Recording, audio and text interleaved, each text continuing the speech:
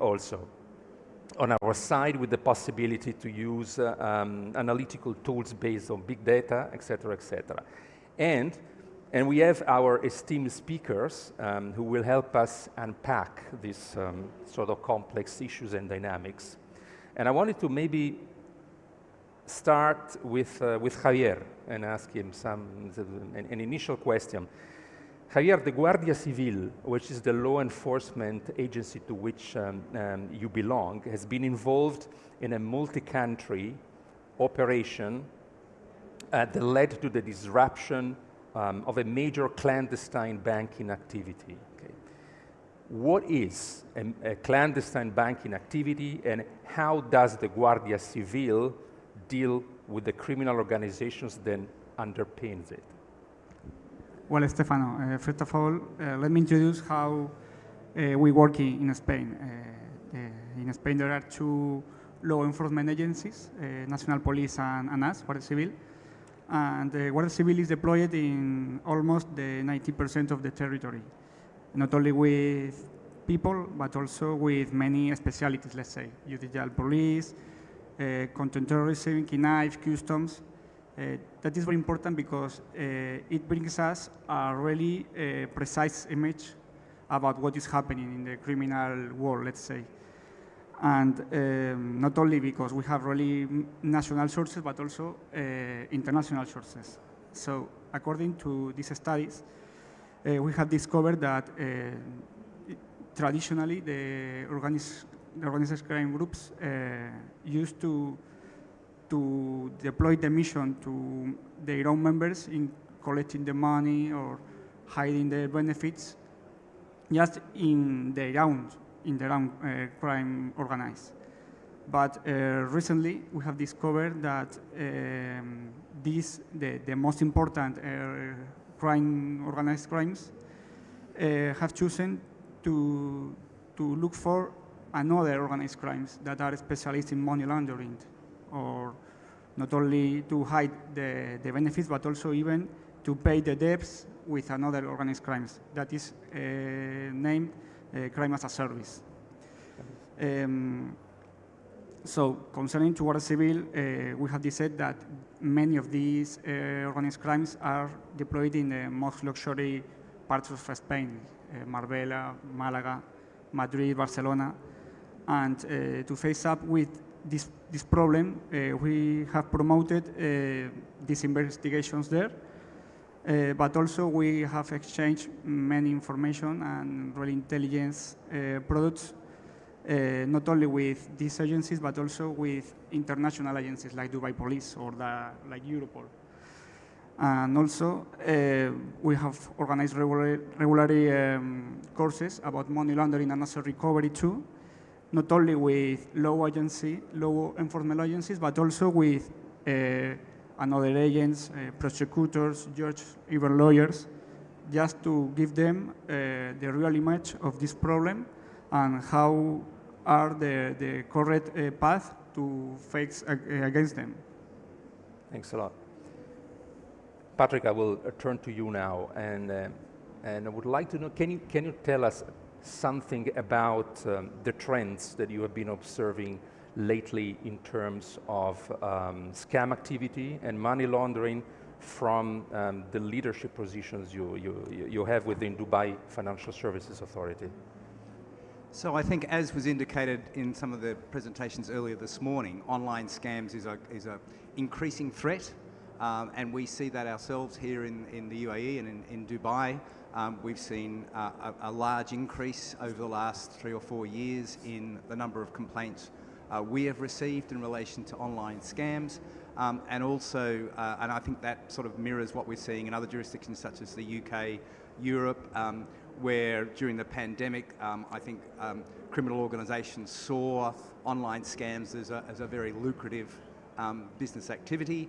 And what we're seeing with these online scams is that they're taking sort of traditional scams and then adapting them and innovating them to make them more effective online. And so what we see is, for instance, advance fee scams. It's a very old form of scam.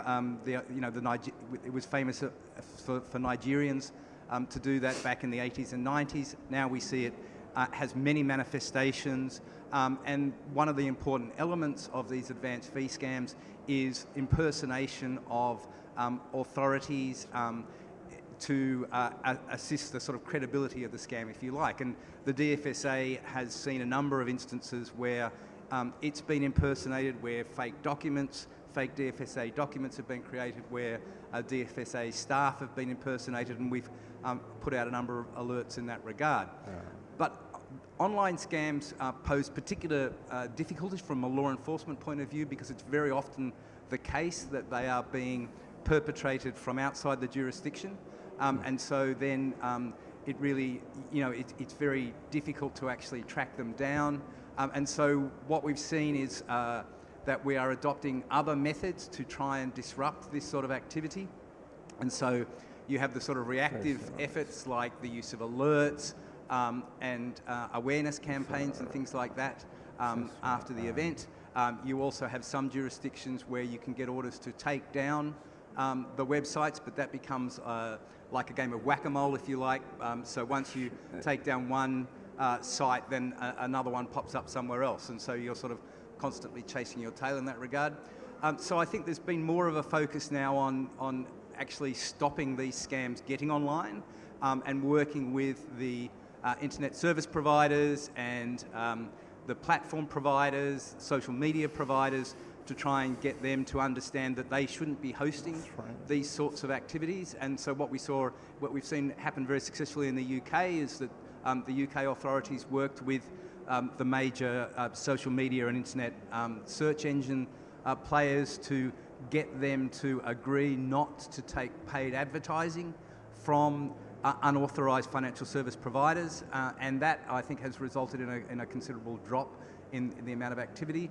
We're now looking to try and roll that out on a global basis, and so there are now efforts in different parts of the world to replicate that. I think recently in India, the Indian regulator had an initiative whereby they said to their regulated firms, you cannot pay to place advertisements onto any platform which is allowing, which is taking payments for advertising for scammers or unauthorised activity. And as a result, they got very quick engagement with the providers of those platforms, and a number of them gave undertakings and then took action to then stop unauthorised financial service providers from advertising on their sites.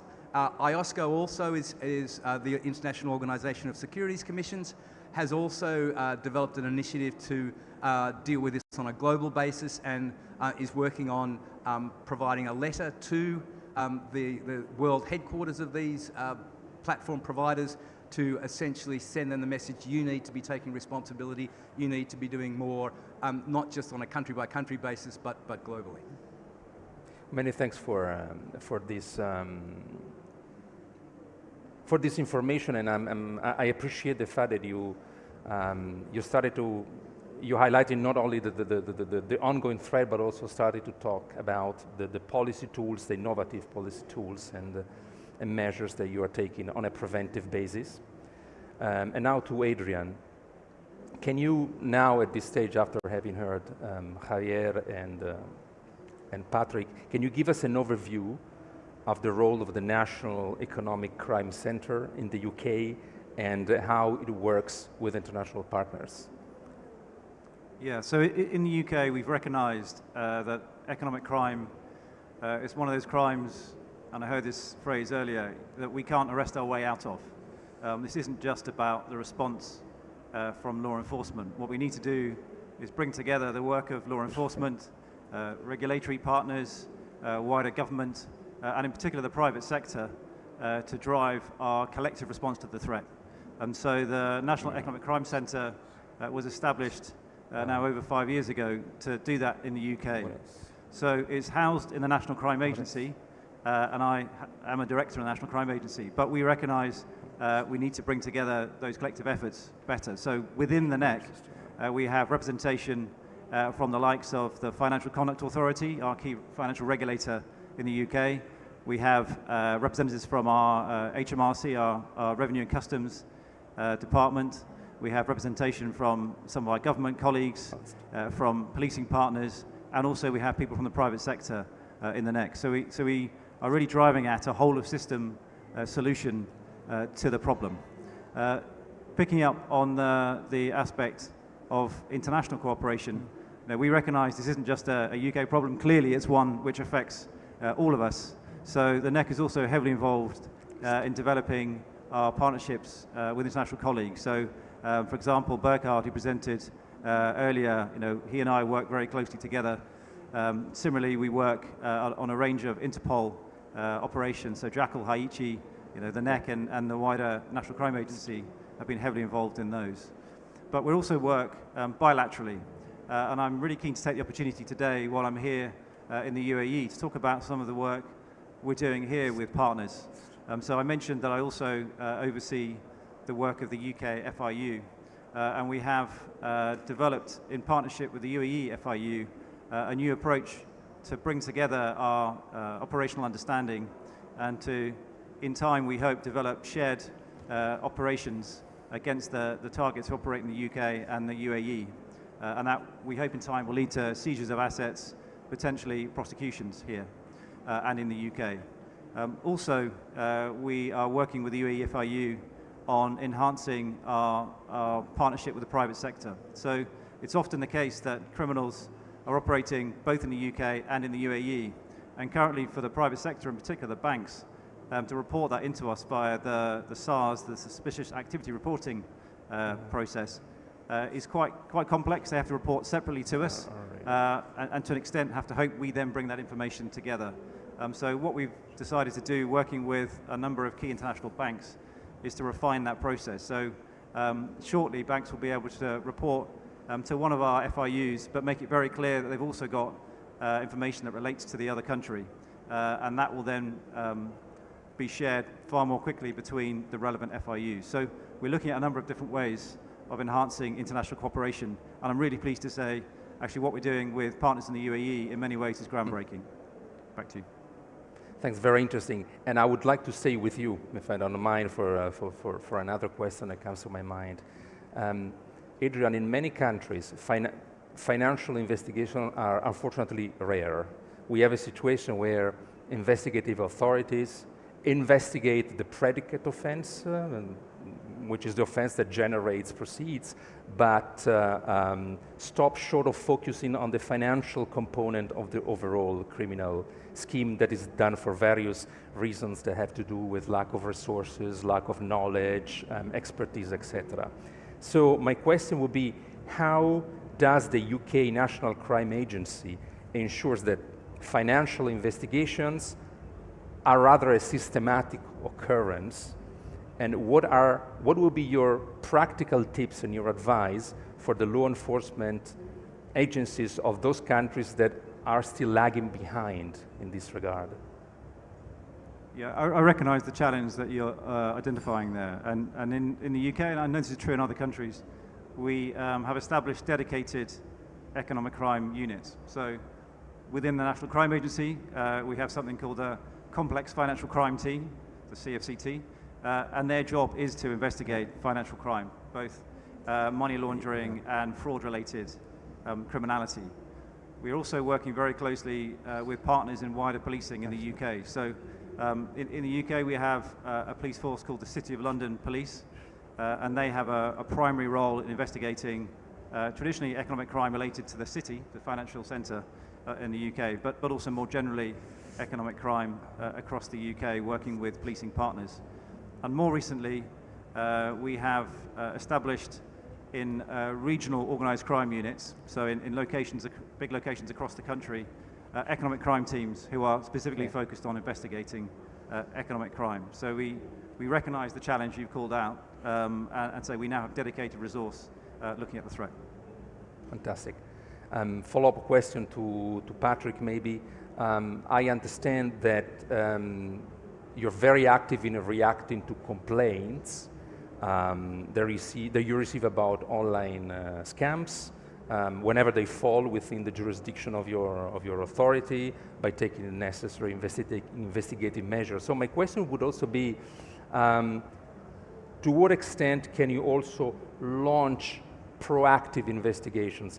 I understand that you can act preemptively in terms of engaging social media providers and the public with alerts, etc. But in terms of investigations that you can launch on your own initiative, that would be the question. And connected to this, what role, if any, artificial intelligence-powered technologies also play a role in this context? I'm thinking, in particular, of AI to help in the detection of suspicious patterns or behaviors that can provide tips for further investigations.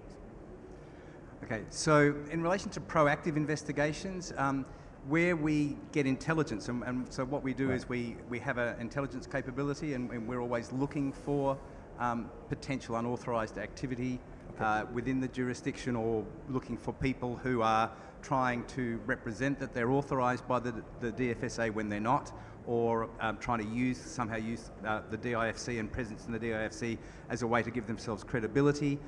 So we are looking at social media, we're looking online for those sorts of posts and attempts to use our good name. And so where we find that, if we can then find a link to the jurisdiction, then we can commence an investigation.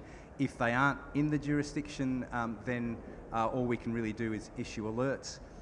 We do find that we will get intelligence from overseas as well. So recently we were in a situation where we got some information from our colleagues in New Zealand about some people who are operating in Dubai. We found that actually we got some intelligence locally to suggest that they're actually within the DIFC. We were able to use the information from New Zealand to then commence an investigation and do a dawn raid and get all their data off their computer systems to then look to take action against them, but also to then issue them with a cease and desist and to issue an alert in relation to that activity. In relation to AI at the moment, I mean, I would say that AI has increased the threat because one of the things that AI does is it actually assists the criminals to produce more credible documentation. I mean, one of the things that we see with scams generally is that the quality of the fake documentation is generally pretty poor. It has spelling mistakes, the formatting's not great, things like that. The English expression may not be great, and so, you know, that's one of the identifiers. And so when we go and warn people about scams, one of the things we say is just look at the documentation, and if it doesn't look to be the real thing, then it probably isn't. What AI is doing is that it's actually helping the criminals to produce better quality fake documentation. So that presents, that sort of increases the threat in a sense. As regards to the use of AI for intelligence gathering and investigation purposes, I would say that from our point of view, we're not there yet. We haven't really seen an AI tool which can do exactly what we want it to do in terms of sorting information online, for example, in a way which gives us the highest priority possibilities to look at first. And then similarly in terms of our document reviews, while the tools are getting better at predicting the bits of evidence which are most likely to be relevant to the investigation, we're still not where we would like to be in terms of that. I mean, at the moment, when you do a document review exercise, you still end up with a situation where you have a lot of false positives and you have to manually sort through that, and that absorbs a lot of investigation resource. And what we're doing is looking for a tool which will produce a much smaller number of false positives, and so will allow us to identify those key pieces of evidence more quickly. And so we are certainly working with our providers to try and identify and develop tools like that. Right, fantastic. Thanks for this information. Let me go back to Javier for some follow-up questions. The case study that you brought to our attention about narco-banking or clandestine banking activities is indeed a very worrying manifestations of the crime-as-a-service tendency that has been entrenching itself globally in recent years.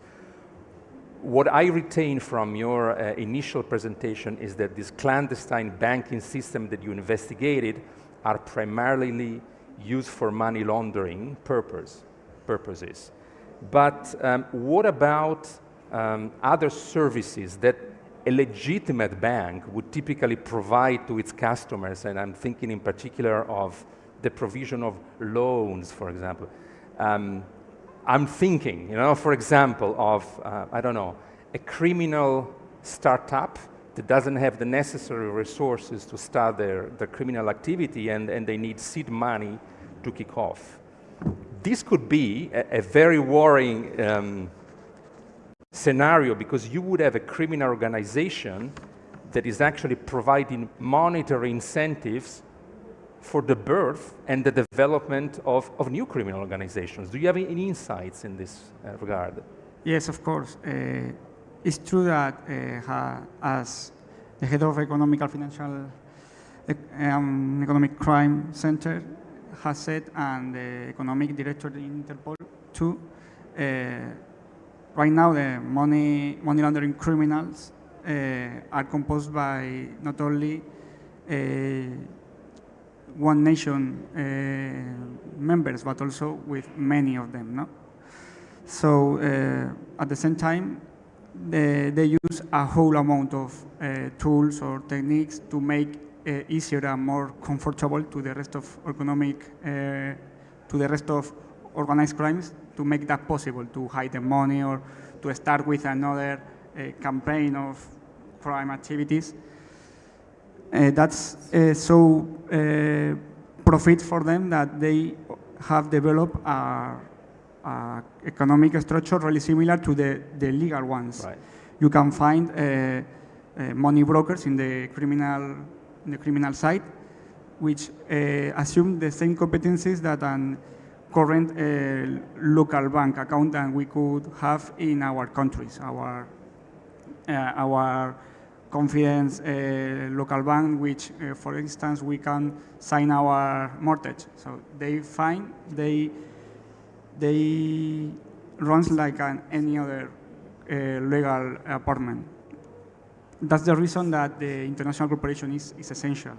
In Guardia Civil, we realize about that, and we have a really strong effort to increase the international cooperations, not only with EU members, but also with non-EU members, like in this case, like Dubai Police, like we are here in police, and is here in Dubai, and it's really important to point it out.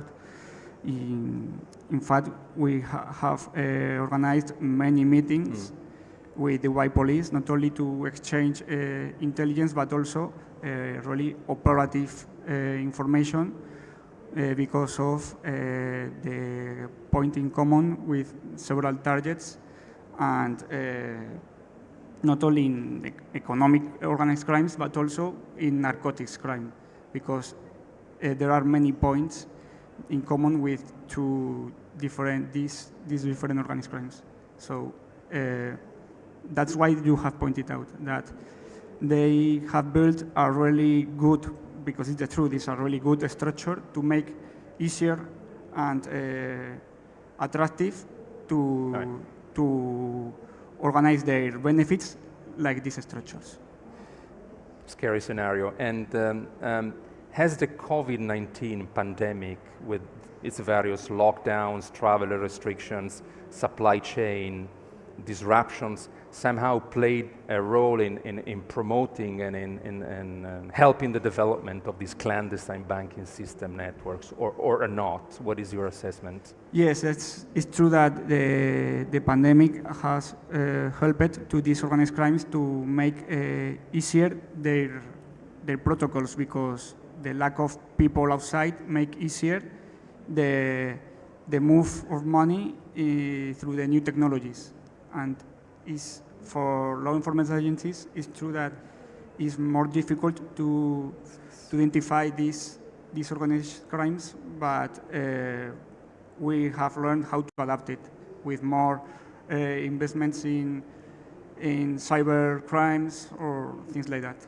But it's true that the COVID is a difficult situation in many aspects, and this is one of them. Yeah, thanks for pointing this out. And we really see that in many cases, the COVID-19 pandemic has created or facilitated certain criminal dynamics. Problem is, is that after the pandemic was over, these criminal dynamics got entrenched. They did not simply disappear. They remained as part of the normal criminal dynamics that we see today as well. So thanks for this. I would have an additional question that would be the same for all three of you, which is the following. What are, in your view, the 2 or 3, can be more or can be less as well, the 2 or 3 things that you think should be improved for the fight against economic crime, illicit financial flows / money laundering, to make a real leap forward? Is it increasing corruption reporting rates by encouraging more whistleblowers to come forward and strengthening the protection for whistleblowers? Is it relying on new legal tools that are insufficiently developed at this stage? Is it having more training, more awareness raising for investigative authorities? Insisting on the creation of public registries for companies' beneficial owners, something else? Just maybe. The floor is open. Adrian. Yeah, I'll go first if I may. So I think a lot of that for sure. But in terms of particular priorities we're working on in the UK, I'll just call out 2 or 3. So the first is enhanced data sharing. The ambition ultimately is get to a place where we have real-time understanding of the threat, the movement of illicit funds, and are in a position, in particular with partners in the banking sector, to disrupt those flows of funds. To get there, it's a big challenge. In the UK, we've already run a pilot where we've been working with 2 of our major UK banks to share their transaction data.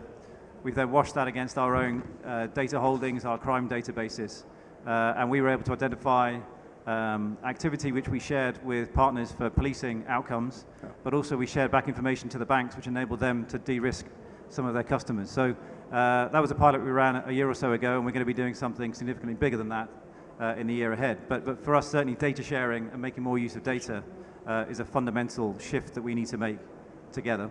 A second key area for us is what we call system prioritization. So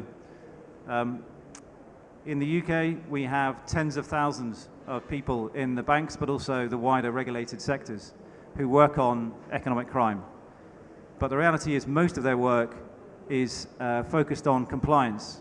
And I think in particular in conversation with the regulators in the UK, we've recognized that compliance work isn't necessarily focusing on where the threat is greatest. So we are this year developing an approach with the FCA, our key regulator, and the banks to set out some priorities for them in terms of areas of focus. For example, we have a problem in the UK of cash-based money laundering into our post office network, which is increasingly being used instead of branches, bank branches. We have a big problem, so that will be an ongoing priority for us. But the key point is we're seeking to use private sector resource alongside government resource to have greatest impact on the key threats. And then the third priority I'd call out, or third thing I'd call out that we need to do better is working with the technology sector. Now, Patrick mentioned this. Some things we've already done successfully in the UK relate to basically the advertising of financial products online and ensuring that those companies who are making those adverts are registered with the FCA, the Financial Conduct Authority. And if they're not, those adverts get taken down. And that was a very good initiative, but there's a lot more we need to do.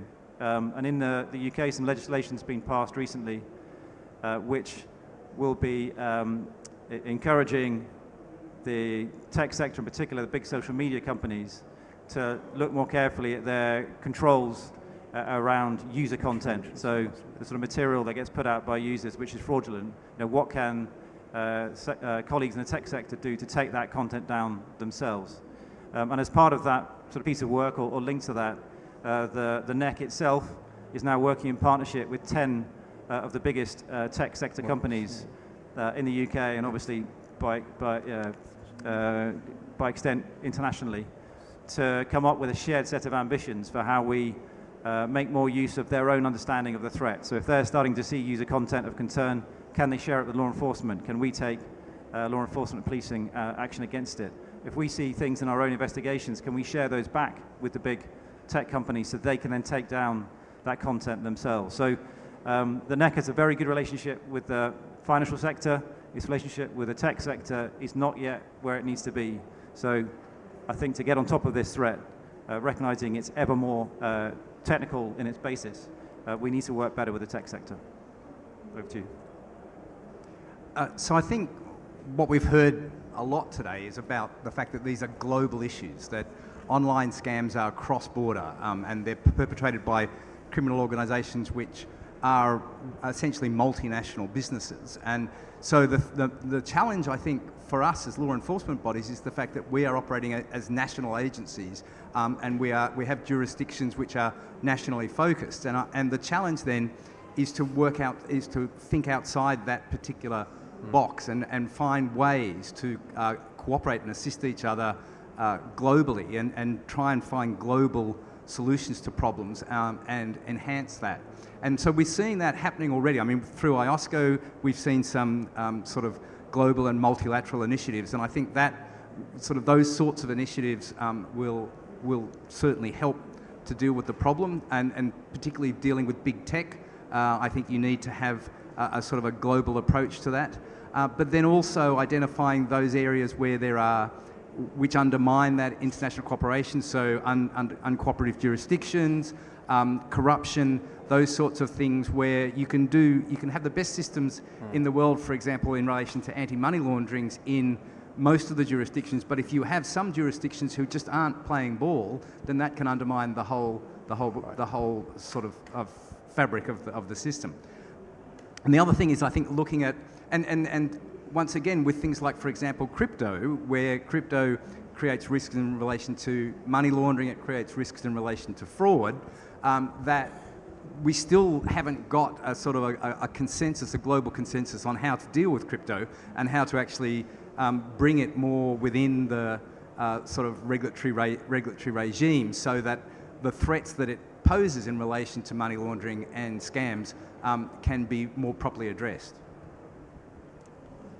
Yeah, it's clear that all of us think in the same way. That is really good because we came from different sectors, but on the other hand, we have the main, we know how to face up with the problem because we know the challenges where we must be assumed by us. Very quickly, I think that it's clear that we have to face up with this problem as a global phenomenon, no? And of course, it's implied that we share as much information as possible, but sometimes it's difficult because not only each country, but also each law enforcement agents, at least in my case, have different legislation or protocols, and does not exist in organized crime groups. They have developed a really easy way to make arrangements, and they don't mind anything else.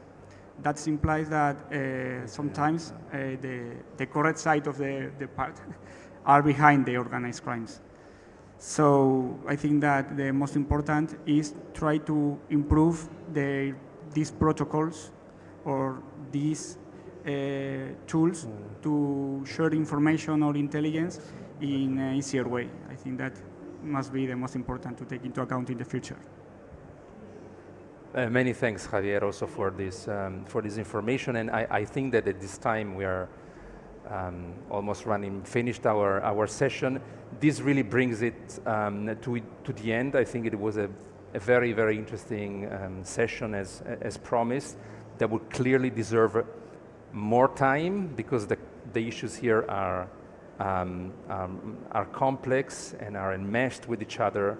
But I'm happy that we have these three excellent speakers that could help us shed light on some critical aspects of this program.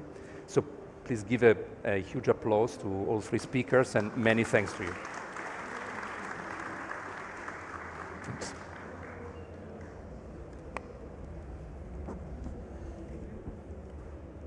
Thank you to Mr. Betty, our moderator, and our speakers for a very engaging discussion on the current state of economic crime. Up next, I would like to welcome Mr. Simon Marsh, Regional Coordinator for Southern and Eastern Africa, International Center for Asset Recovery, to deliver a keynote on the latest updates on refund and asset tracking.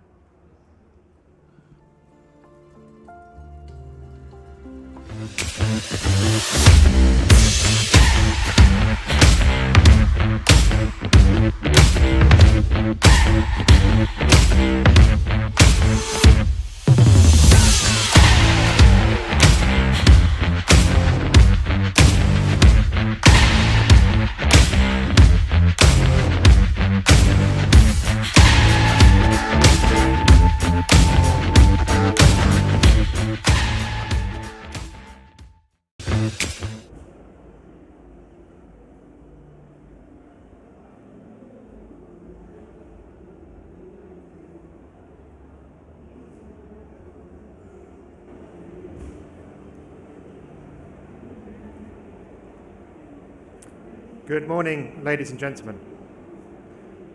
It's a great pleasure to be here in Dubai this morning to discuss one of my favorite topics, which is asset recovery, and also to touch upon some subjects which the panelists have also covered in quite some detail, those being international cooperation and financial investigation.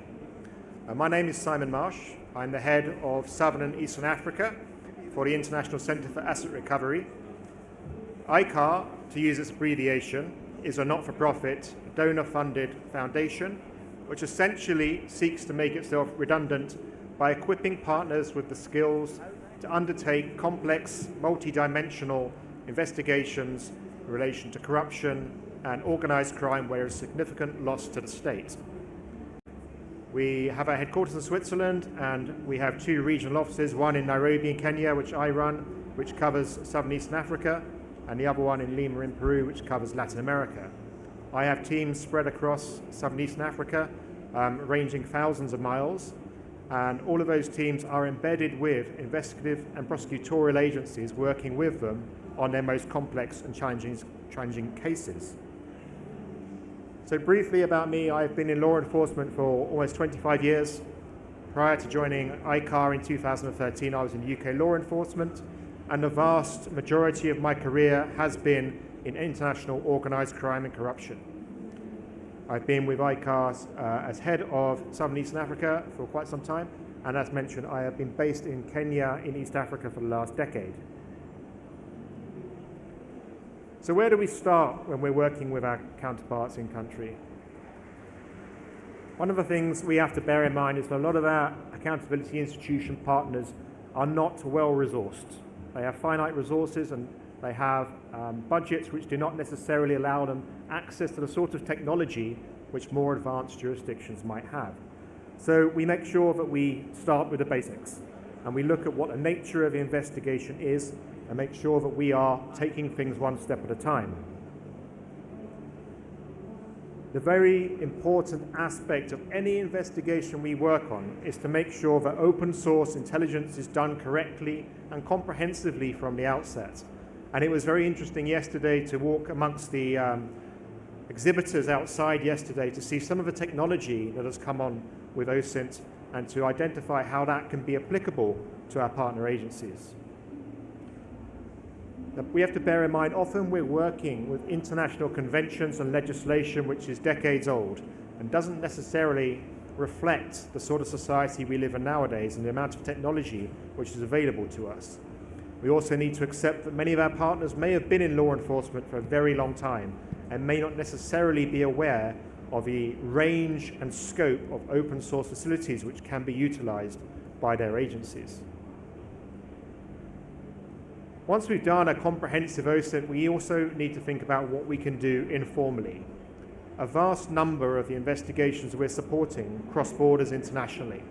And this comes back to the point of international cooperation, which was highlighted by the panel. There are a lot of options available to us in how we cooperate informally between different jurisdictions. And depending on the scenario which faces us, would dictate how we might utilize those available opportunities. We must also ensure that we are sticking to a plan and that we have parameters in place that are going to ensure that we are going to achieve the objectives that have been set out from the outset of this investigation, particularly when we're dealing with investigations involving not just the loss of tens of millions of dollars, but potentially hundreds of millions of dollars to states which can ill afford it. So here are just some examples of the vast range of open source which are available to us. And when I say to us, I'm talking about jurisdictions we're working with. So there you can see on the top left an example of how vessels can be tracked globally via open source indices. Again, when we're looking at illegal fishing, when we're looking at vessels which may be involved in the movement of illegal commodities, these are very important tools to us to be able to identify the movement and also to identify whether vessels have turned off their AIS, which is a tracking device they have on board. Then beneath that, you'll see some examples of open source facial recognition technology. Again, I find this a remarkable development because if I go back to my UK law enforcement days well over a decade ago now, this was a tool that was not readily available to us. And within law enforcement, it would be difficult to be able to utilize this. Now there are tools that allow us to do this open source very effectively. So searching my own image, I immediately came up with several hits which will enable anyone to identify exactly who I was, where I live, and what I do. And then lastly, I got an old family friend of my father who I know lives in the States. So just based on his name and the state he lives in, on an open source check, I was able to identify his home address, his phone numbers, his email addresses, and essentially all of the personal data I would need to be able to conduct more intrusive checks on that person. Now, this is far from an exhaustive list of the range and scope of facilities that are available to us. And again, I reiterate my point that our exhibitors outside have a vast array of tools which are far more sophisticated than the ones we generally would have access to. But my point is simply that we do have a lot available to us, and sometimes we need to remember to walk before we can run. So still looking at informal cooperation, we have a number of tools available to us. And we've had colleagues already this morning talking about Interpol. We've had colleagues talking about the ARIN network, and you'll see both of those logos reflected on this slide. In addition to that, we have other tools. We have the International Anti-Corruption Coordination Centre, which is currently housed at the UK National Crime Agency, but brings together practitioners from a wide range of countries and also partner organisations who make available their own intelligence databases. And how this works in a very simple context is that any law enforcement agency anywhere in the world can make a referral to the IACCC, setting out the circumstances of their investigation and asking for comprehensive searches to be conducted, which then will be supplied in an intelligence package to our countries. And we have used this extensively with our partner countries to great effect, being able to identify assets and movements which would suggest money laundering throughout the globe. That often allows us to also fast-track a subsequent evidential request. I also wanted to touch briefly on a new initiative, the GLOBE network. This is a UNODC initiative, and this brings together practitioners who are members of the network, of which there are quite some number, globally. This year's plenary will be in Beijing in China in September. The beauty of it for me is it allows countries to have bilateral case meetings in the margins of that plenary. And again, we have been able to do that to an extensive degree, which has enabled us to subsequently be able to have considerably more progress, both on an informal and a formal basis, on behalf of the countries we're working with. And of course, ICAR, my own organisation, our practitioners come from a very wide range of countries. In addition to myself coming from UK law enforcement, we have officers from across the globe working who are all very experienced and also have their own substantial network of contacts, and we work very closely with the liaison officers of law enforcement networks from around the globe. Again, this can sometimes be the quickest way to get things done.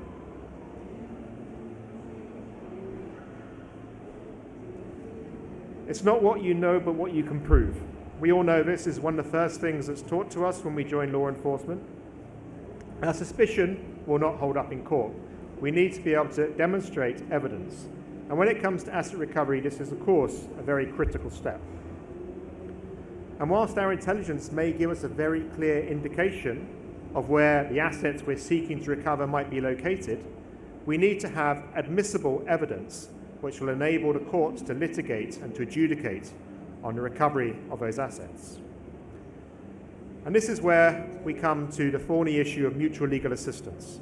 This is a recognized tool for states to request assistance from another state. It's dependent on having either a bilateral treaty, a multilateral treaty such as UNCAC, or basing our request on the principle of reciprocity, all of which come with their challenges. And I think many of us who are experienced in the sphere of mutual legal assistance will know that this can be a very complicated, often time-consuming issue. There still remains a great deal of misunderstanding, particularly with our partners, as to how to put together this request, and also ensuring that we are complying not only with our own laws, but also with the laws of the country to whom we're making the request, and the procedures. It can be that there's particular requirements around translation and around transmission, and all of these need to be understood, and being frank, they often aren't fully understood. And this is where ICAR plays a very important role in being the advisory body to assist and facilitate in ensuring we get this critical stage right. It also requires we understand the particular procedures in our countries. There's a big difference between common law and civil law jurisdictions, particularly in how they will respond to evidential requests and how they will potentially undertake the requested steps. I often tell the story that in my early days of policing, I made a request to a jurisdiction not understanding their law, and my own confidential investigation was compromised because I hadn't done my homework properly. And this is something that I'm keen to impart to our partners, is that our preparation is critical to ensuring that we don't fall at the first hurdle. And I heard one of our US colleagues recently say in a seminar I was talking about that they consider a parallel investigation to be the gold standard. We need to, wherever possible, try to explore the opportunity to undertake an investigation in our own country, but also in our partner country. We can't necessarily do a joint investigation, but we might, and I stress might, be able to undertake a parallel investigation. This potentially allows for the sharing of information between jurisdictions and for a great deal of informal cooperation, which can expedite the eventual outcome of both potentially prosecution, but also the recovery of assets from overseas. When we come to the bribery of foreign officials, I find parallel investigations to be an absolutely critical tool, and I'll touch on that in just a moment. So here's a simple case study. I'm not going to say the countries, but effectively your Western jurisdiction, I'm going to call C1, had an investigation involving a multinational company domiciled in their country, which was suspected to have engaged in grand corruption in what we're going to call C2, a jurisdiction we've been working with for some years in Africa. It was a donor-funded contract, a very, very, very large contract, and the purpose of the bribery which was taking place was to allow them to substitute their materials for cheaper materials and have the engineers sign off that the construction had been done properly. Now, law enforcement from our C1 country reached out to our C2 country, and partly with our facilitation, C2 undertook searches of premises and invited the team from C1 to come and be present when the suspects were interviewed. Effectively, we were able to come to a parallel investigation. We worked together, we had teams from C1 and C2 going to visit each other to review material, to have case-related meetings, and ultimately coming to the scenario where C1 was able to supply their defendants as witnesses to C2. And this process is currently ongoing at a litigation phase, which is why I can't name the countries. But this was a prime example of how parallel investigations can really build a successful outcome. And this was our African country's first example of doing this. So recovering assets from overseas, I said, is our ultimate outcome. And here's 3 examples, and I'm borrowing all of these a little bit, although we had roles in all of them.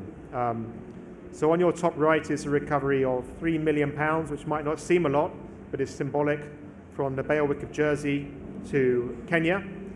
And this was used for the acquisition of intensive care unit health equipment at a period of COVID where Kenyan hospitals were struggling to be able to meet with demand. And this was, again, an investigation that involved both countries, involved the payment of bribes into an offshore company, and ultimately the victims of the country were compensated. On the other side is this gentleman called James Abori. He was the governor of Delta State in Nigeria. The investigation in relation to his money laundering was done by the UK Proceeds of Corruption Unit, which was then part of London Metropolitan Police, which I had the pleasure of being part of. Mr. Abori was sentenced to 13 years for money laundering, and his solicitor, his wife, and his girlfriend all suffered similar fates, being convicted. And we ultimately able to have a confiscation order for over £100 million, which I would like to think would ultimately be returned to the people of Nigeria. And then at the bottom here is a screenshot from our own website, one of the recoveries of assets to Peru in South America, where we had quite significant involvement with our country office there, and this was $8.5 million, which was returned to Peru in a non-conviction-based forfeiture case involving Switzerland. One of the important aspects of asset recovery is how we use it. And it remains the case in many countries that assets that are recovered, both domestically and on occasions internationally, are paid into a pot in the Treasury, sometimes called a consolidated fund, sometimes has another name. But ultimately, the citizens of that country, who may, in many of the countries we work with, be skeptical about what happens to recovered assets, have no oversight about their subsequent use. So we stress that it's important to have visibility about how those assets are reused, often called social reuse of assets. So again, here's a few examples of how assets have been used in that way. Again, we have a situation in Kenya where ambulances were bought in a case called Smith & Usman, which was a serious fraud office UK case, where there had been bribes, again, paid in Kenya. And those ambulances were supplied to the government of Kenya in a very public handover ceremony between Boris Johnson, who was then Foreign Secretary, and Uhuru Kenyatta, who was then President of the Republic of Kenya. Those ambulances were branded, saying these were bought with the proceeds of crime. We, of course, have, on the other side, we have Zambia, where recovered funds from corruption were used to fund the bursaries of students who wouldn't necessarily otherwise be able to afford to go to university. Again, a clear example of a very positive social reuse of the proceeds of corruption. And then down at the bottom there, you have the infamous Sani Abacha and how assets recovered to Nigeria were used in a social, beneficially way for the people of Nigeria. And there have been many, many spheres of recovery in that particular circumstance. It was really hard to find examples of where there's clearly visible social reuse of recovered assets. And I think as a global community, this is a really important conversation for us to have, because we all are looking to recover assets that have been the proceeds of crime or criminality. What we do with those assets subsequently is a very public step. And I think we need to ensure that we are reflecting the desires and the wishes of our communities, of our populations, and of our voters to ensure we are doing what it is they want us to do. So what do we need to do differently? As a global community, we need to ensure we are evolving our processes, systems, and tactics, because technology is moving so quickly. Every single one of us is sitting here with at least one mobile phone in our pocket, and we can probably move money on a banking app in 30 seconds from one jurisdiction to another. Now, we know that as investigators, it might take us 6 months or even a year or 2 years to be able to get that same transaction in evidential format. Maybe we need to try and find a way to do things better and quicker. We need to capitalize upon our opportunities to collaborate. And all of us sitting here from who knows how many jurisdictions have the ability to sit and have one-to-one or multilateral conversations about cases which cross our borders. I'm happy to give out business cards, and any of our countries we're working with would love to have conversations about the cases we're undertaking on a formal and informal level, because that's quite simply how we get things done. These are crucial. We need to use technology, and that's where our exhibitors out there are showing us the potential use of technology, of blockchain, of open source, of all of the things that exist to help us. And I'm moving quite quickly because time's running out. Digital forensics, again, is a very common theme. Most of our countries do not yet fully exploit the possibilities of digital forensics, because everything that happens on a phone or a computer, on a USB, and all of it is there for the taking if only we exploit the potential for us to do so. And we need to think innovatively. We need to think about virtual assets and how they're used. NFTs, are we looking at the right places for the right things? So tools to help us, really quickly, I'm just going to quickly go through these. This is just an example of some of the tools out there available to us. There are tons more outside with exhibitors there showing us what can be done. But all of these are ones we are looking to use in our particular scenarios. All of these can be of great benefit to us if we utilize them in the right way. So I think that's going to bring me to the end with 19 seconds to spare. I'd like to thank you very much for your attention. I appreciate it has been a real whirlwind through corruption, organized crime, asset tracing, and international relations. So with 6 seconds left, I'll say thank you very much, and I wish you a great day.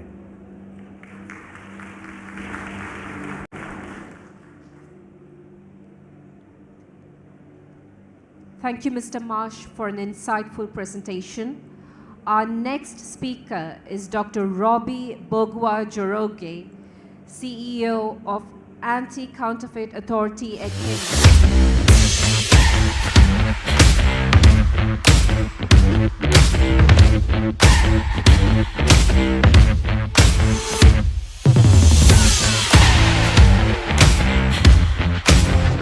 For that great introduction, and I'm going to make a presentation on what we are doing in the Republic of Kenya in terms of protecting enforcement of intellectual property rights with a specific focus on automotive spare parts sector in the country. I'll make an introduction of what Anti-Counterfeit Authority represent and the functions of the authority, and then we are going to delve much into the presentation. Let me start by talking about the Anti-Counterfeit Authority. This is one of the unique institutions, particularly in Africa. It's only Kenya that has got this specific institution that is dealing with issues of counterfeiting, and this was established way back in 2010. And I also need to mention that Kenya has got unique constitution, one of the most progressive constitutions in Africa, that does recognize intellectual property rights as a constitutional right. The other two constitutions in Africa that also recognizes this is Tunisia and Egypt. The institution has got 4 directorates.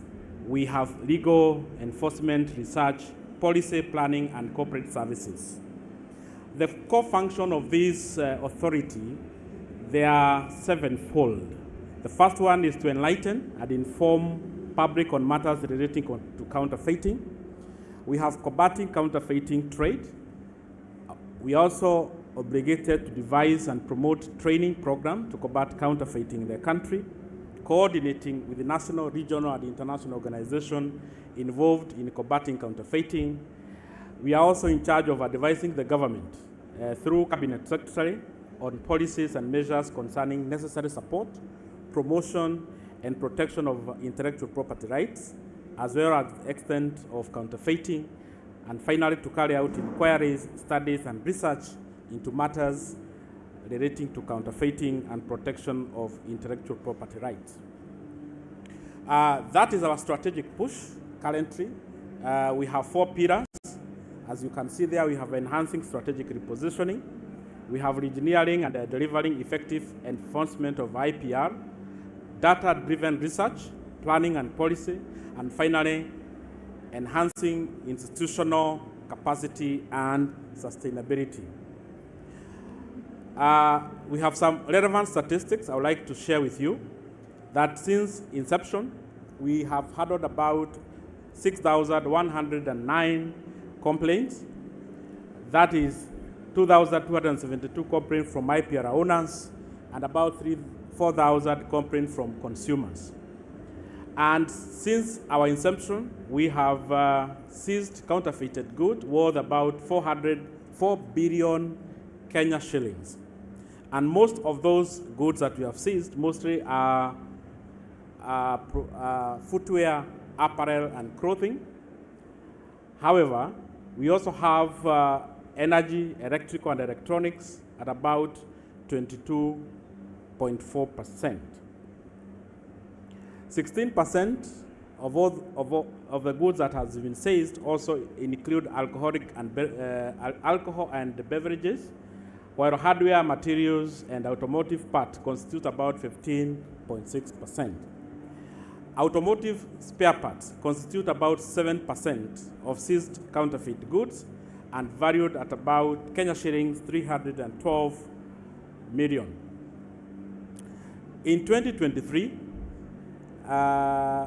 we had a consumer survey and which covered about 17 counties, and the study found that apparel, clothing, and shoes were top counterfeited product type of goods in Kenya, confirming ACA focus on the sector where 20% of counterfeit were from this particular sector. We also conducted a survey in 2020, what we called National Action Plan and Implementation Framework to combat illicit trade, and we found that close to 800 billion Kenya shillings are lost through illicit trade. And this illicit trade include counterfeiting, we have contraband, we have substandard goods, and illegal trafficking. Out of this amount I have mentioned, about 9% were found to be counterfeit. On the automotive parts sector, the protection of automotive spare parts are one of the items that play a significant role in our day-to-day life interaction. The motor vehicle industry is one of the prominent items that are identified through the trademark, including Toyota, Mercedes-Benz, BMW, Mazda, and Caterpillar. Total of counterfeited goods, as I said, is about 4.3 billion, of which about 15% account for automotive parts. The most counterfeited automotive parts, you can see there we have brake pads, tires, oil filters, plugs and bolts, bearings, coolant, retroflective road markings and road signs, helmets, and speed limiter and governors. What are some of the challenges that we are facing as an authority? And what are we doing as an authority? The first thing that the country has done, we have introduced what we are calling recordation. The recordation process is whereby we are expecting to deal with the counterfeiting at the source, even before the counterfeited goods get into the country. It has got 3 phases. The phase 1 includes development of an IPR database for both international and local IPR for future enforcement against infringers. And so far, we have recorded about 1,426. Phase 2 is on how we are implementing this, and this involves checking the imported goods through the trade facilitation platform. We have a platform called KenTrade, and this helps scrutinize imports. So far, we have processed about 52,000 permits. And we have also given about 7,319 exemptions. And now we are still in the process of implementing this particular program. And impact of counterfeiting in the motor sector, they are dire because we have economic effects, loss of revenue for the government, as I have mentioned. We also have loss of jobs. We also have safety concerns, road accident and many fatalities. In Kenya last year, about 4,000 people died through road accident, and we estimate that a majority of those accidents is as a result of these fake motor vehicle parts. We also have health effects, high cost of medication for accident victims, and also in Kenya, nearly all level 4 hospitals have dedicated ward for motorbike accident survivors because of increase in this type of counterfeited goods. This is our response, what we have done. We have implemented the Recordation Program, the one I've just mentioned, that seeks to register and target the source of counterfeit from the global market. And statistics indicate that 80% of counterfeit in Kenya originate from imports. Number 2, Anti-Counterfeit Authority continue to strengthen its public outreach through exhibitions, training, sessions, and awareness campaigns. Number 3, Anti-Counterfeit Authority conduct and continue to conduct researches and host the International Symposium on Intellectual Property Protection and Enforcement, what we call ICIPE, to address counterfeiting concerns and these dynamics. The Anti-Counterfeit Authority also forges strategic partnerships with organizations like the Kenya Manufacturers Association to combat counterfeiting. It's important to note that Kenya Association of Manufacturers CEO also sits in the board of Counterfeiting Authority.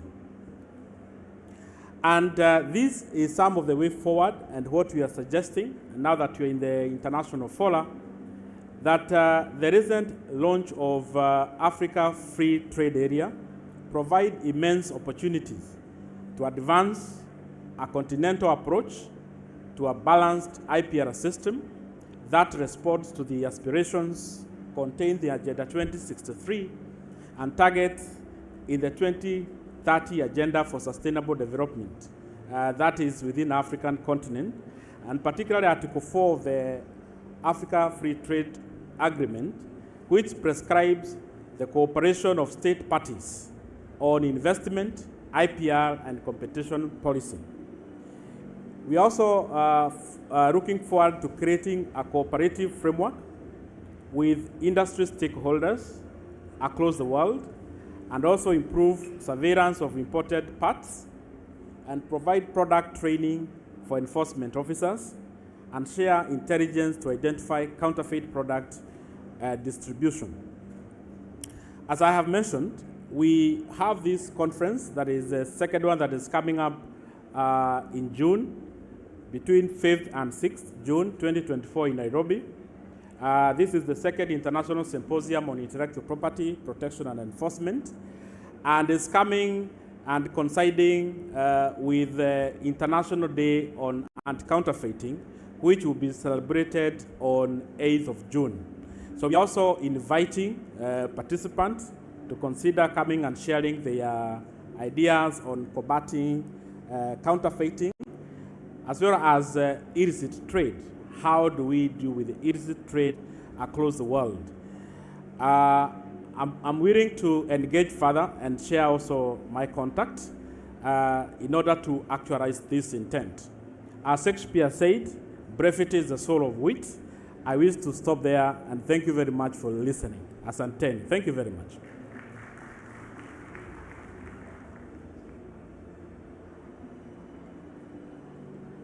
Thank you, Dr. Robbie. Our next session is a keynote, Guardians of the Ledger, Smart Strategies in Battling Crypto Villains, from Mr. Igor Angelini, Senior Advisor to the Executive Director, Europol. Please join me in welcoming him to the stage.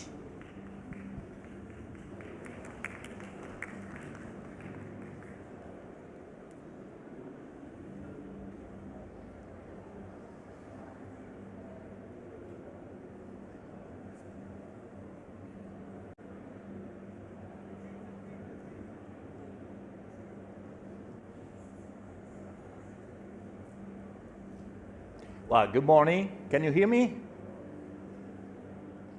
Good morning, ladies and gentlemen. It's a pleasure to have the opportunity to present to you this short journey into cryptocurrencies. Yes, a play. I'm happy to see you. You are not scared by the title. That's good. And you shouldn't be, because it's not a technical presentation. Actually, the idea is to give to those who have just a surface knowledge of what cryptocurrencies are a bit more of insights, how the police has challenges in fighting these crypto villains, as we call them. And also, maybe for those who have more technical skills, the idea is to give a bit more strategic insight how we can work together to overcome these challenges. So just before delving into the battlefield, a brief introduction. I don't assume every one of you knows what Europol does, so very short institutional slides. We are around 1,500 people working in The Hague, the Netherlands. We are the European Union Law Enforcement Cooperation Agency. Most of our staff comes from law enforcement of the European Union member states. We have more than 200 million euro budget. And what we do, we provide the platform for secure and fast exchange of police information among different police forces in the European Union and beyond. There are more than 50 countries and organizations represented at Europol. Our biggest asset is we have around 300 liaison officers in our headquarters from 50 countries and organizations from around the world. That's our strength. All this information that is exchanged in various ways for various purposes feeds our systems, and at the end of the day we have substantial amount of information, intelligence and operations to be done together. So let's go into the crypto thing. Why criminals like cryptocurrencies? Well, one is a basic question of this system. It is decentralized. There is no central authority. It seems to be a fascinating thing that there is nobody in control until, of course, they fall victims of a fraud or a scam. And then they probably come to you and say, well, actually, a central authority would not be that bad after all. It's easy to use. It's fast. It's naturally cross-border. So cryptocurrencies will allow you to go across borders very easily. And maybe they are anonymous, or maybe they are not. We will delve into that. I call it pseudo-anonymous. There are many things you can actually do, and the criminals know that. You shouldn't rely on 100% that is actually anonymous. We will see into that. Why? There is a so-called public ledger. All the transactions are recorded in one place. It's called the blockchain. For us, we call it just a ledger. All the transactions you can see there report who is the sender in terms of an address. Generally, you may have heard of a Bitcoin address, that's the source, and the recipient of the money, a date and an amount in the cryptocurrencies used. There are different ledgers, we will see as well that. You may think then if everything is recorded, then it's done, it's a done deal, it's easy. Not really, because at the end of the day, as the 9/11 Commission reminded us many years ago, around 20 years ago, at the end of the day, transactions recorded in a bank statement or a wire transfer say nothing about their origin or purpose. You still need to understand what's going on behind. It also applies today to bit currencies. So this is your battlefield. You have a number of criminal activities that occurs in the digital domain. It can be cyber attacks, ransomware. I assume you are somehow familiar with them. They generate profits for criminals, and criminals in these cases, in many of these cases, like to be paid with cryptocurrencies. Then they need to move these cryptocurrencies somehow. We will see that's basically the battlefield. And at the end of the day, what they need, though, is the normal currency that we use every day. They want fiat currency. That's what they need to conduct their lavish lifestyle, to buy assets that they want to enjoy, or to conduct more criminal activities. At the end of the day, they need to cash out somehow from those cryptocurrencies. So how do they try to cut the trace? If everything is recorded in a ledger and can be tracked, then they put in place some techniques to obfuscate the origin and ditch those who are trying to follow them on this ledger. One of the basic techniques is to kind of fragment the transaction in many different flows, possibly in a less linear shape as is shown here. It could be more complicated, but that's what they do. At the end of the day, this might not be very effective though, because in the ledger you can still follow the transaction, as many as they can be, and through many hopes they can be. So what they do something more than that.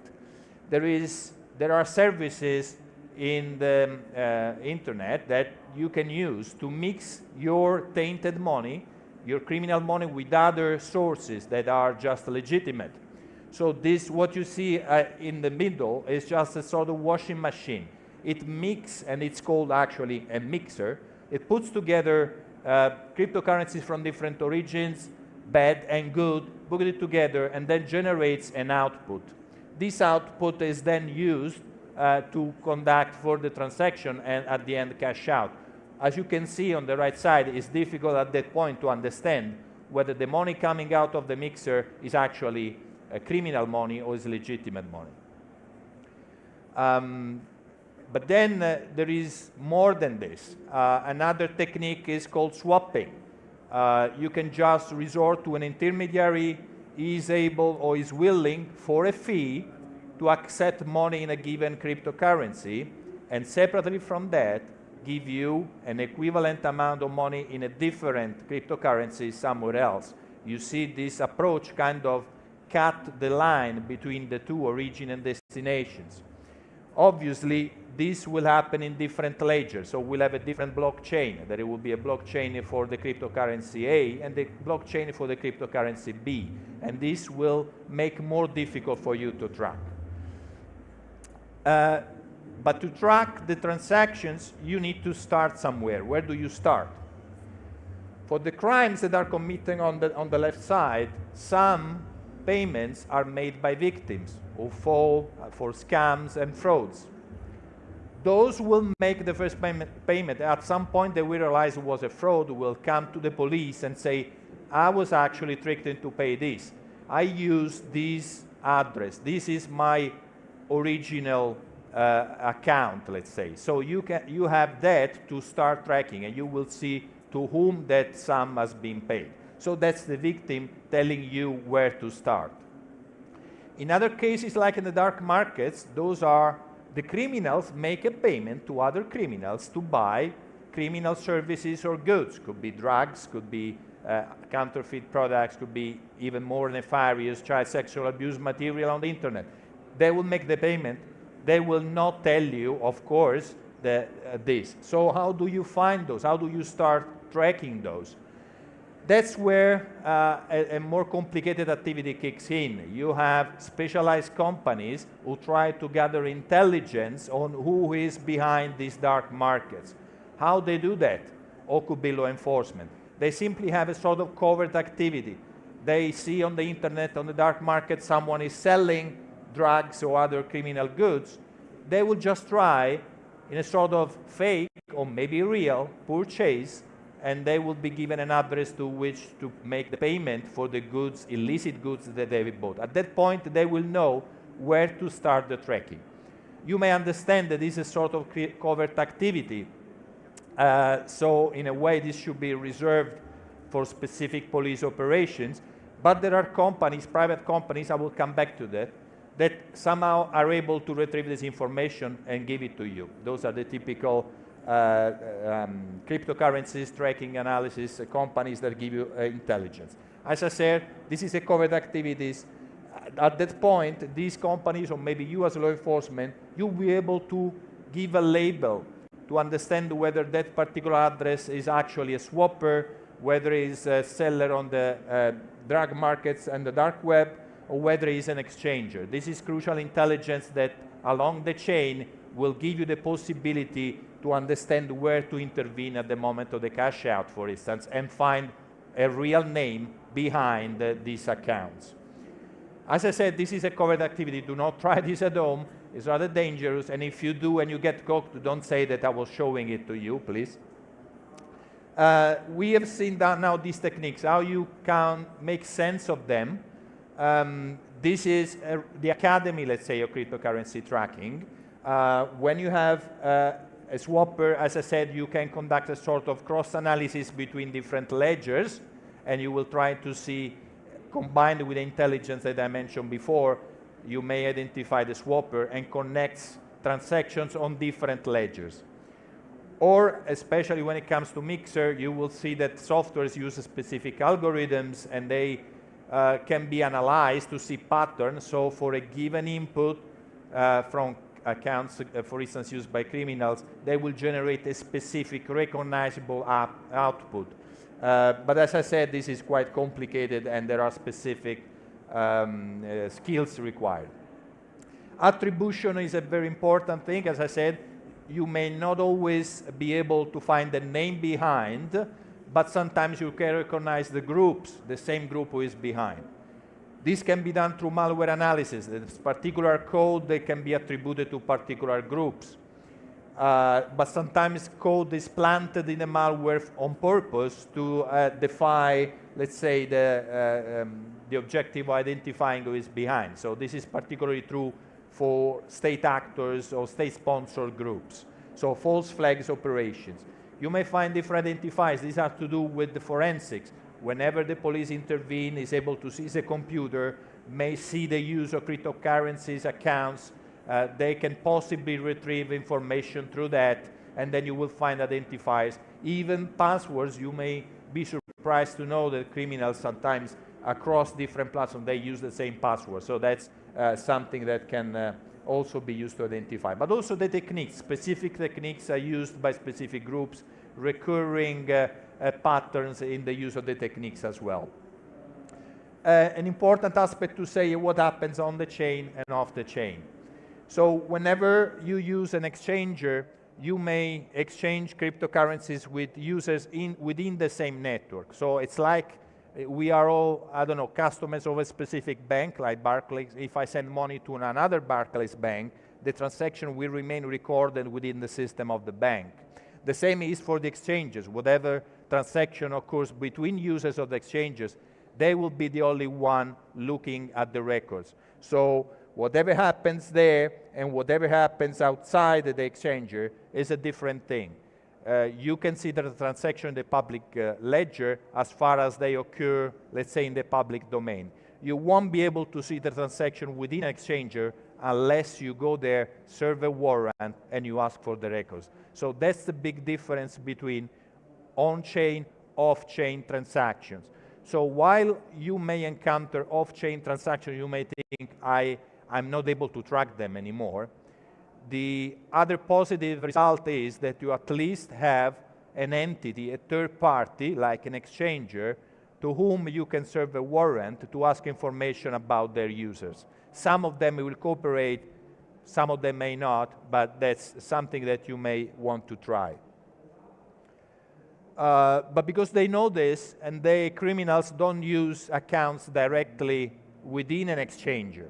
They know that sometimes to open an account to an exchanger, you need to be identified, you need to provide documents. So what they do, there are others who do this as a job. They are nested, they are within an exchanger, they get money from others that could be criminals or non-criminals, and they allow these to cash out using their personal account if they were the bank providing these kind of services. So that's why it's called nesting. They are within a specific exchanger. Now, if we haven't understood how it works and the challenges so far, let's delve into the strategies. So for those of you who would like to approach this domain thinking that the police can do arrests and seizures, I'm sorry to say, you will be frustrated very soon. This is normally not a domain where arrests are made in large fashion. What actually works better are other strategies. And the first thing is inform and prevent. So prevent the crime from happening. I know it can sound naive, but making campaigns that can inform the public how they may not be falling for scams and frauds, it's important. This link gives you a selection of guides that Europol has produced exactly to inform the public how to be more aware of the risks that are online and in the digital space, how to make sure they know what they are doing and prevent frauds of this kind. In case they fall victims, you can still provide support. This is another link. No More Ransom is a very important campaign. We make available on this website more than 100 softwares that can be used by victims to decrypt the content of their devices in case they've been victims of ransomware. Many of those of course, all of those works well.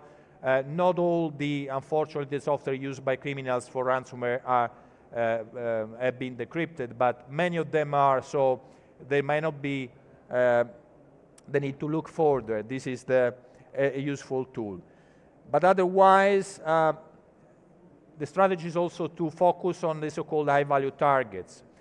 A report of 2020 from Chainalysis says that of all the kind of money that flowed on cryptocurrencies 2020, there were only 270 addresses, unique addresses, that together actually represented more than 55% of all the criminal business of that year. So you see a very limited amount of accounts are actually the high value targets on which possibly energy should be focused on. Of course, infiltration, analysis, disruption, those are the typical techniques to be used to counter the activities of the criminals in this space. Naming and shaming is also kind of last resort option. If criminal groups are not able to identify exactly, or maybe there is a state sponsor, you can just say openly, this is a recognized group that is doing this globally. And you will also make other criminals think twice before they engage with those in this landscape. When it comes to the right-hand side of our battlefield, it's about those at the end support the services that allow criminals to cash out. Those are normal providers, those who just provide services to the public within the cryptocurrencies domain. They allow people to exchange cryptocurrencies with fiat currencies, and those ultimately are legitimate services. Now, what works here is actually what has always worked in the financial system worldwide and now for ages. It's about regulating and making sure that they know with whom they are doing their business. So it's about giving authorization to these entities, licensing them, ensuring and expecting that they conduct due diligence, conduct ongoing monitoring, and report whenever they see suspicious transaction occurring within their own platform. But also because, as I said at the beginning, this reality is cross-border by default.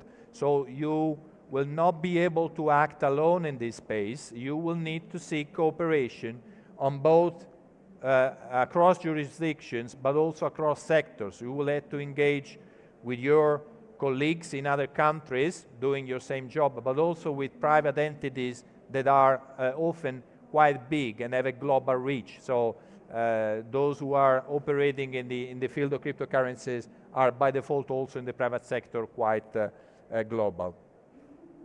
And possibly at the end focus also on recovery the money with the help of these entities here.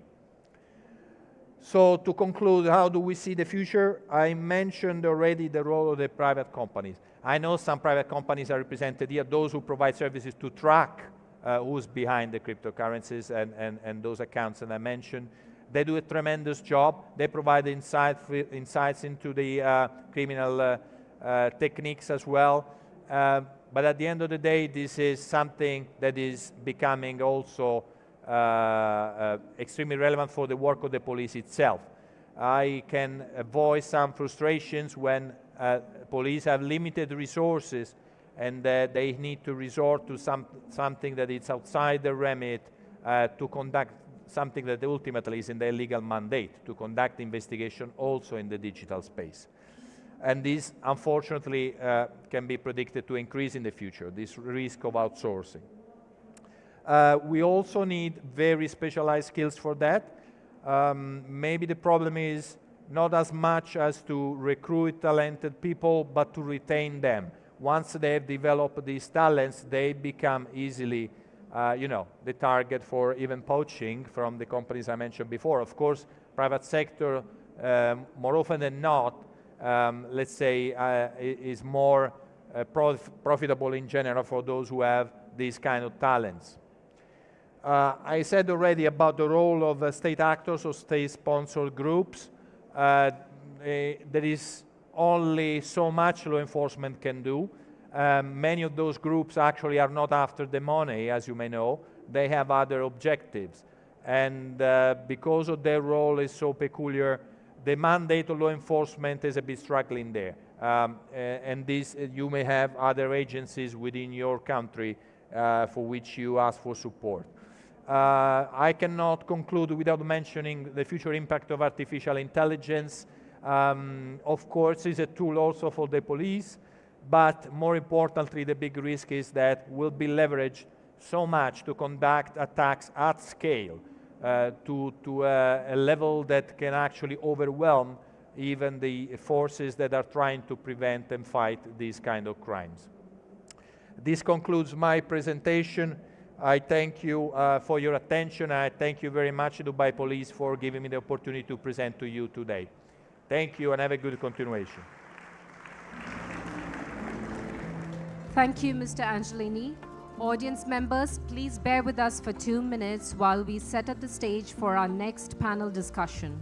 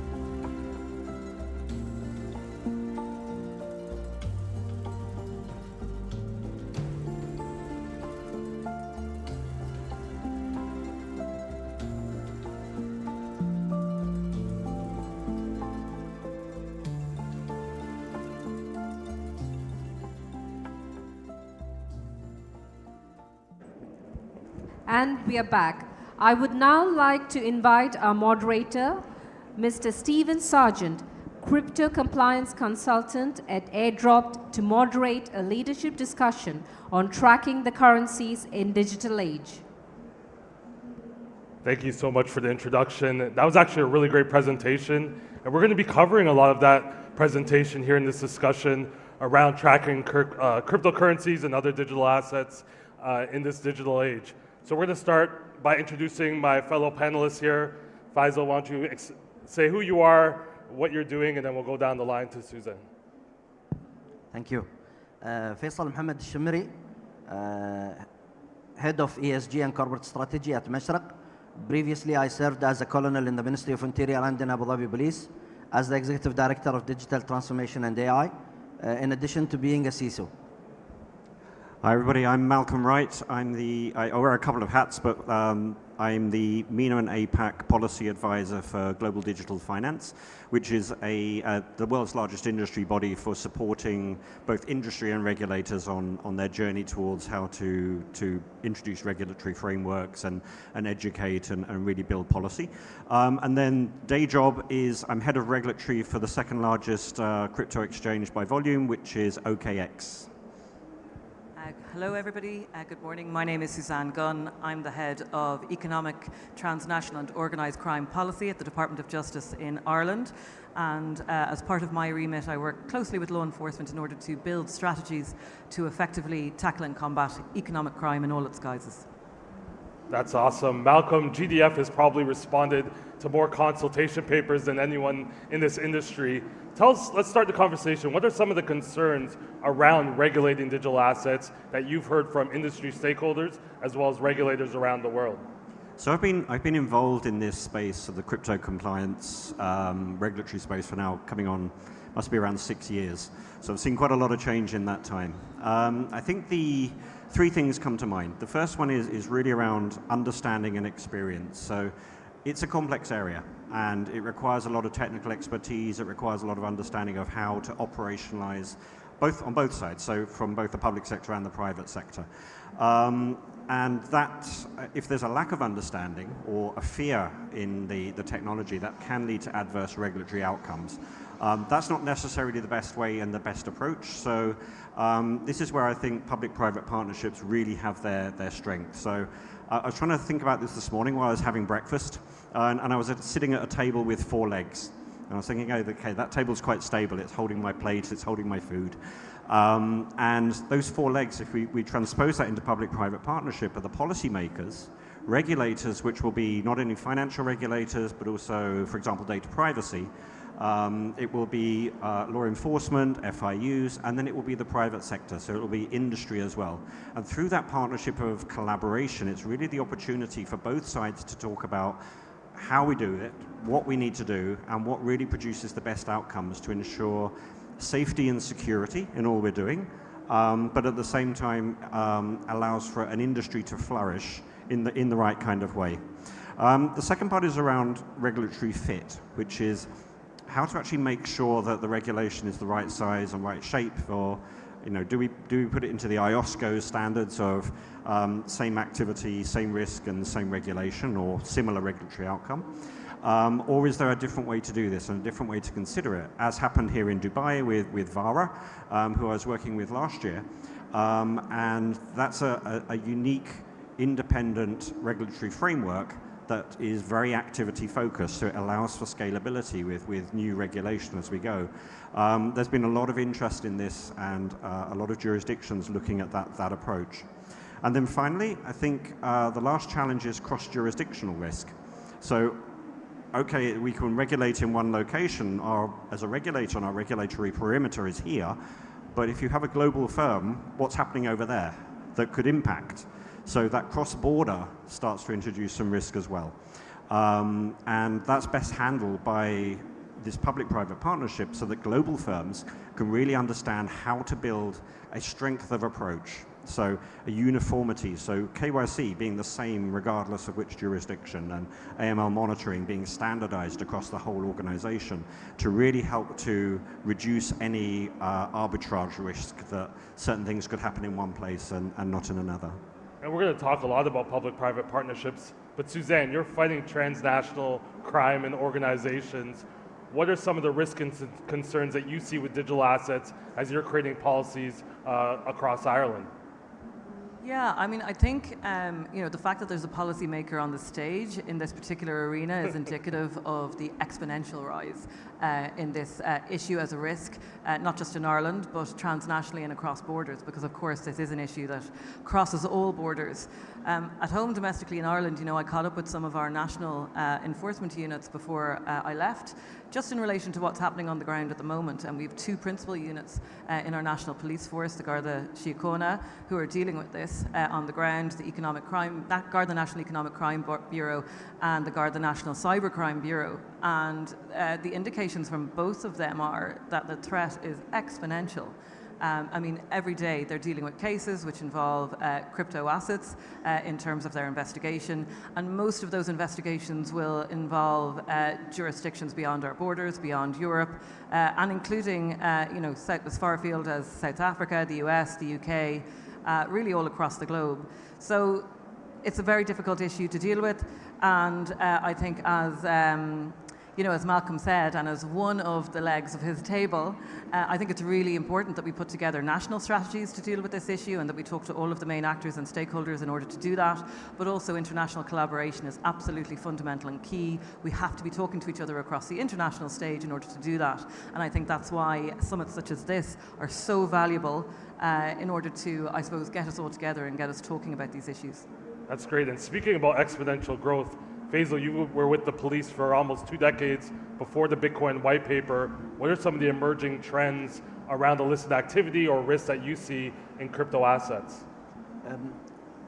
In some countries, they are using cryptocurrencies to avoid or break sanctions and boycotts or some regulatory around the use of money.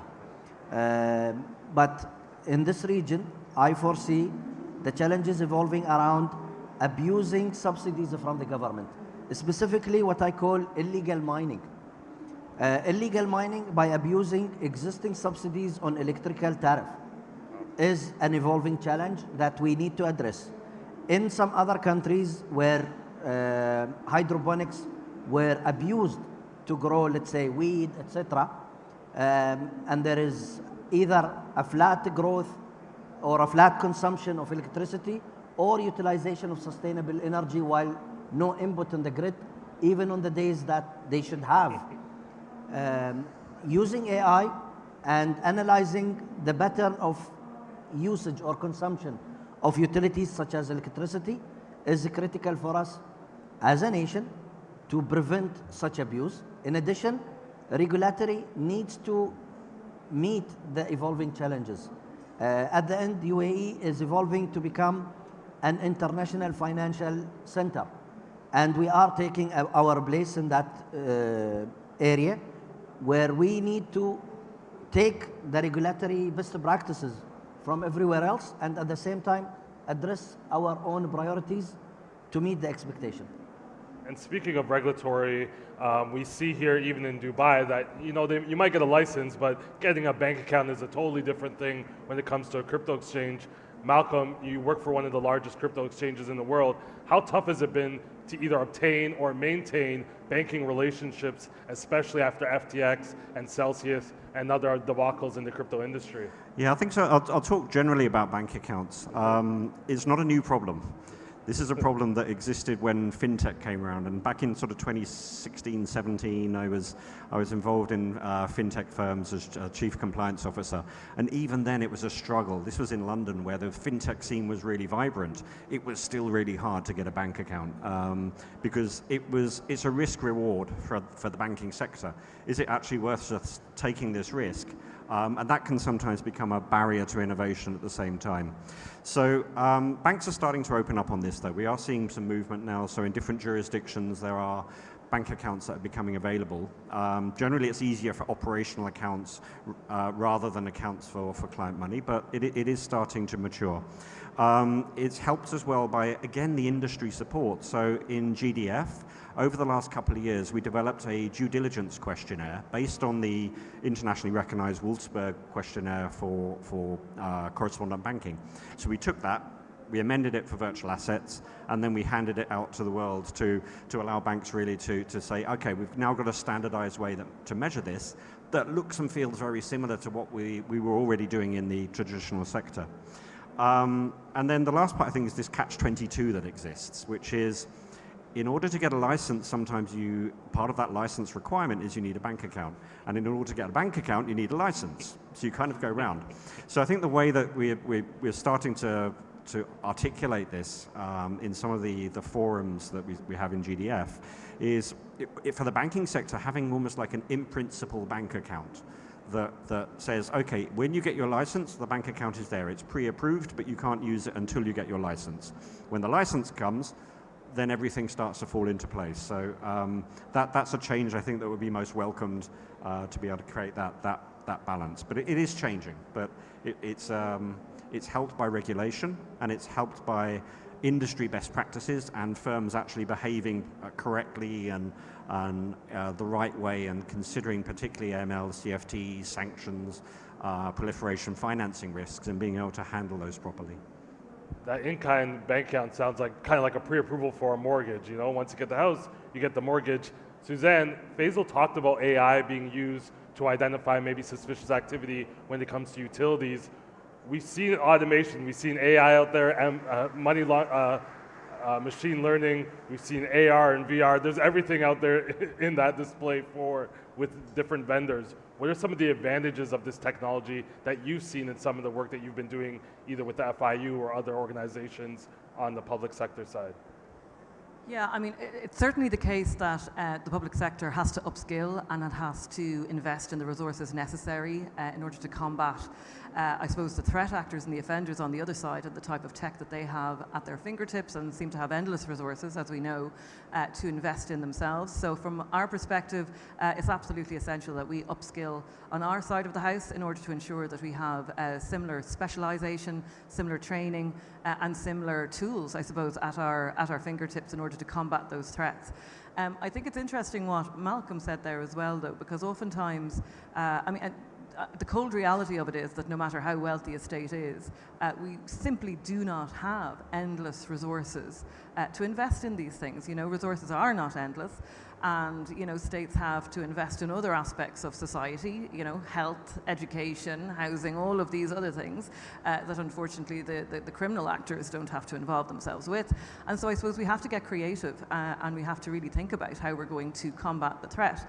And also on the I suppose the public sector side, is retention is an issue in terms of holding on to those with specialism, holding on to those you know, once we've upskilled them to such a huge level. So what is the answer to that? What is the solution? And I think in similar fashion to Malcolm, I think we have to leverage of those in the private sector, because oftentimes they do have the solutions and they do have the answers to some of the questions that we're asking, and they certainly have at their availability you know, the ability to invest in some of the tech that's necessary in order to combat these risks. I think on the other side of it as well, I think it's really important to note that AI, whilst obviously has causing, and I listened with interest to the previous speaker from Europol in relation to the threat of AI, but I think we also have to capture it for our own benefit as well, and understand how we can best utilize it on the enforcement side of the house in order to effectively combat and tackle economic crime.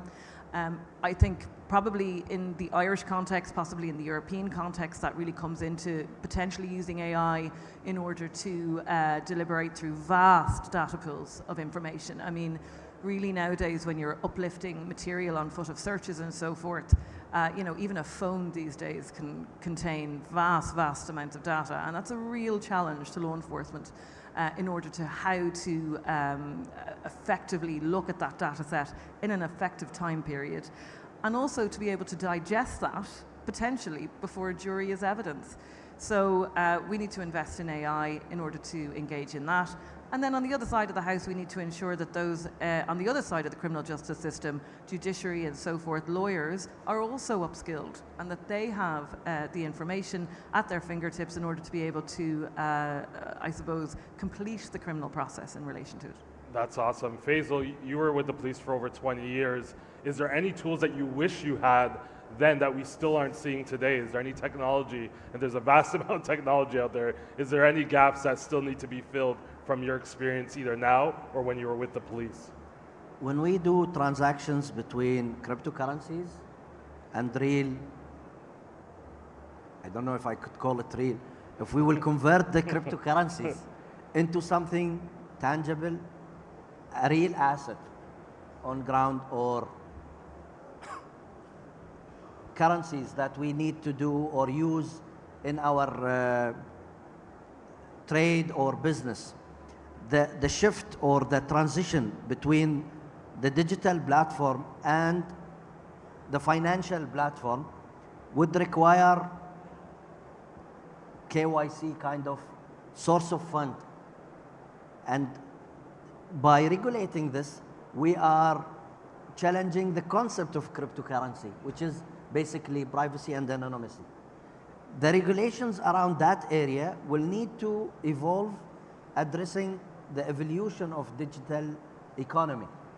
Today, cryptocurrency is de facto the currency. Lots of countries are talking about having a digital currency, and this is evolving. Whether we want to have a KYC, know your customer kind of process or framework in place, or we will keep it anonymous. That's a challenge that we need to take from a legal perspective, operational perspective, and also technology perspective.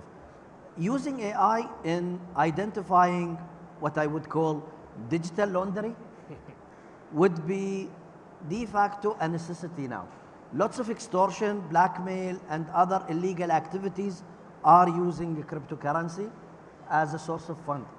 And this is growing in the cybercrime era. With the challenges around that dimension, definitely law enforcement, regulators, and bank or financial institution need to step forward to acknowledge and identify the gaps that we need to address. It's still a black box that we need to explore. Speaking of black box, Malcolm, how are regulators reacting to using things like AI to file suspicious activity reports or using AI in any sort of their process? How are they accepting AI as part of the decision-making process that's almost 100% usually done manually by individuals? It comes down to, and this is actually a very good point, it comes down to the appropriate use of technology and making sure it's tested. And these are tried and tested approaches we've been talking about for several years, that if you're about to use a particular technology, then there needs to be some way to assess that it's actually producing the right outcomes. Now, for such things as SARs, of filing suspicious activity, there's a couple of points. One is really around the way in which that data is actually processed. So is it remaining within a siloed instance of whatever natural language processing tool is being used? Because that makes sure that the data is private, it's not being distributed too widely and so forth. And the second one is how to actually produce the outcomes depending on the different jurisdictions. And this is actually one of the challenges for global firms, is that filing an activity report in one jurisdiction can be very different from the other. I believe there are some initiatives happening these days to actually start to align to being able to have some sort of more standardized approach that actually then makes filing both quicker, even more quicker, but also more accurate. And being able to, again, going back to public-private partnership as my message for the day, working on, for example, making sure that we as the industry can provide exactly the right information. So in crypto terms, that's wallet addresses, it's the transaction IDs, it's the amount, it's the cryptocurrency, it's the network that it sits on, it's the participants, so the KYC details, all of those good pieces of information, and being able to provide them in a way that makes sense to law enforcement to then say, okay, we can pick this up and work with this actively and quickly. And working out what that best format is, I think, will be very, very helpful. And then we can use AI as the tool just to be able to make things quicker, rather than it being the replacement necessarily for, and we say, oh, we're going to automate the whole thing. I don't think so. There's still that manual element of, I need to have not the true knowledge that this needs to be filed, and making sure that the information being filed is helpful to the best extent possible. That's amazing. And Suzanne, recently Ireland had a $1.2 million seizure in cryptocurrency. What's happening? Are you putting more of a focus now on crypto seizures or digital asset seizures? Are you utilizing civilians more? That's something that we don't see in North America with law enforcement. They rarely use civilians, but in Europe and the Middle East, it seems like this is a best practice, is to leverage civilians to work with law enforcement. What are your thoughts there on the asset recovery side?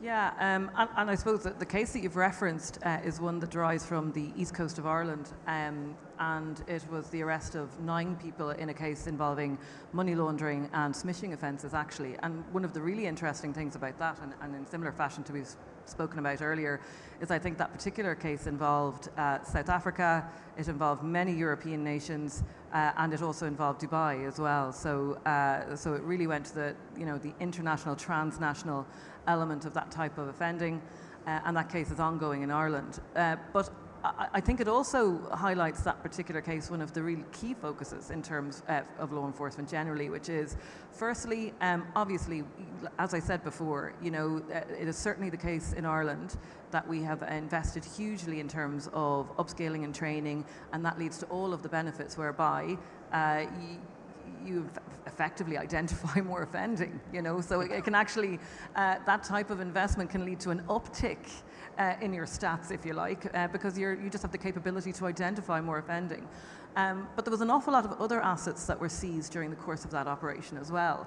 And I think that that's one thing that's forgotten, as we move to a very digital world and as we move to a focus to this very dynamic, complex area, it's really important to remember that we also have to really leverage off of our old school traditional investigative techniques, because it's really important that officers on the ground have the ability to identify indicators that there might be crypto assets out there, and that's really people on the ground who are searching houses, who are searching computers and so forth, that they can look for, little scrolls of notes. Is that a seed?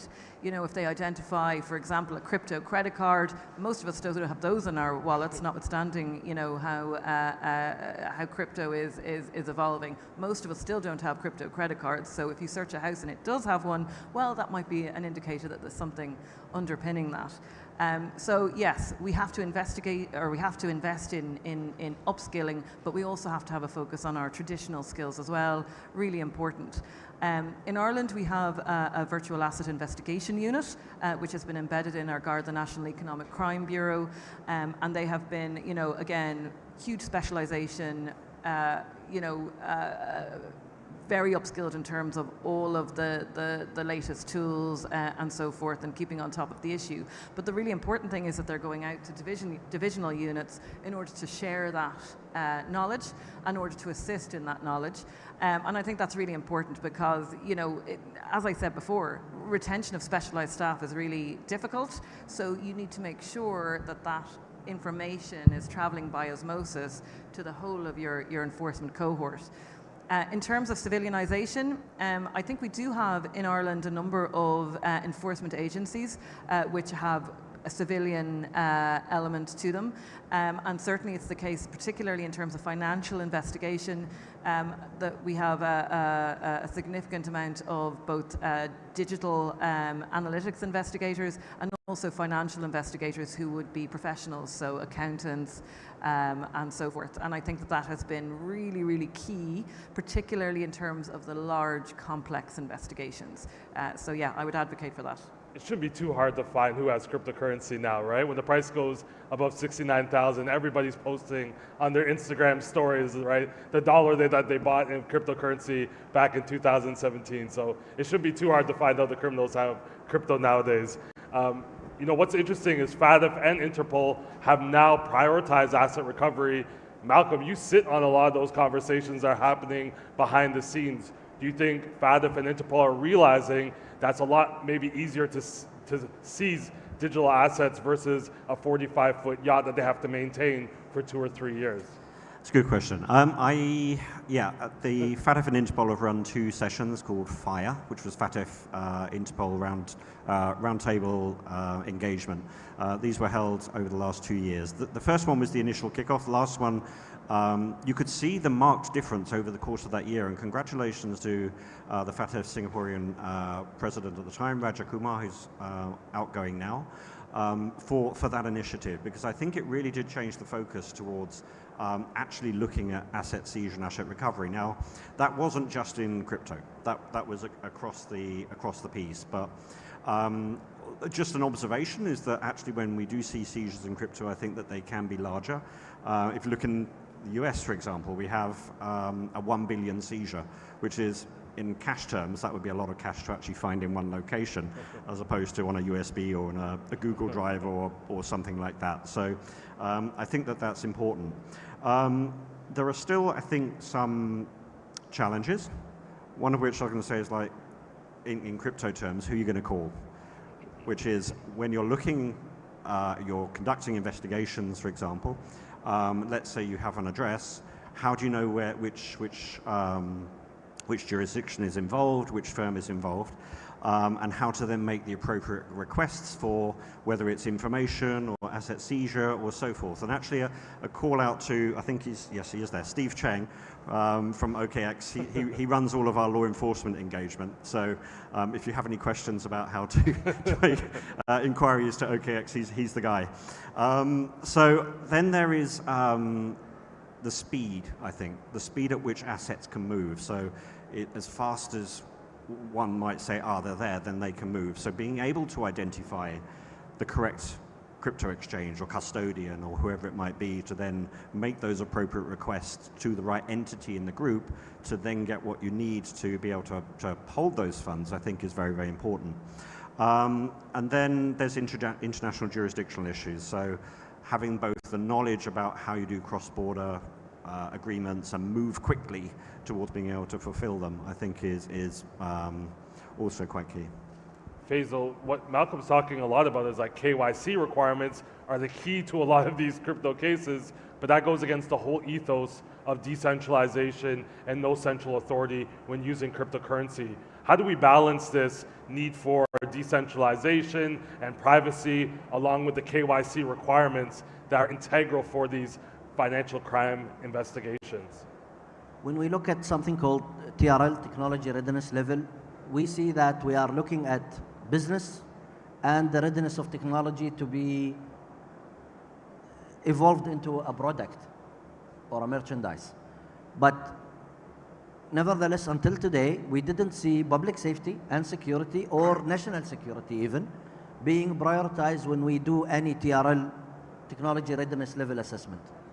Unfortunately, this is something that needs to be addressed and changed. The evolution of technology today is reaching a boundary where it starts to cause a threat to humanity.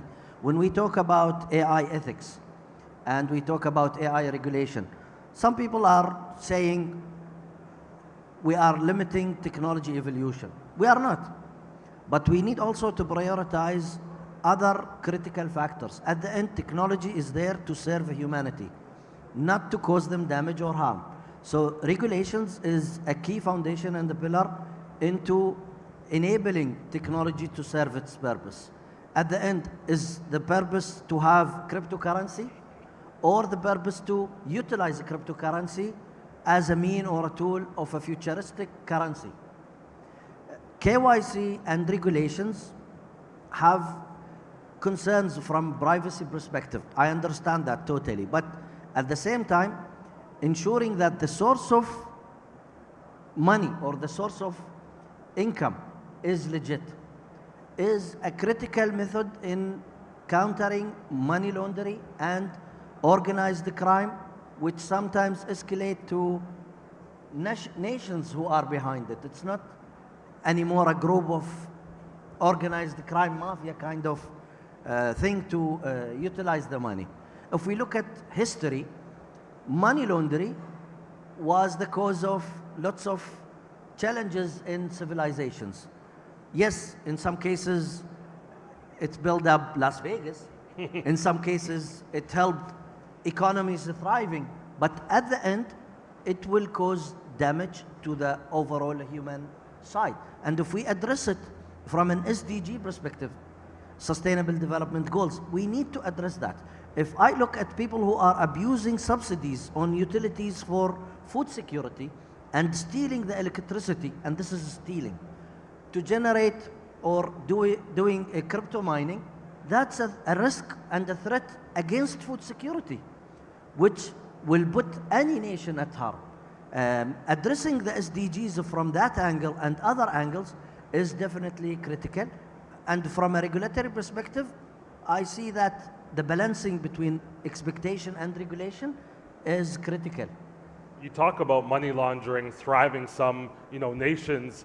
Suzanne, I want to talk to you about pig butchering. Many of us saw the John Oliver expose recently, and we're seeing that Southeast Asia, a lot of these, countries there, that's their only GDP is money laundering through pig butchering and victimizing people all around the world. What are you seeing in pig butchering and maybe in some of your investigations, or what do you see coming across your desk that has the elements of pig butchering that we should know about? Yeah, I mean, I have to say, I've always thought the term pig butchering was so horrible. It really, really is. But it's indicative of what a nasty, malevolent offence it really is. And I think, unfortunately, it's rising at an exponential nature in Ireland and internationally as well. And I think very much enabled by the crypto factor as well. The thing about those types of scams is that, notwithstanding the fact that we know that they are, that a huge rise in the level of reporting in relation to them, because of the nasty, invidious nature of them, and because effectively they're mass deceptions on a long-term scale, potentially in some cases, they're very underreported. So I think one of the main means by which to combat it has to be education and awareness. We have to get information in relation to those scams out speedily, and therefore we have to use some of the mechanisms to get that information out speedily that these types of organizations are utilizing in order to inveigle people into them, and that's social media. So I think education and awareness is key.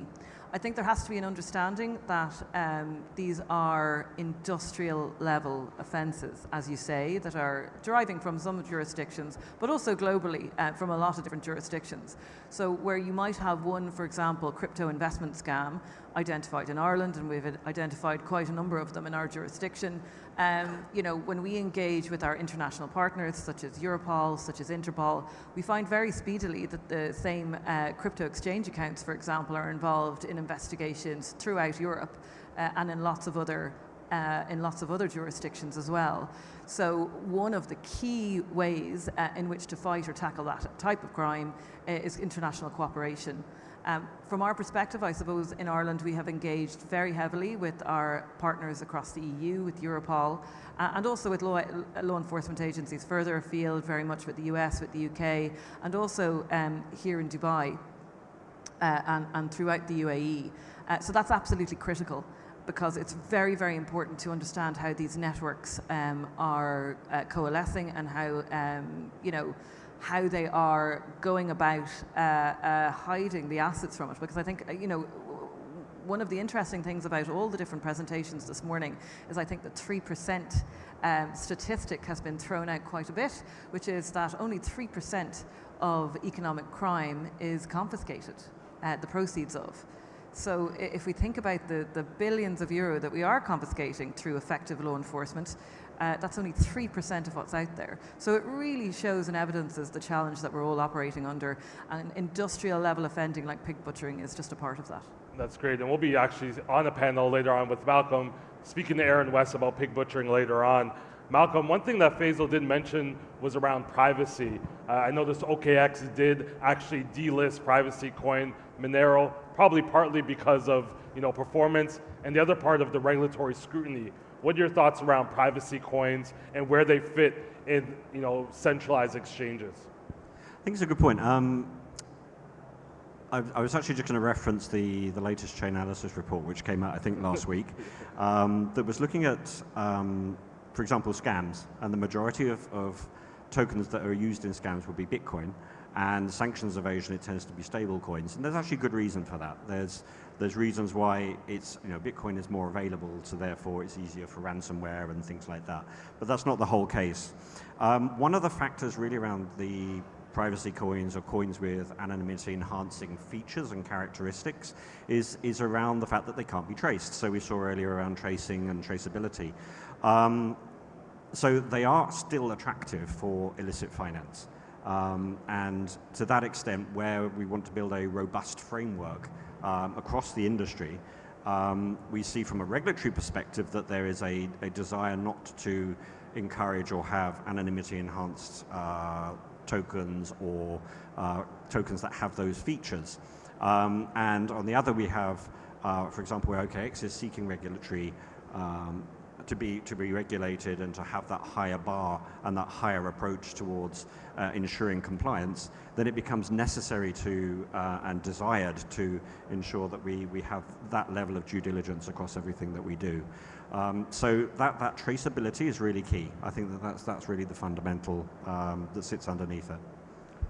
Faisal, you talked about the use of crime when it comes to utilities. What's interesting right now is inflation's going up, but also the prices of cryptocurrencies going up, and some people might see this using utility vouchers or credits as kind of like friendly fraud, right? It's not the stealing, theft, scam that we're used to, going into a jewelry store and stealing jewelry. What are your thoughts about this crime potentially increasing as societies receiving what might be one of the biggest recessions we've seen in the last 100 years? Do you see maybe cryptocurrency being used for illicit purposes more now than ever before? I think we need to link again the SDGs with our strategic objectives. When we do mining, I think maybe we could introduce a concept of responsible mining, using or utilizing energy transitions. Everyone is talking about $2.3 trillion investment needed in sustainable finance to enable energy transition alone, without talking about food security and other areas. Responsible mining definitely requires some sort of label and a chain of custody or an overlooking body to flag that when it is coming from a legitimate source to it is using sustainable energy as a method of empowering the heavy, intense energy requirement that we need for mining. And 3, it will enable better regulation and monitoring of illegal activities. When it comes to using government subsidies, when it comes to energy specifically, I think excessive penalties and criminal charges will be a good lesson. That's very interesting. As we start to wrap up here, Suzanne, could you talk to me about where we're going forward? We saw in that last presentation with Europol, there was a couple bottlenecks, right? Resources, as you've mentioned before, retention of top talent. But one of the biggest bottlenecks is always going to be around resources or lack thereof.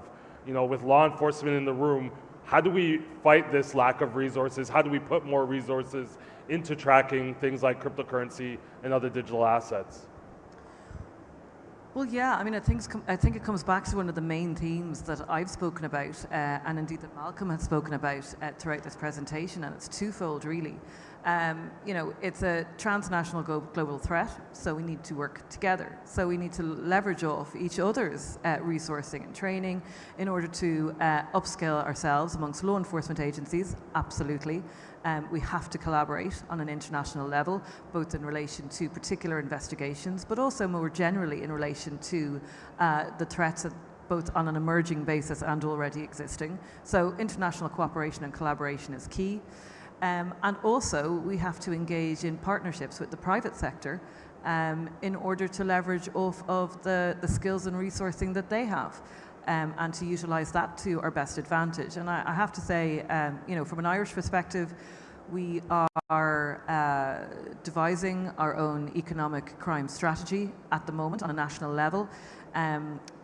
These are 2 of the issues which are probably top of the priority list in relation to that, because they're so essential in order to combat and tackle this threat, which is only going to get bigger. Economic crime is often seen as the second cousin to kind of more violent crimes, but has the potential to destabilize, nations and entire regions. So, I think much more focus is on it now and will be on it throughout the next decade or more. Malcolm, I want to hear your thoughts. A lot of exchanges and stablecoin providers are now, actively trying to recover funds that are linked to illicit crimes and cryptocurrency, because there's a financial incentive, whether it's from the public sector paying a stronger commission for recovery of assets. Do you think this is actually a solution that police officers and regulators should try and incentivize the private sector now to recover some of these crypto assets and at least raise that 3% number up a little bit? 3% might not be that big, but 5% with a lesser amount is still more money in the public coffers. I think however we solve asset recovery, and this was the conversations at FIRE, is how do we do this better? Yeah. How do we work together to really achieve that? So a lot of conversations have happened around that. Now we can look. I think we should be looking at new initiatives. How do we achieve these things through again, back to my public-private partnership? But how do we achieve these things in a way that is secure and robust, but at the same time enables us to better interrupt that flow of illicit finance and actually prevent it getting received by those at the end of the chain. Faisal, any last thoughts around public-private partnerships from your days in the police to now your days in the private sector?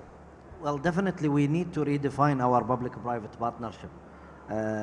We need to have incentives both ways. At the end, private sector is not a charity. Yes, we have a corporate social responsibility. Yes, there are regulations that requires us to deliver certain aspects, but to achieve the ideal partnership, definitely incentives are there. If we look at sustainable financing as a model for cryptocurrency collaboration, we talk about tax rebates, we talk about tax deduction, we talk about reducing the risk on the private sector to increase our risk appetite.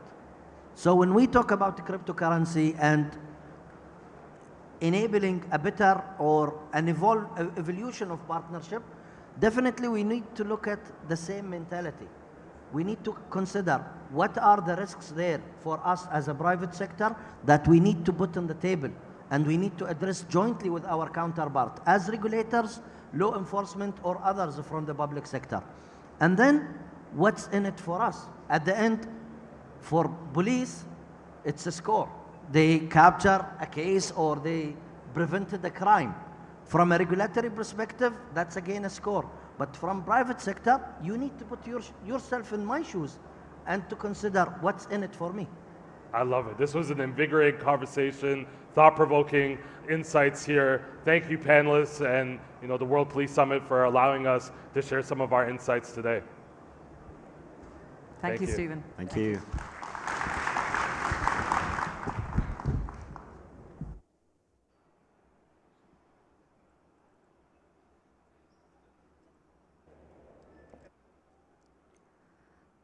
Thank you to our moderator and our speakers for an engaging discussion. Up next is a strategic keynote on the central bank digital currency, opportunities, challenges, and vulnerabilities.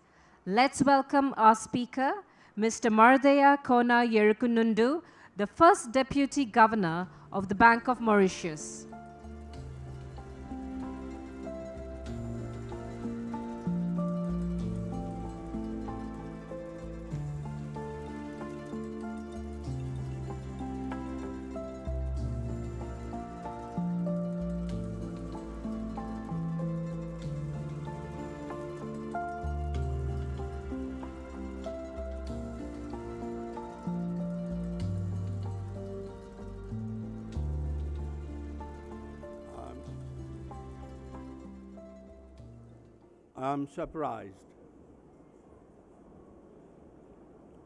I'm surprised that the lady pronounced my name in full and well. Don't try and read it over there, you'll get stuck in the middle. Ladies and gentlemen, a very good morning to you all. I'm delighted to have been invited to address you by the Dubai Police in the city of glamour, the city where skyscrapers touch heaven, the city where miracles are invented. The dirham, the currency of the UAE, in paper notes and coins or legal tender in the UAE. This means that the notes contain value to the extent of the amount mentioned on the notes. If you go to the supermarket, you can exchange it for an equivalent amount in goods. We say the note is legal tender because it is issued by the Central Bank of the UAE, which guarantees its value. For the Central Bank of UAE, it is a liability. Notes and coins are physical. Many people tend to believe, though, that if a note is legal tender, then a merchant or a shop or a supermarket is bound to accept the note in exchange for goods. This is not the case. Although legal tender, a merchant can still refuse a back note. Normally, he would not, because he is doing business and he is doing it for money. But if he suspects that the note is fake, forged, or not genuine, he can refuse the note. Now, the digital bank, the central bank digital currency, as the name itself reveals, it is a digital currency issued by the central bank. It is therefore legal tender, and it is backed by the central bank. The CBDC is not, as coin and notes, it's not physical though, it is digital. Put simply, it is practiced online. CBDCs have been on the agenda of central banks for some years now. Though the interest was garnered around 2016 after the summit of the IMF in Bali. Directions were given to central banks for them to come up with their own digital currencies. Since CBDCs have been developed everywhere, CBDCs have already been implemented in more than 10 countries, and more than 110 central banks are currently undergoing their research at various stages of its implementation. I would like here to share with you my own country experience, namely the principal characteristics of the Mauritian retail central bank digital currency. I'll start with a brief background for you to understand our specificities.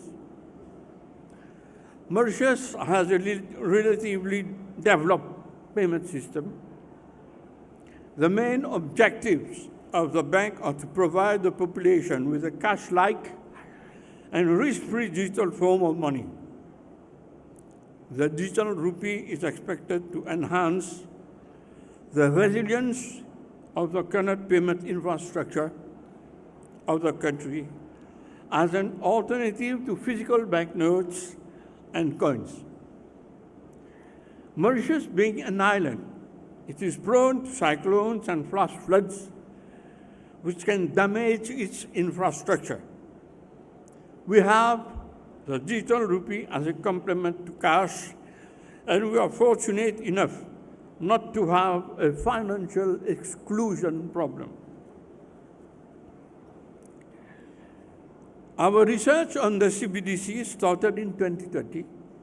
We were the first country to request the IMF for technical assistance to probe into the pros and cons of CBDC in a small island state with only 1.2 million people.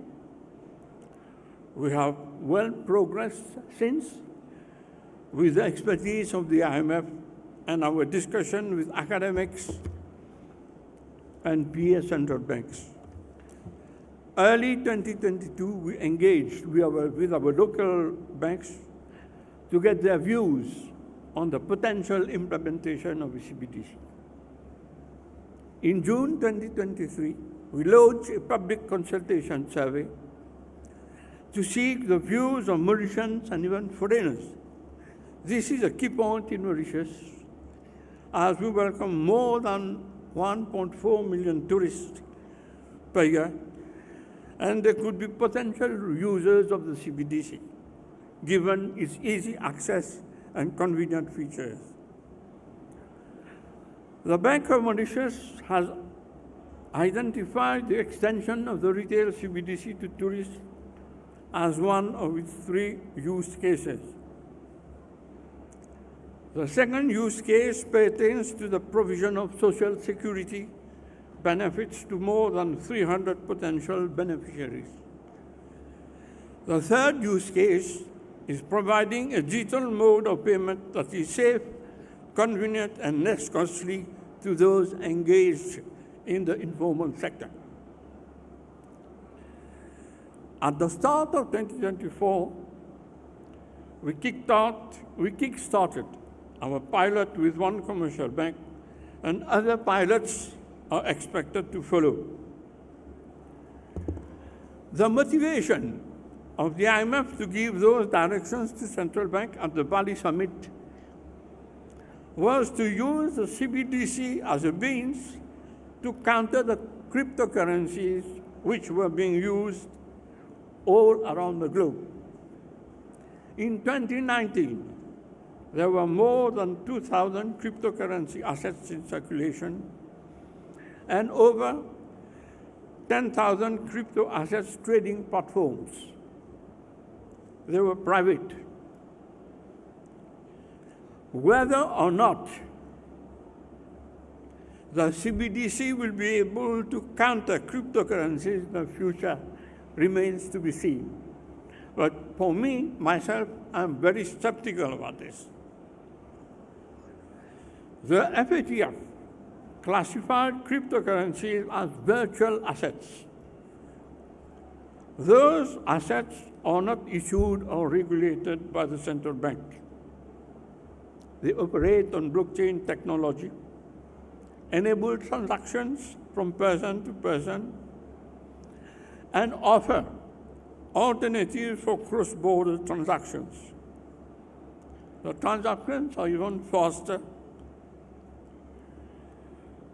However, due to the particular nature that is being private, virtual assets are vulnerable to financial crimes. This has been largely debated this morning. But let me add one particular item on this issue of cryptocurrency. In Nigeria, for example, cryptocurrencies are not illegal. They are not.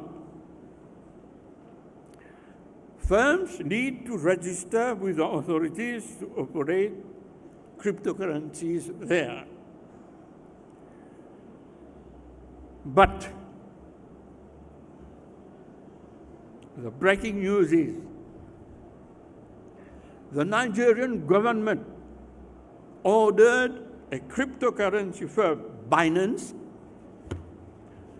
to pay $10 million in compensation. Ladies and gentlemen, this is not something that can be overlooked or ignored. According to the authorities of Nigeria, Binance has manipulated foreign exchange rates through currency speculation and rate fixing, leading to a 70% loss in the Naira's value over the past month.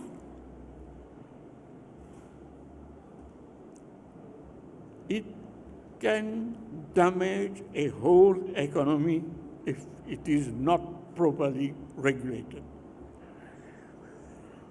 To avoid falling prey to such challenges, regulators need to be on their guard. I'm not going to delve into other famous cases of cryptocurrencies, which were bad. Safe to say that in Mauritius, we regulated the cryptocurrency. We have a full-fledged law for that purpose called the Virtual Asset and Initial Token Offering Services Act.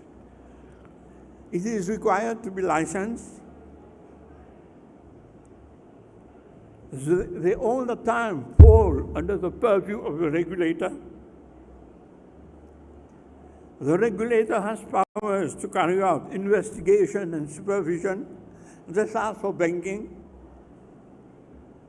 and any entity failing to abide by the requirement of this law is liable to fines and imprisonment. Any digital transformation does not come without potential vulnerabilities. Among these vulnerabilities, cybersecurity threats stand out, with both CBDCs and virtual assets susceptible to hacking attacks. Unscrupulous or malicious actors may exploit weaknesses in digital financial systems, compromising user data or disrupting operations. Those of you who attended the IMF Bali Summit would recall that it was amid this growing threat and the fact that the world was eager to adopt a new form of means of payment and exchange of value, that central banks deemed it appropriate to come up with their own version of digital currency. This is what paved the way to the CBDC. CBDCs have brought in the payment ecosystem the potential for system interoperability. That is, participants in different systems will be allowed to clear and settle payments across systems without participating in multiple systems. The technology behind is expected to increase security and transparency in financial transactions, making it harder to commit financial crimes. One concern of the CBDC would be that banks would be prone to runs. If a bank is not performing, people move their money quickly into central bank digital currency and transfer the money elsewhere, which will accelerate the failure of a bank during its crisis when it is already in need of liquidity. So there is need for the central bank to ensure that the introduction of the CBDC does not create unnecessary problems in the banking system. The Silicon Valley was declared insolvent on the 10th of March, making its high net worth customers to withdraw $42 billion in a single day. Interest rate risk on its long-term reserves has made it difficult for the bank to provide enough liquidity to satisfy these demands. Less than 48 hours after Silicon Valley collapsed, federal regulators placed the Signature Bank under the receivership of the Federal Deposit Insurance Corporation. The bank had a specialized business that focused mainly on private real estate, equity, and cryptocurrency.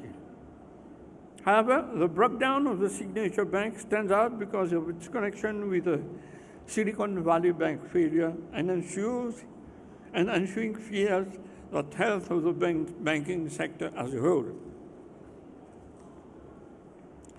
Many countries currently developing their CBDCs or probing on their country-specific issues, apart from the initial objective of combating the proliferation of privately set up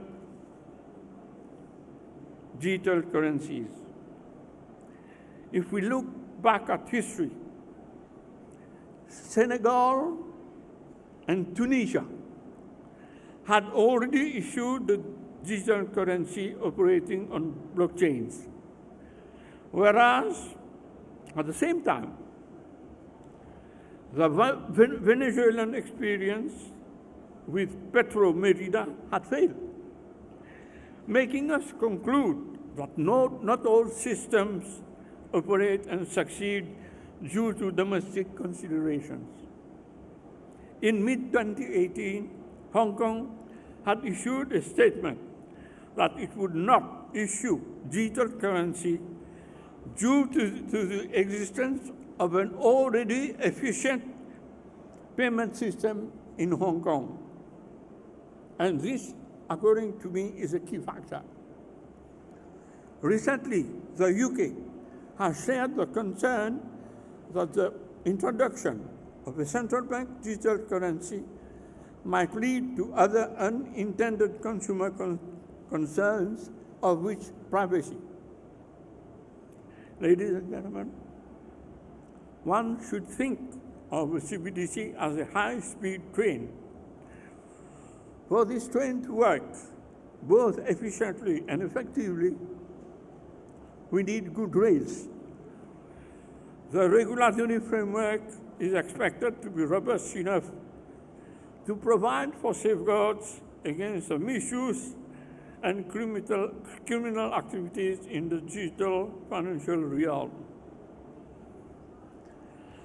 As Augustus Carstens, the general manager, says, the design of the central bank digital currency is a global effort of collaboration rather than competition. On this note, ladies and gentlemen, I thank you for your kind attention.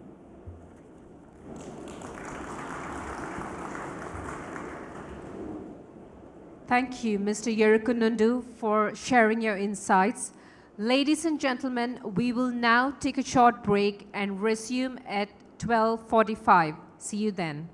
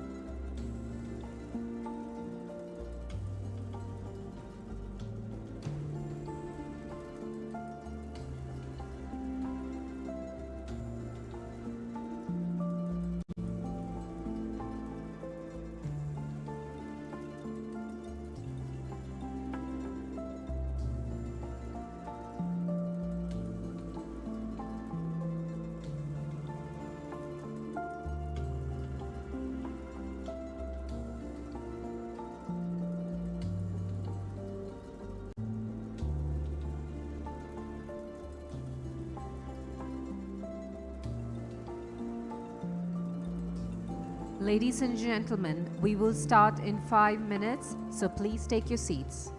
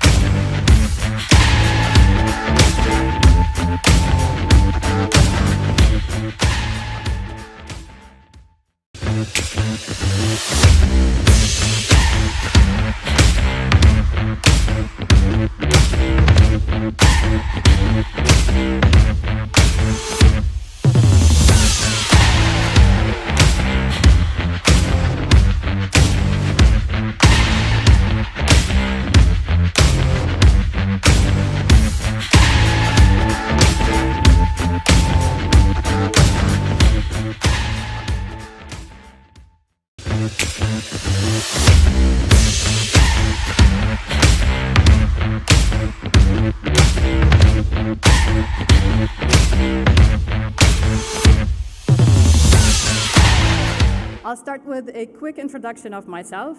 My name is Ola Doudine. I'm co-founder and CEO of BitOasis. I've been a builder and operator in this space for the last 7 years.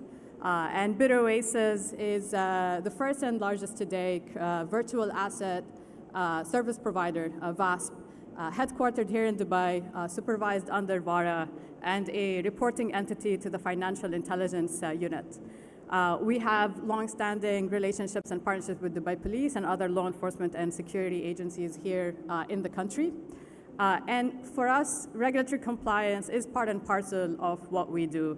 It's part of our mission, and creating a safe, secure way and a platform for consumers to buy, sell, trade virtual assets and custodize virtual assets is really part of our mission from day one, and is something that we execute on day in and day out as we grow and expand across the region.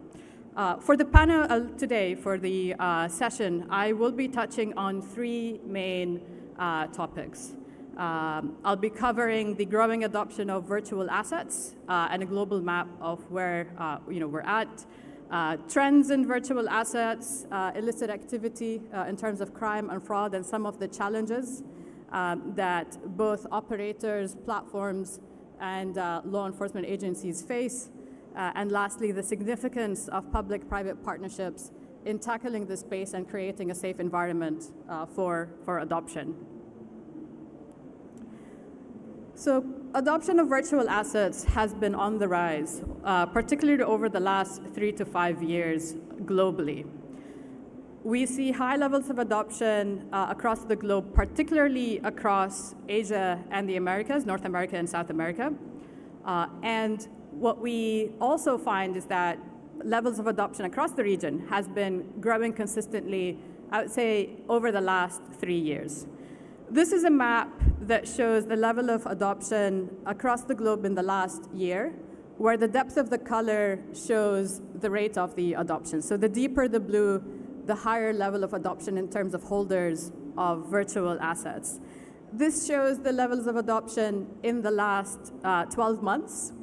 One thing to point out that obviously in the last year, the crypto activity has been on the lower end, or the sort of lower types of activities, because of the market and bear market sentiment. In 2021 to 2022, actually particularly the Middle East in the Gulf, led by the UAE and Saudi, had the highest growing rates of crypto adoption. It is less so, obviously, in the last 12 months, but it is still in the order of millions of consumers or users that have adopted or are holders of crypto assets.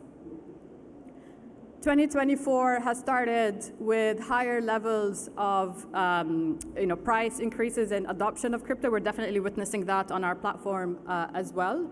Obviously, we're expecting a market rally, so in the next 12 months, this map will also look very different, with higher adoption and more retail and institutional adoption of virtual assets globally. The main use cases that we find that are driving this adoption of virtual assets are of different types. So I would say primarily we're seeing adoption of virtual assets as investments and speculation. So that's more sort of trading and investment products, led mostly by the higher market cap tokens. We're also seeing higher levels of decentralized finance activity, so that's more on the DeFi tokens, based on Ethereum and other proof-of-stake tokens. So we're seeing higher levels of adoption that across emerging markets in the US particularly. We're seeing higher levels of adoption of stable coins or tokenized dollars, so that's USDT, USDC, particularly in economies where there are high inflation rates and currency devaluations, primarily, I would say, across South America, Turkey, and parts of Asia as well. And lastly, payments. So crypto also, or virtual assets, used as a means of payment. So those are sort of the trends in terms of adoption that we're seeing, and how the global map looks like in terms of different economies across retail and institutional adoption. With the increase of adoption, obviously there's an increase in illicit activity across the globe. Having said that, in the last year, we have seen a drop in illicit activity across the space, This is primarily led by lower volumes and transactional activity because of the bear market conditions. However, this would quickly change as the market rallies again, and that's definitely what we're expecting in 2024. Few interesting data points here. From 2022 to 2023, we've seen a 39% drop in illicit activities of different types across the virtual asset space. Having said that, it is still significant in terms of volume and dollar value. So we're talking about over 24 billion of virtual assets that are sort of part of either crime or illicit activities. But interestingly, from 2019 up until 2023, the actual percentage or share of illicit activity compared to the overall transactional volume of virtual assets has significantly dropped. So you can see in 2019, illicit activity constituted 1.29% of overall virtual asset transactional activity. In 2023, it dropped down to 0.34%. So that's a significant drop. It's great to see that much of the transactional activity is actually going to legitimate use cases.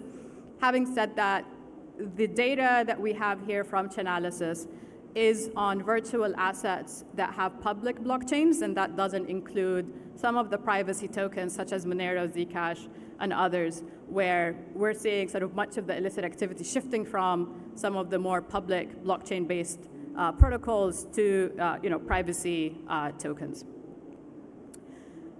Despite the activities that we're seeing, there's still major challenges that persist when it comes to identifying and combating illicit activities. That goes to platforms and companies that are building in the space, law enforcement agencies, regulators, everyone who's tackled or focused on building a safe environment for virtual assets. Some of those challenges I have here on the slide. The first challenge is tackling theft and hacking attempts in terms of stolen assets. Across DeFi and centralized platforms, we're seeing much of that activity has shifted into DeFi given the nascency of this space.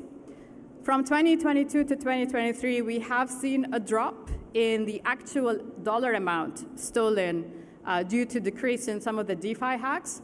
Having said that, the number of hacking incidents did grow from 2022 to 2023. So there are still obviously numerous attempts and continuous attempts, I would say, and more sophisticated as the technology gets more sophisticated.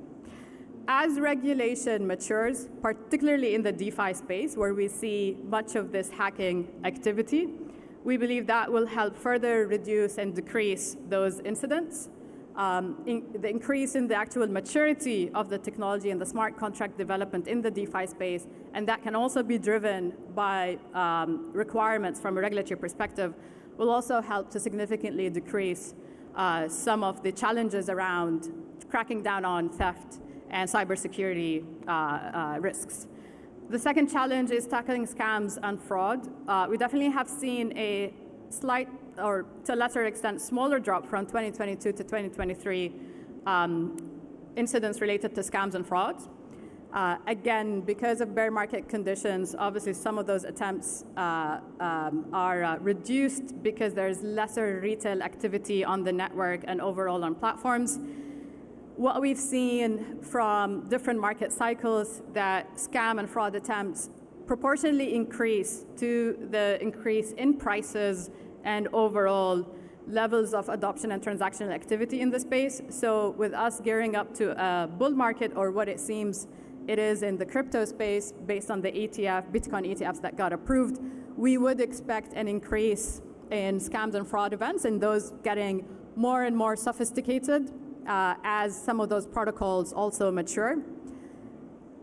Increasing levels of awareness and having a multi-stakeholder approach between crypto platforms, builders in the space, and also regulators and law enforcement agencies is crucial to tackle this, raise awareness for consumers in terms of what platforms to use and what to look for safe platforms.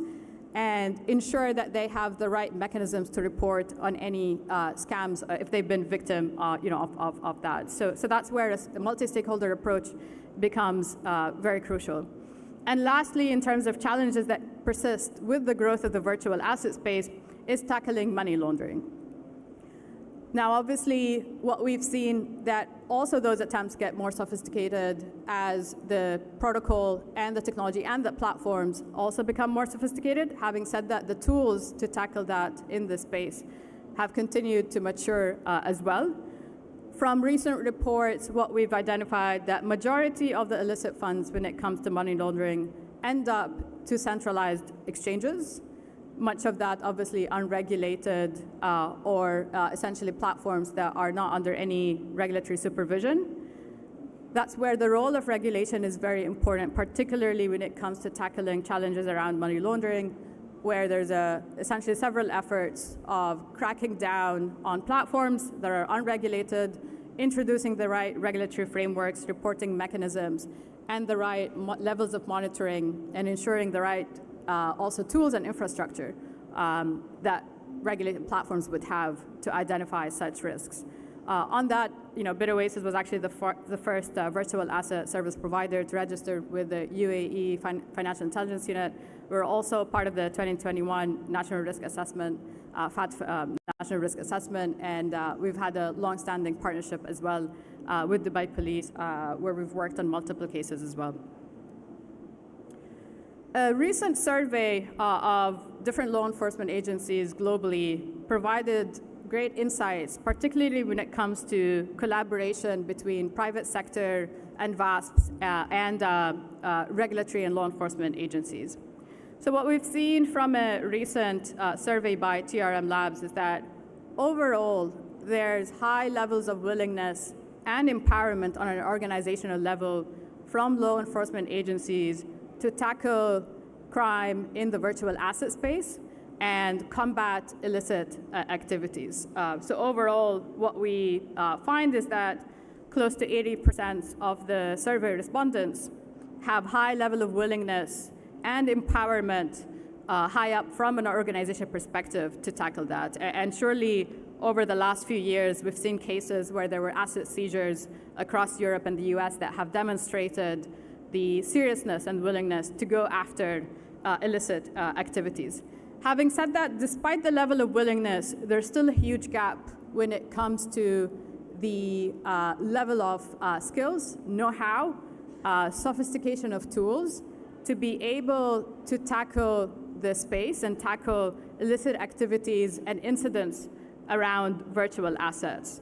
So close to 70% of respondents, law enforcement participants that were part of the survey, have actually responded that tackling incidents and combating crime in the crypto asset space or the virtual asset space is very complex to extremely complex. So essentially what that shows is that despite the level of willingness and empowerment that is being given to law enforcement agencies and agents, the know-how is still missing. Also 99%, almost all respondents have mentioned that they need more training from a personnel perspective, and 61% said that they lack the sufficient tools and technology to tackle that in a meaningful way.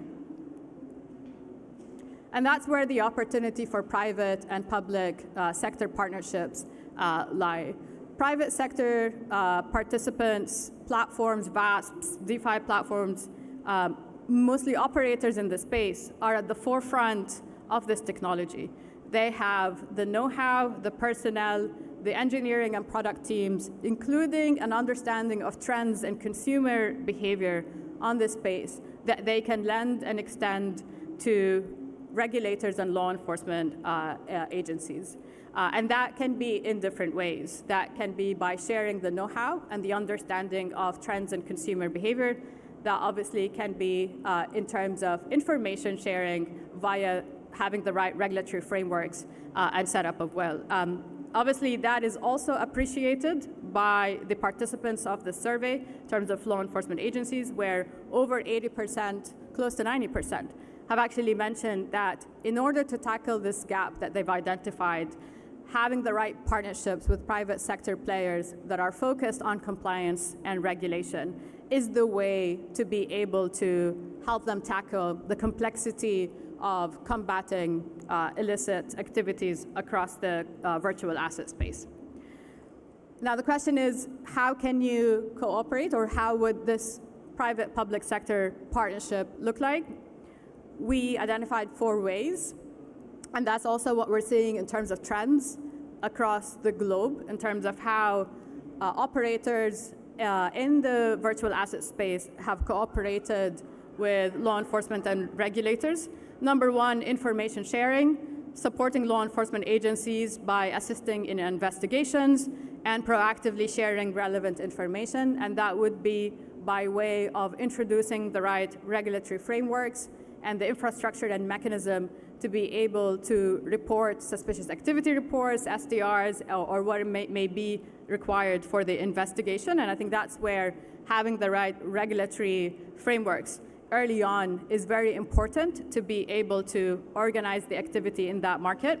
Second, knowledge sharing, so that's skill set, personnel, know-how, consumer trends, and overall user behaviors.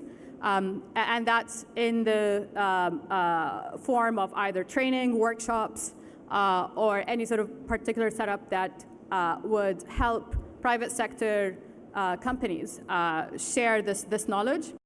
Third, rapid response, and that's actually very much required in the virtual asset space. Transactions on the blockchain are 24/7. Trading on centralized and DeFi platforms is 24/7 as well.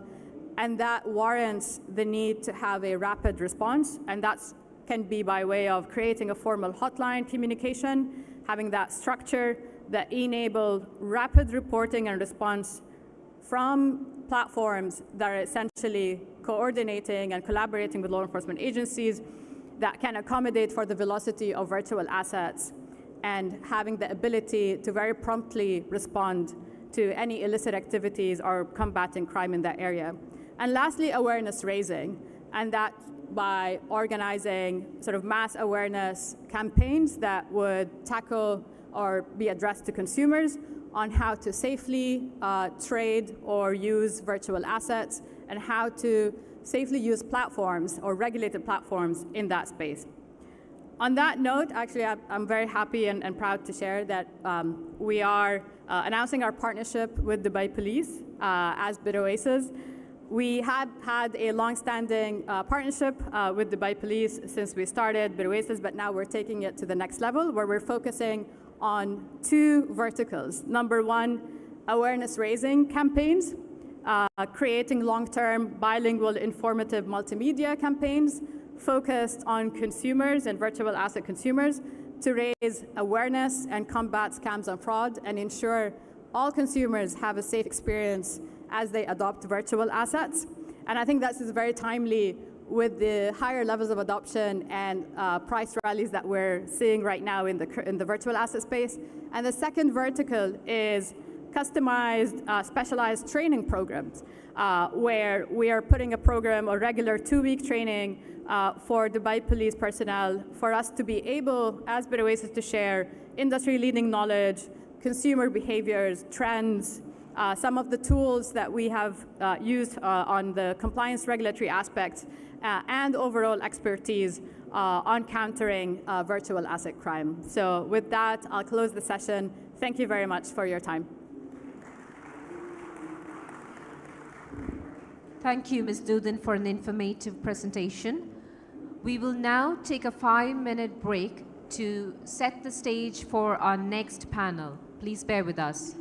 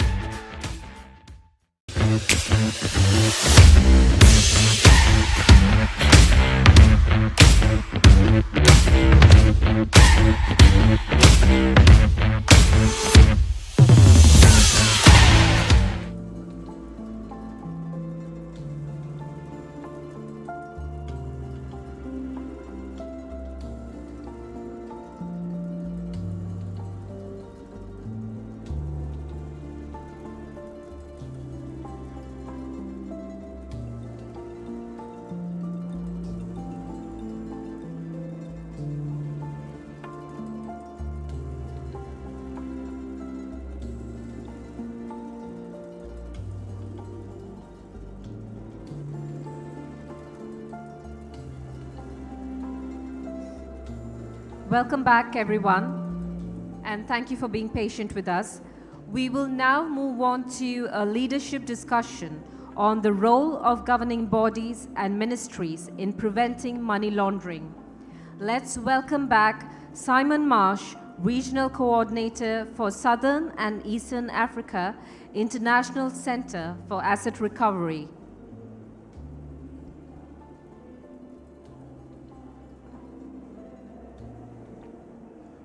Good afternoon, everyone. It's a great pleasure to be back on stage, and I'm looking forward to a very entertaining discussion. We're going to look at the role of governing bodies and ministries in preventing money laundering. I think we're going to have a particular focus on the role of the Financial Action Task Force and in the mutual evaluation process. So I'd like to welcome my two panelists. The good news in having two panelists instead of three is that we might have time for questions and answers later on. So I would like, without further ado, to introduce Mr.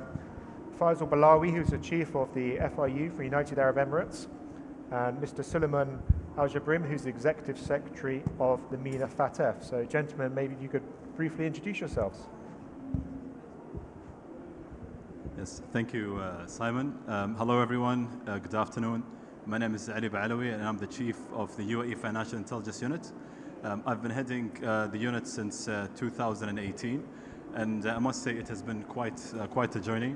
Of course, I've worked with a lot of people representing different organizations, domestically, internationally. I mean, of course, I work closely with Dr. Suleiman Al-Jabrim here, he will introduce himself right now. So it's a pleasure for me to be here, and thank you for inviting me once again to be part of this fantastic event.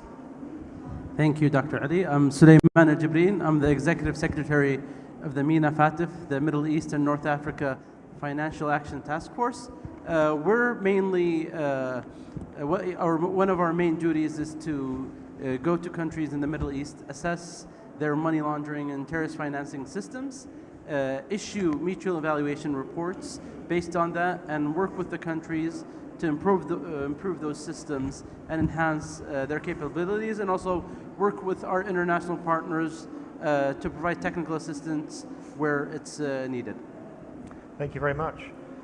My first question, if I may, Mr. Balawi, obviously with the exciting news that the UAE has successfully exited the FATF grey list, I wonder if you could tell us a little bit about the steps that were taken in order to satisfy the requirements and the immediate outcomes that were presented in the last mutual evaluation report.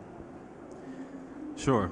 I mean, of course, we went through a very exhaustive process, let's say with the FATF and MENA FATF. Again, it was a good learning experience, not for me personally, but for the entire UAE AML system. I was in the process since 2017, where we first had the mutual evaluation on site, all the way till we successfully exited the ICRG process from the ICRG process. I think the major change that happened was let's say the increased focus, political focus and support that, of course, was given towards the AML CFT framework in the UAE. I'm not, having said that, it doesn't mean that before there was no political support. Of course, there was high-level political support, but I think the AML CFT as a subject, as a topic, it became one of the main topics, let's say, for the government to talk about, to set strategy on, and of course to allocate resources for. So having initiatives such as setting up a permanent higher national committee, higher national AML CFT committee, which is chaired by His Highness the Minister of Foreign Affairs, Sheikh Abdullah, that helped coordinate the efforts much more effectively, domestically of course. And then of course the setup of the higher national committee's coordinating body arm, which is the Executive Office for AML CFT. Also, it helped focus resources in terms of coordinating the efforts, in terms of addressing the communication gaps, and also implementing, monitoring, let's say, the implementation of the UAE national strategy. Of course, we also have the UAE National Anti-Money Laundering Committee, which comprises of various domestic authorities. That body was still continue to operate and of course provide some sort of strategic oversight also in terms of some specific action points, some specific initiatives for the domestic authorities. So having the high level political focus on the topic, it really helped the authorities to let's say, deploy and allocate adequate resources in addressing the requirements, let's say, of FATF, not just the requirements of FATF, and also building a sustainable, let's say, infrastructure and foundation to carry forward, all the efforts that we did so far. Thank you very much.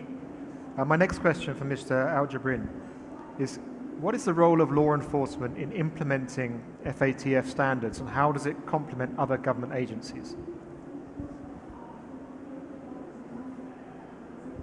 So combating money laundering is not a one agency or one authority game, It requires coordination between all the relevant authorities within a country, whether it's financial supervisors or regulators, whether it's law enforcement, whether it's different professions that are involved in money laundering. So, and they play a complementary role. Law enforcement are usually, in many instances, sometimes the first entry point where, law enforcement, they catch a criminal for a crime. Most of these crimes have a money laundering element to it. Therefore, it's really important for law enforcement to understand not just the criminal risks they face in the country, but also the money laundering and terrorist financing risk they face. It helps them in many ways when doing their day-to-day job in understanding how money laundering is connected to many of these criminal actions. And it helps them when it comes to collecting information, when it comes to confiscation, and many other elements they do in their day-to-day job, have one link or another to money laundering. Because, let's face it, criminals need a way to make use of the money they generate from their crimes. So understanding the money laundering risks, how these criminals use those money, how they launder them, helps them, in many ways. And also, they have a duty when it comes to parallel financial investigations. When you catch a criminal, you're not just responsible for the predicate crime, but also for the money laundering and terrorist financing aspect of it. So law enforcement need to ensure that they understand the risks, the money laundering risks their country faces, how it is related to their job in different crimes they catch, and also collecting the right information. And this includes having access to information, whether it's from financial institutions or other agencies, to ensure that they can actually complete these investigations in a proper manner. Thank you very much. I think the issue of partnership which you raised there is an extremely important one, and one that I think is being echoed through every conversation that's being had by every country which has been subject to a mutual evaluation recently. So my next question, Mr. Balawi, is maybe one for you, is what is the UAE's position when it comes to public-private partnerships, intelligence sharing, particularly between the public and private sector? Sure. I mean, we know the public-private partnership. This has been a topic which is repeated in different platforms, different forums. I mean, again, for me, I always said, how do you define public-private partnership? Because if I look into the partnership, let's say the level of communication, if I talk about, for example, my experience personally with the private sector, I would say the public-private partnership was in place for many, many years. It might not necessarily be set up in the way which is being, let's say, communicated, which is being presented, let's say on a global level, in terms of setting up something with a specific name, with a specific forum, specific individuals. But the partnership was there. I mean, if you look at the different authorities, let's say in the UAE, if you look at the supervisory authorities, if you look at the law enforcement, if you look at the FIU and others, there always have been some way where they communicated with the private sector. But again, maybe the scope of the communication and the expectations surrounding this level of communication, maybe that wasn't clear. So again, the concept developed with time, and so did maybe some of the initiatives that we thought we should implement, again, to have a much more structured, formal way of having a public-private partnership. Because the way, if I talk from the FIU's perspective, we built systems, let's say, effective systems since 2017 or 2018, where we sit, of course, in the middle of this entire UAE AML ecosystem. The communication and the information we receive from law enforcement agencies, we usually have the power and the authority to communicate what intelligence that we receive, what information we receive, potential targets with the private sector. They might not necessarily be in the same room, but again, we have a very effective channel of communication where they all are involved in sharing information of, let's say, a person of interest with us, and then that information is being distributed to all relevant authorities for further, let's say, action, whether it be investigation or any other enforcement action. So that was in place for a very long time. But recently, of course, under the National Anti-Money Laundering Committee, a specific public-private partnership subcommittee was also established. And of course, I mean, it comprises of domestic law enforcement agencies, supervisory authorities, and we have the private sectors from both financial institutions and designated non-financial business and professions. So that has been in place. And of course, there's been a lot of initiatives that came out from the public-private partnership subcommittee that was established. And again, the feedback that we're receiving from the private sector has been positive, and it's built on what already was in place as well in the UAE. So the overall efforts and the overall initiatives when it comes to public-private partnership, I would say we weren't behind. We had something in place, but we built on what we have to have a much more structured and formal partnership with the private sector. And now we're actually exploring of having cross-jurisdictional public-private partnership. This is something which is still being discussed. We'll be launching soon, let's say, an initiative with one of our partners, and we see how it will work. So we're still exploring that space, but the concept itself, it has been there for a very long time. Thank you very much. And I think we'll come back to that issue of international cooperation probably in a moment or two. But my next question for Mr. Al-Jabrin is, what are the main challenges for law enforcement when it comes to combating money laundering in view of the current FATF standards? So what we notice when it comes to law enforcement, and I think in many other areas of money laundering, when we look at the FATF standards, the first, FATF's been around for around 30 years. The first 15 years were all about technical compliance, which means having the right rules, regulation, and legislation in place, and having the right framework. But it wasn't until recently where what we do in the assessments is we actually test the effectiveness. It's not enough to just have the right rules and regulation, but are they actually being effective? And I think this is where a lot of countries we see face deficiencies, and a lot of sectors, which includes the legal, the law enforcement sector. When it comes to investigations, for instance, when it comes to collecting information, there's still a lot of gaps, especially when it comes to cases that are a little bit more complex, that are international in nature. And what makes it even harder is that the fast changing pace of, for instance, technology. Now with virtual assets, a lot of crimes and criminals have been using that, but we notice that a lot of authorities and government agencies, including law enforcement, don't have the right technical expertise, for instance, to actually persuade virtual assets, not the right, framework, who to reach out to in other government agencies, because virtual assets work in a very fast manner,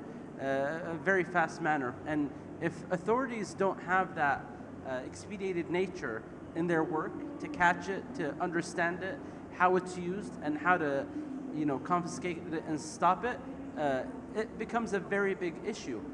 So, and again, this is when it comes to investigations, especially parallel financial investigations, where sometimes law enforcement are more focused on the predicate offense, and the money laundering offense gets delayed, or it's not passed in duly time to the right authority.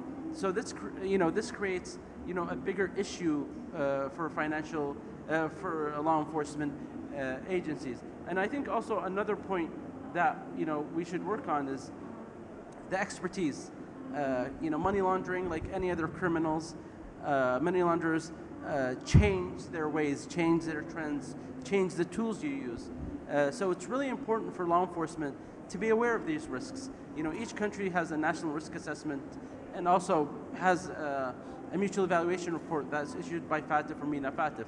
And it's important for law enforcement to be aware of these risks because they will see the trends in the criminals they catch and how that changes with the changing risk they face, and also with the developing tools, techniques, and even technology. So that, I think that would be a focus that would really help law enforcement to catch up with criminals when it comes to money laundering, because as we know, in any kind of industry, criminals are fast, as soon as you put new regulation, criminals are very fast in finding new ways. So if we don't have the right legal framework that is adaptive, and this includes using technologies. FATF issued a paper, I think 1 or 2 years ago, on how can law enforcement utilize technology when it comes to money laundering and terrorist financing. And and this is a top-down approach. It includes using a strategy. What should I focus on? Should I focus on bigger crimes? Should I focus on more common crimes? So it really helps law enforcement to give them a vision, and then going forward, how do I develop expertise? How do I have the right framework and whatnot? Thank you very much. Again, I think there's 3 things coming out of that for me. One is evolving typologies like virtual assets. One is the level of expertise and understanding to undertake financial investigations and parallel investigations. And one of the things that in my region of Southern Eastern Africa has been a constant theme is the immediate outcome from reviews identifying that there's a lack of standalone money laundering investigations. And what I'd like to ask you, Mr. Balawi, is what would be your advice for countries in terms of how to develop standalone money laundering investigations from STRs, and how might you incorporate international cooperation into that? Well, you see, I'm not in a position to advise the governments, of course. No. This is my own personal view and opinion. The concept of standalone money laundering, I think this flows nicely from what you just said, Dr. Sulaiman. Is basically, I think this concept, especially when it comes to law enforcement agencies, I'm not saying that our law enforcement agencies like this, but it's, again, how do you separate from the investigative tools and techniques and the knowledge in terms of investigating the predicate offense to actually having a parallel investigation, and then you come up with a standalone money laundering. So I think this has been a challenge. I don't think it's been a challenge specific only to our region, but I think globally. So for me, being an officer in the FIU, you sit in the middle. You can see, for example, how the flow information that you receive from the reporting entities when it comes to suspicious transactions, and how you actually focus your analysis on, and how it gets disseminated to the law enforcement agencies and what is their focus are. So I think you can actually see that there are few gaps, and being in the middle, you're in a good position to actually build in place a framework where a proper feedback is being shared, let's say between the law enforcement, the FIU, the reporting entities, and how you can build from that feedback a more effective, let's say, framework where the flow of information and intelligence is being used in a more efficient manner that actually can result in standalone money laundering investigation and offenses. I mean, I don't want to talk statistics here, but I think in the past few years, there are a number of cases that basically in the UAE that were purely standalone money laundering, let's say, cases. But again, this shows there's an increased understanding and maturity in terms of the overall ecosystem in terms of fighting AML or CFT. So my advice, I think, will be more in line of having a good feedback mechanism between the law enforcement, the FIU, the reporting entities. I will also bring in the supervisory authorities because they play a role as well, and building on that feedback mechanism and making use of the information that being shared from the law enforcement to FIU and vice versa.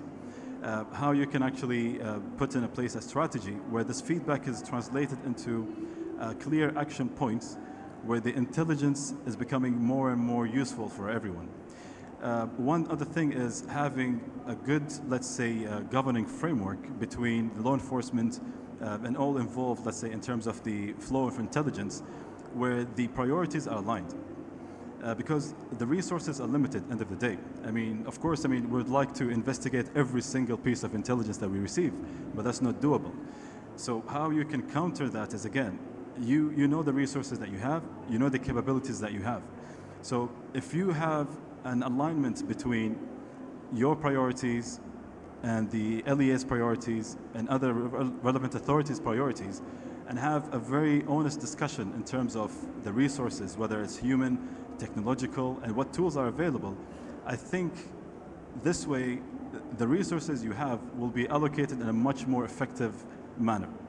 And this is something, it requires, again, a scientific approach, and it's not something that could be done immediately. It takes years for you to reach a level where you have a very seamless system. Of course, if I talk about the UAE system, we started doing that. In terms of aligning, again, the priorities and the resources and how we allocate them, we're still building on it, and it's not something where you will have something today and you will stop there. It's a continuous process. So this is, again, having a clear feedback mechanism and aligning the priorities and expectation between all the involved authorities when it comes to the chain. The second point you talked about, international cooperation. This by itself, I can talk for many minutes, but again, I'll just briefly say that we cannot fight money laundering alone. Of course, money laundering goes across different countries, across borders. So international cooperation is an important element when it comes to fighting financial crimes, AML, CFT, all of these things. So, but again, you need to start domestically first. You have that alignment, and then of course, naturally, the international element of things will come into place. Just leading on from that slightly, obviously Egmont is the recognized international communication system for FIU to FIU. However, if countries are not yet Egmont members, is there other ways in which FIUs can collaborate internationally? Definitely, yes. Of course, every jurisdiction, they have a different model of FIU. Every jurisdiction's FIU, let's say, they have different powers and different mandates.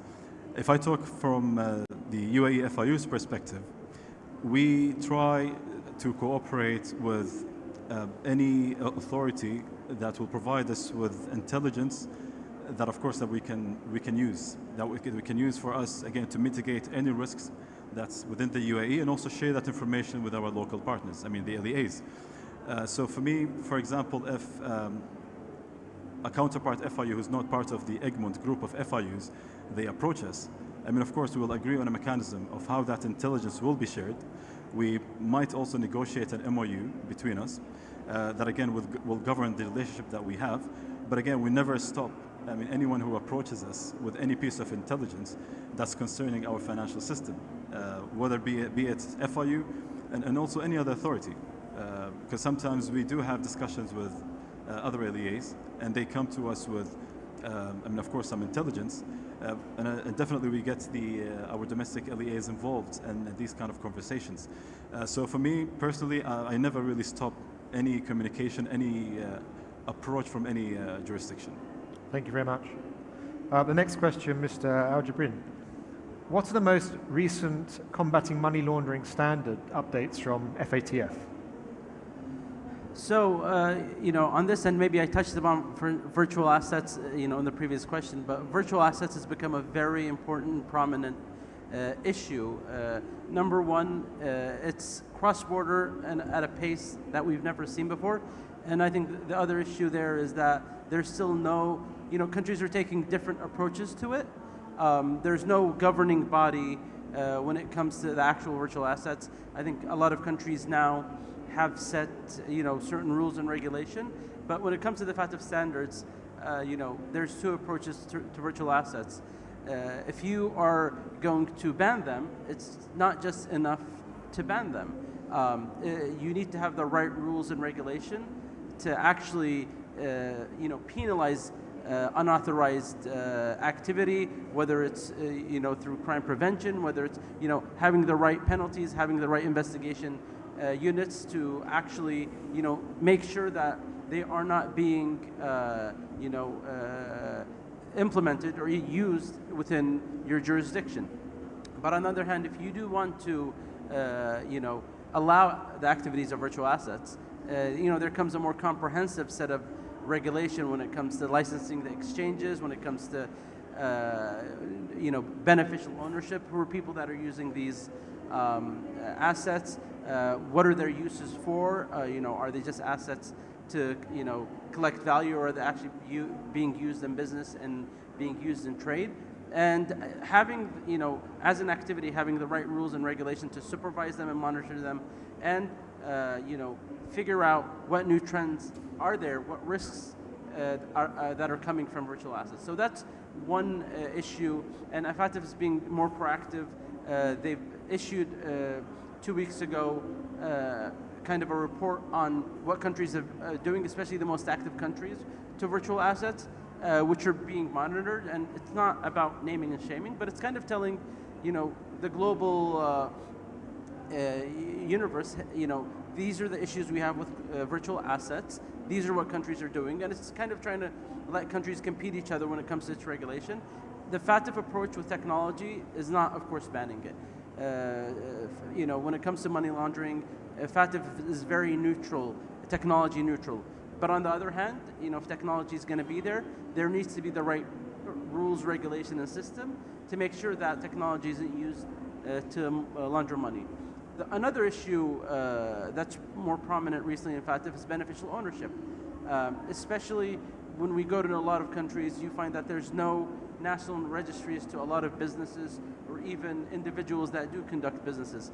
And this makes it so difficult for many of the authorities, whether they're, you know, law enforcement, whether they're financial supervisors, whether, you know, it makes it very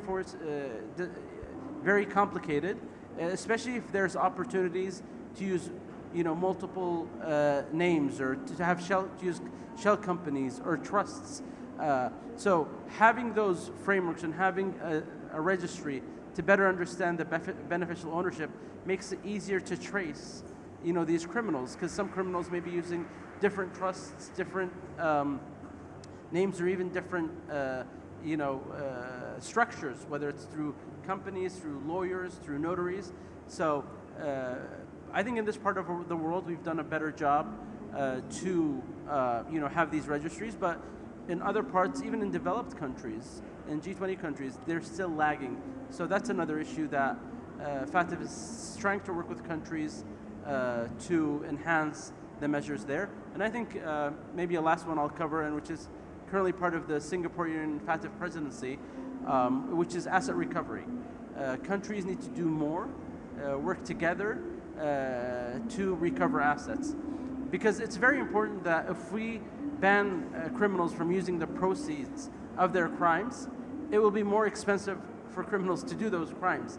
And a lot of asset recovery has to do with international cooperation. You know, as Dr. Ali said, you know, signing bilateral agreements with different companies makes it much easier and faster to identify those criminals, identify their assets, and swiftly exchange them between jurisdictions. So if we're able to actually have those set in place, have a framework, and to recover assets both at the national and international level, because even sometimes we see there are limitations legally and in courts to confiscate many assets. So if countries have the right national rules and regulation, give courts and judges the right powers to do that, you know, we will prevent criminals from using those, and the costs of committing a crime will be more expensive, which I think is better for all of us and better for the economy.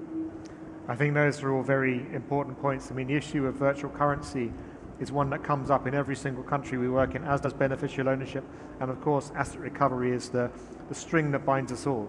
I remember a few years ago asking a central bank in a country we work with if they were looking at virtual assets, only to be told, well, we haven't regulated them so they can't exist, which rather defies the point of what they are.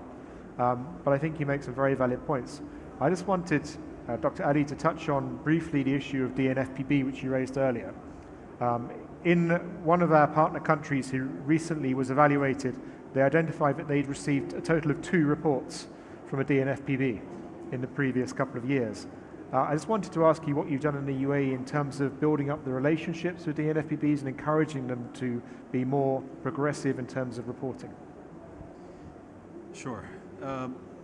DNFBPs, I mean, of course, I mean, it's a larger sector than the financial institutions. Despite them being a large sector in terms of number, not in terms of the actual underlying complexity of the business, the level of maturity definitely differs. For me, I would say that DNFBPs, it's an area, or it's a sector, if I call them a sector, that is still maturing, still learning, still developing. I mean, of course, we have different levels in different jurisdictions, depending on when they were under a specific regime in terms of supervision and not. But for us, I mean, of course, I mean, the numbers of DNFBPs that we're dealing with, first of all, I mean, it was a challenge, I think continues to be a challenge, to have, let's say, probably adequate resources to cover all the population of the DNFBPs. But again, this was something that we developed with time. It started with the understanding and appreciation of the scale of the sector, the risk associated with each specific, let's say, sector within the DNFBPs. I mean, of course, I mean, how we treat each of those sectors. Because each of those sectors in the DNFBPs provide, let's say, a separate or specific, let's say, services that, again, which has an underlying risk. So by understanding the risk associated by the sector, then, of course, the resources that were given, focusing on those areas, was done. I mean, again, in terms of studying the resources required in terms of human power, in terms of tools that's needed to supervise and understand further what is happening within this sector of the DNFBPs. Secondly, I mean, again, from FRU's perspective, all DNFBPs are deemed to be reporting entities, or considered to be reporting entities. So it was an ongoing process and coordination and cooperation with the supervisory authorities to ensure that all the DNFBPs are aware of their reporting obligations, and they actually are connected to all the reporting systems that we have in place, and we monitor whether they actually are fully on board and or not. And if they were not on board, of course, in cooperation with the supervisory authorities, they will take the action that's deemed relevant for example, lack of, let's say, implementing the requirements that's given to them. So this took, I won't say this took a lot of time. I mean, I think, again, there was a strong commitment to ensure that DNFBPs actually do understand their obligation. So once that was done, then the next phase was to actually increase their understanding in terms of their role in the entire AML CFT universe. I mean, of course, they are considered to be gatekeepers. So bringing them in for a number of, let's say, workshops, trainings, and we talked about the public-private partnership. I mean, having a lot of initiatives where we try our best to share with the DNFBPs how they can actually help, how they can contribute in protecting our system from illicit actors abusing, let's say, the services they provide. So that as well, it really plays a major role in increasing their understanding. And of course, we as FIU, we provide the DNFBPs with, let's say, feedback. We don't just focus on the financial institutions, we focus on the DNFBPs. We provide them with feedbacks, we provide them with, let's say, certain case studies that involve them and how they actually contributed in some investigations. So they appreciate this kind of information and they further understand their role and what they need to look for in terms of red flags. So these things were put in place. And how we measured that basically the things that we put in place resulted in a positive outcome is first, of course, by seeing the increased number of SDRs that we receive from the DNFBPs. So the percentage increase was over 100, let's say, in a year, which is great. But again, if you say, okay, fine, so the numbers increase, but how do you know whether the quality is good or not? This is another topic that usually comes up. And of course, by having certain cases that involved SDRs that we receive from the DNFBPs, that by itself it demonstrated the level of understanding and maturities that the DNFBPs are reaching. Of course, we're not in the best position yet. It's still work in progress, but at least we can see there's a good positive trend in terms of their understanding and their contribution in terms of combating money laundering and financial crimes in general. I think you make a really important point there about it being a two-way process, not a one-way process, and that having a holistic relationship with both the private and public sector actors is the most productive way to come to a successful conclusion. We have about 6 minutes left. I would like to open up briefly to the audience if anyone has any questions for our extremely informed speakers. I think that we have someone walking around with a microphone, so I think we have one at the front here.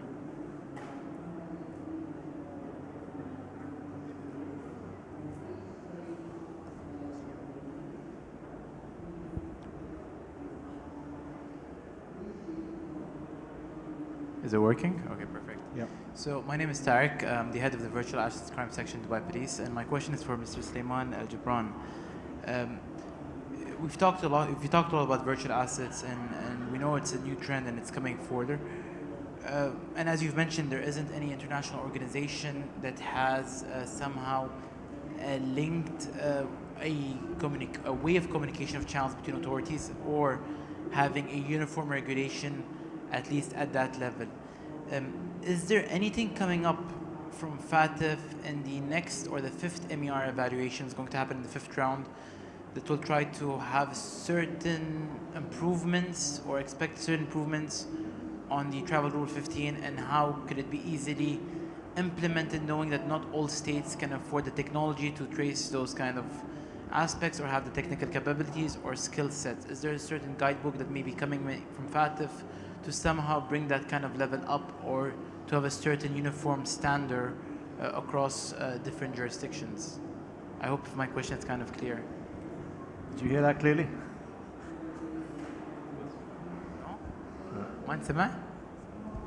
We're struggling to hear because of the background noise.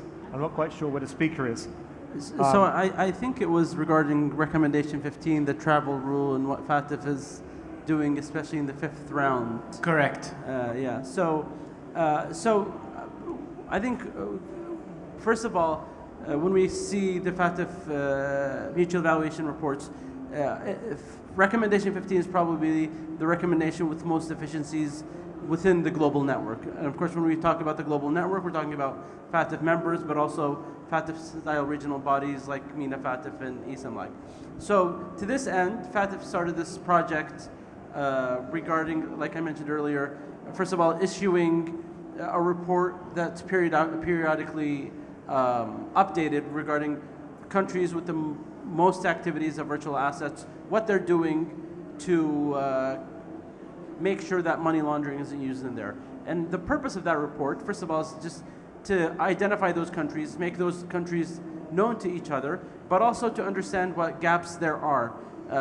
Some results of that report is going to be what technical assistance is needed, what capabilities do countries still not have that FATF needs to work on. Are some of the rules, whether it's within the travel rule or within Recommendation 15, do they need to be updated and changed? So it's putting more focus on virtual assets to better understand the trends. Of course, even within virtual assets, regional trends do exist, how they're used in different countries.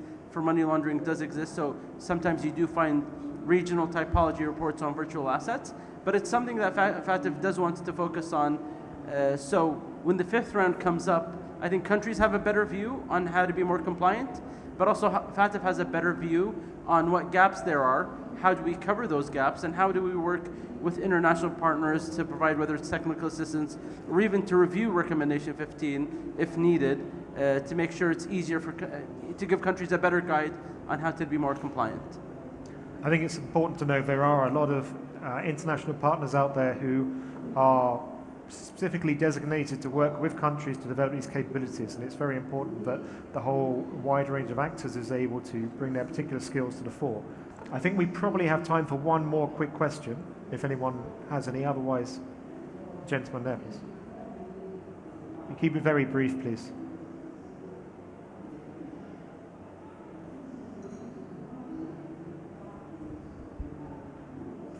Thank you.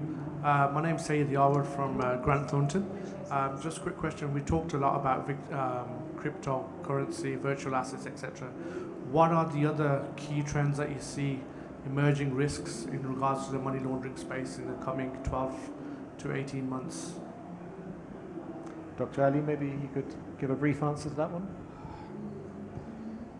Well, I think that's a question. Maybe we have the expert sitting with us right there, Tariq, who just asked the question.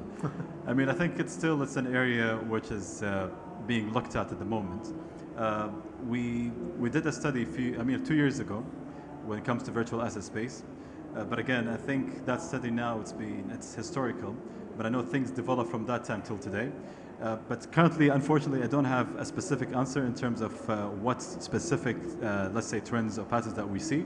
But this is something we're looking at this year, and there will be a study conducted by us. That again, that study, the result of that study will be shared with all the, let's say, relevant authorities. So right now, unfortunately, I'm not in a position to actually share a lot on this particular area. I mean, I don't know, maybe Tariq, since you're here, do you like to share something? Thank you. I mean, one of the issues we're facing a lot in Africa is one of trade-based money laundering, particularly where we see false invoicing being used as a method for moving large sums of money from one jurisdiction to another. And this is something that we have yet to be able to increase awareness and understanding of. But I just want to take the opportunity, while we have a few seconds left, to thank my two panelists. I think they've been able to tackle some very serious issues with a great deal of detail. And thank you very much for your time, gentlemen. Thank you.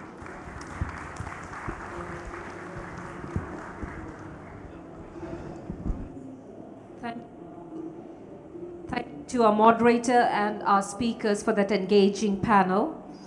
We now move on to a strategic leadership keynote, Securities Fraud in the Crypto Space, Blending Boundaries. Please welcome our speaker, Dr. Haris Savides, faculty member, School of Business Department of Digital Innovation at the Institute for the Future.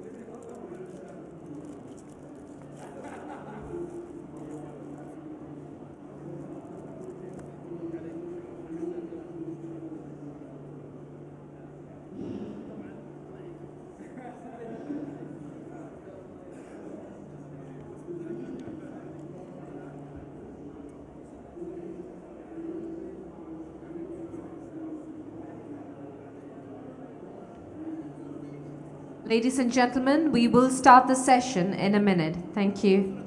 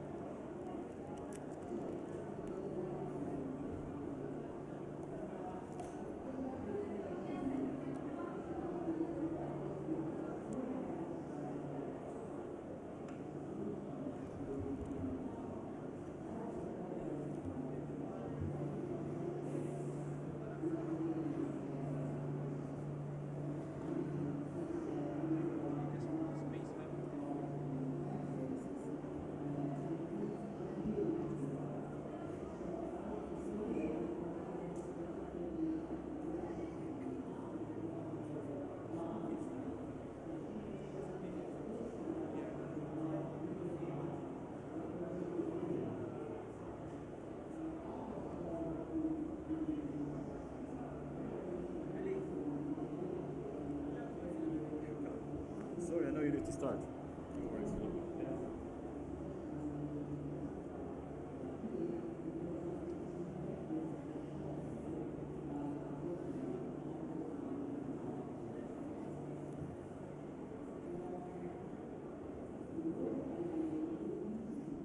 Are we ready?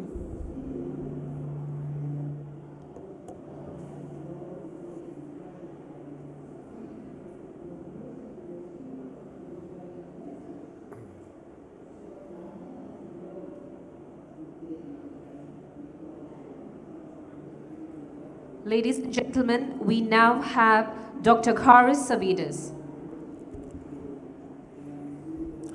Hello, everyone. And thank you very much for being here. It is always a pleasure being here in Dubai, catching up with a lot of friends, a lot of partners. Before I start, let me tell you a few things about University of Nicosia in Cyprus, my university. We are one of the first universities in the world that we introduce academic programs in digital currencies. A very successful program across the world, and we have the pleasure and honor to cooperate with a number of law enforcement agents around the world, including, of course, Dubai Police, when it comes to both the academic programs, but also professional training courses, custom-made programs about financial investigations in digital currencies. And by taking the opportunity and based on the experience that we have gathered so far through our collaboration with Dubai Police, I decided to speak about a subject that I know for a lot of people here, it may be one of the most serious issues when it comes to financial investigations in cryptocurrencies. And I refer specifically about securities fraud. As you know, and it is not hard to find out this and realize the size of the problem, a simple search, online search, can give you multiple results about cases across the world involving securities fraud. Securities fraud that take place either in direct relationship with cryptocurrencies or in an indirect way with cryptocurrencies. But nevertheless, the important thing that we should address here is that this is one of the major problems. A lot of cases, millions, billions of cases come into the light very, very frequently, unfortunately. And this poses a number of questions. And since we are in this World Police Summit, I think that it is useful to highlight certain aspects that have particular importance for law enforcement agencies around the world. But in order to understand the problem, we need to try and understand a bit what is the special thing here, why this topic deserves that specific, particular attention. Of course, there are many reasons, and I'm sure that each of us has, based on his or her experience, has perhaps different priority when it comes to the facts that sustain and develop further this problem. But I think that we all agree that what you see here are some of the key, at least, aspects that fuel the complexity of this issue. We have learned, we have heard a lot of times law enforcement agencies complaining about the anonymous or pseudo-anonymous nature of these transactions. They complain a lot about the decentralization as an aspect of blockchain. And of course, they complain a lot about the very technical aspect of this topic, which is blockchain technology. And they are right. All these things that, from one perspective, they are key features of blockchain technology and therefore key features of cryptocurrencies as an application of the technology, at the same time is a major problem when it comes to investigation, because it requires special resources, special tools, special education, training, a lot of people to interact with each other in order to understand how to deal with the problem, and more than that, how to resolve the problem.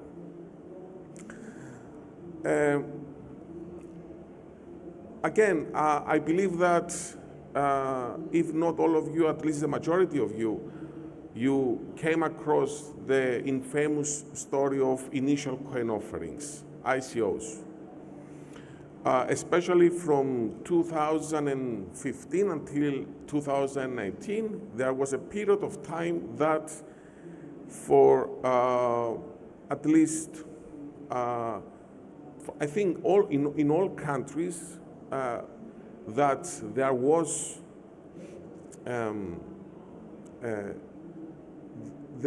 experience and there was activity with cryptocurrencies. There was a party for scammers, and that is with ICOs.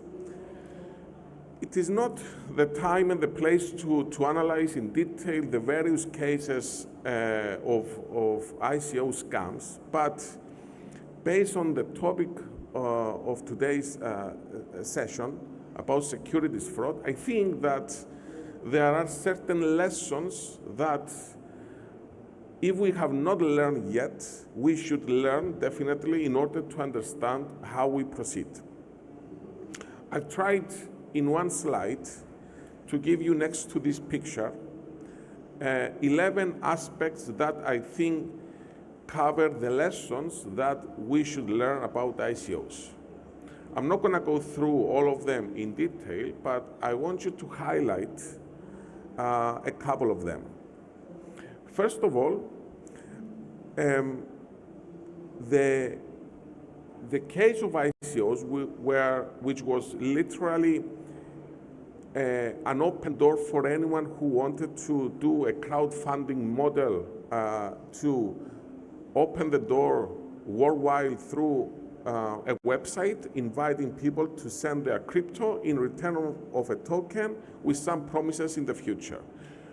For regulators across the world, this was a classic case of selling securities. So if you want to do this, you should register, you should obtain license, and you have to comply with the very strict securities legislation if you want to do it. If you decide not to do this, you are committing a criminal offense. Things were not so black and white, however. There were many cases that help not just the regulators, but everyone in the industry to understand what is, if there is something new here. So, in other words, when it comes to investigate an alleged securities fraud case in the crypto space, to make sure that we understand the mechanics of it, we understand the background, we understand the various aspects of this activity. The response, at least the initial response from regulators across the world, was that there is no need to draft any special new legislation to tackle this issue, but they refer to whatever already existed, and therefore it's on a case-by-case basis analysis whether the conditions, the criteria that are applicable on a specific case are indeed checked, and therefore the securities legislation applies or not. However, the fact that it took 4 to 5 years to have some solid guidance from the regulators across the world, starting from SEC in the US, ESMA in Europe, and other regulators across the world, shows that this was not, and it is not, an easy exercise. And it is not an easy exercise because it is not important only to understand what is crypto, the definition, and therefore to classify a crypto, a token, as a security or not. That is the first part, very difficult one, and I will get back to this later, but remember that this is just one aspect.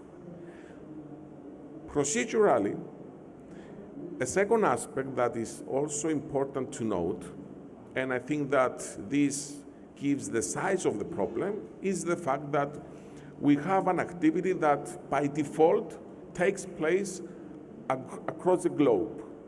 There are no restrictions in movement.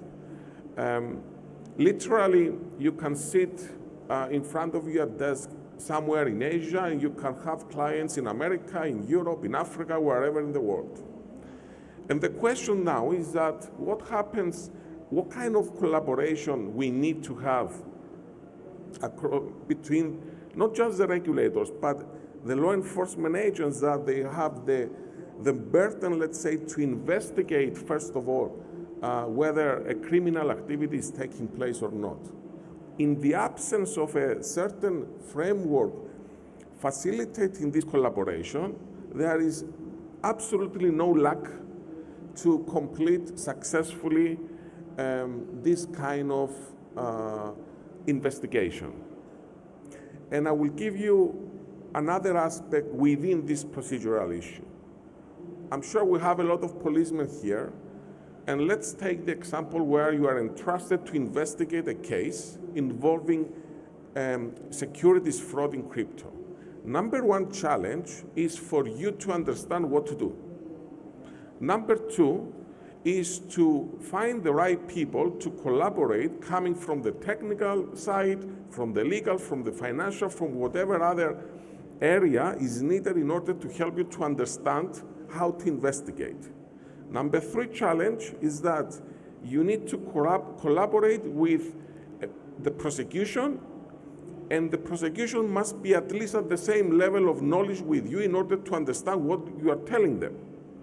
Number four challenge, you have to present the case before the court. So you need to go to a judge that pretty much understands what you are saying.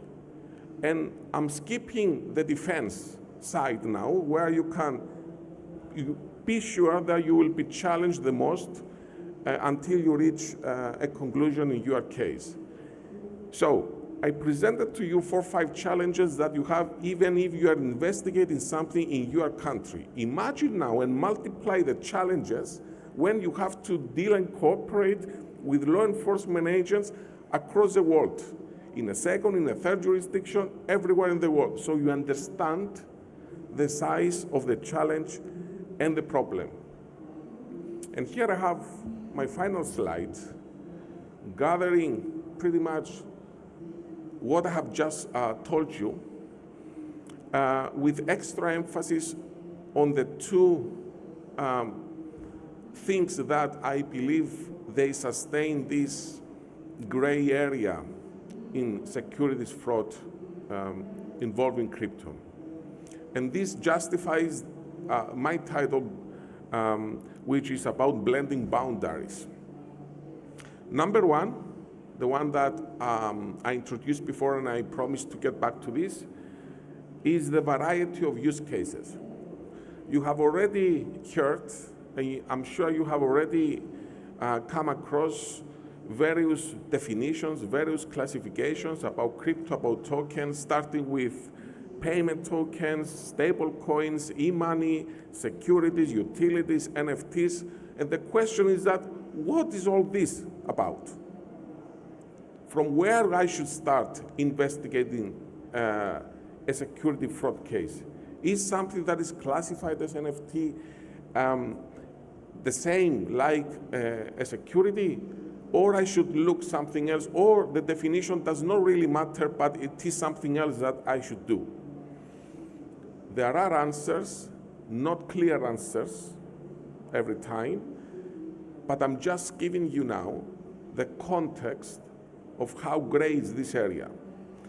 And on the top of that, I'm telling you that the definitions are not the same and consistent in every jurisdiction.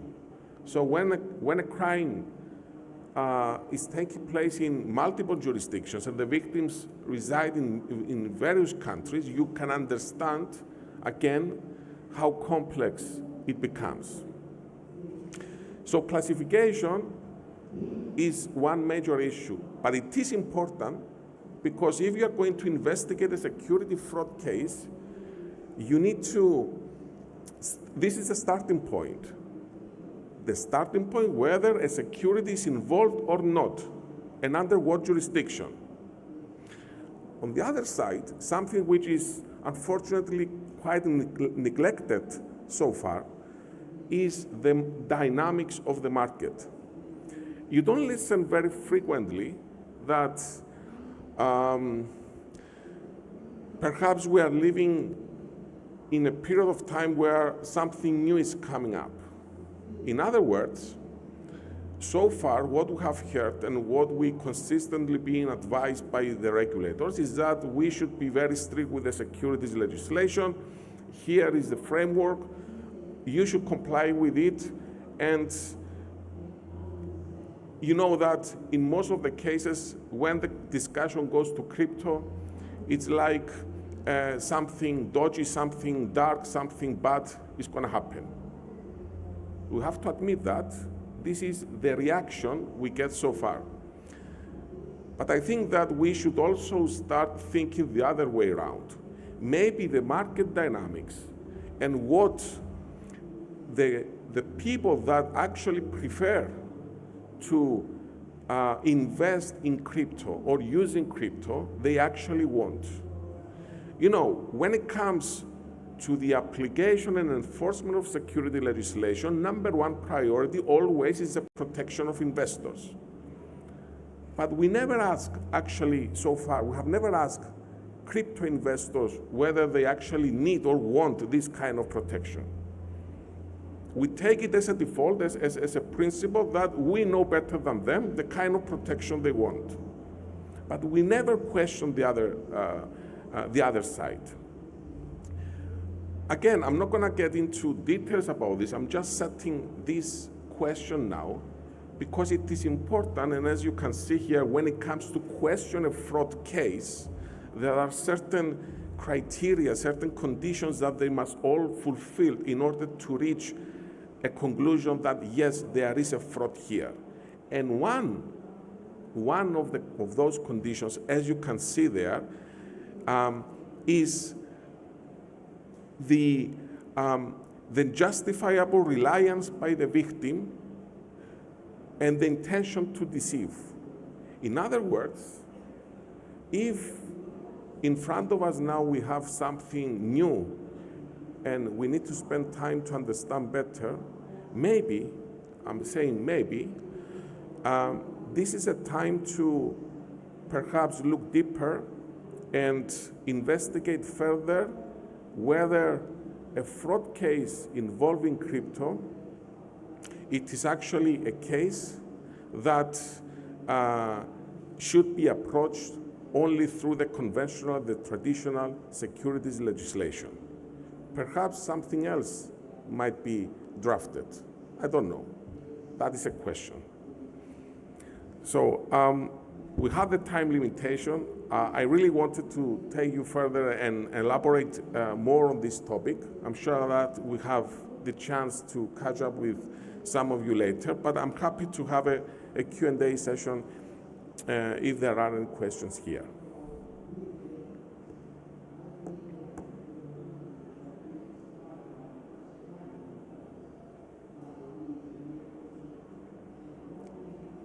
No? I take this as a positive. Well, thank you very much. Thank you for your attention. And congratulations to the organizers for this great event. Thank you very much.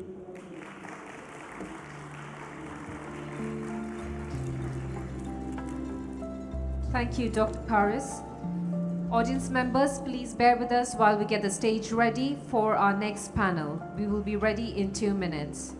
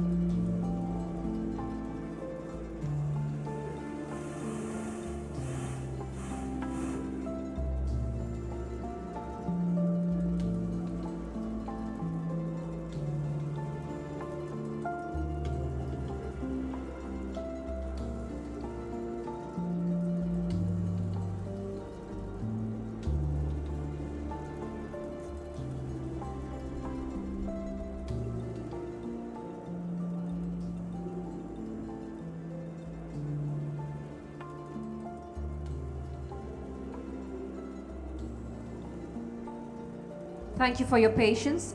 We now move on to a strategic discussion, embracing innovation for effective and efficient AML and CFT programs.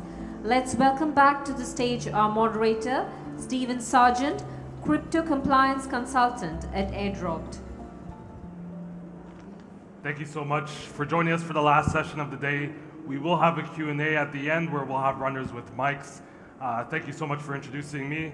So we're going to go across and maybe do an introduction for each person. Erin West, tell them who you are and what you do.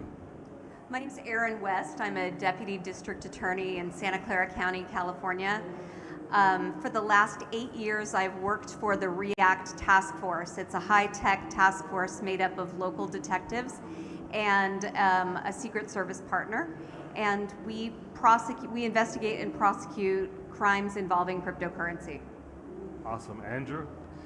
Thank you. My name is Andrew Wigston. I'm from the UK Financial Conduct Authority. I'm head of financial crime there. We're one of the UK financial services regulators. And Malcolm?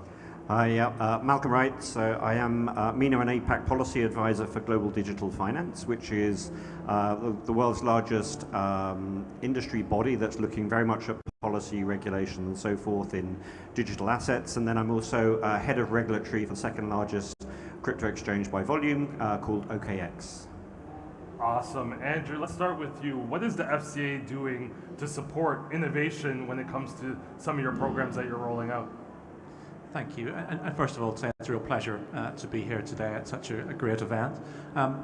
We come at this, as I say, as a financial services regulator, and one of our core objectives is to promote effective competition in the interests of consumers. So that's a drive for us to support innovation in relation, in addition to our roles on consumers and on the markets.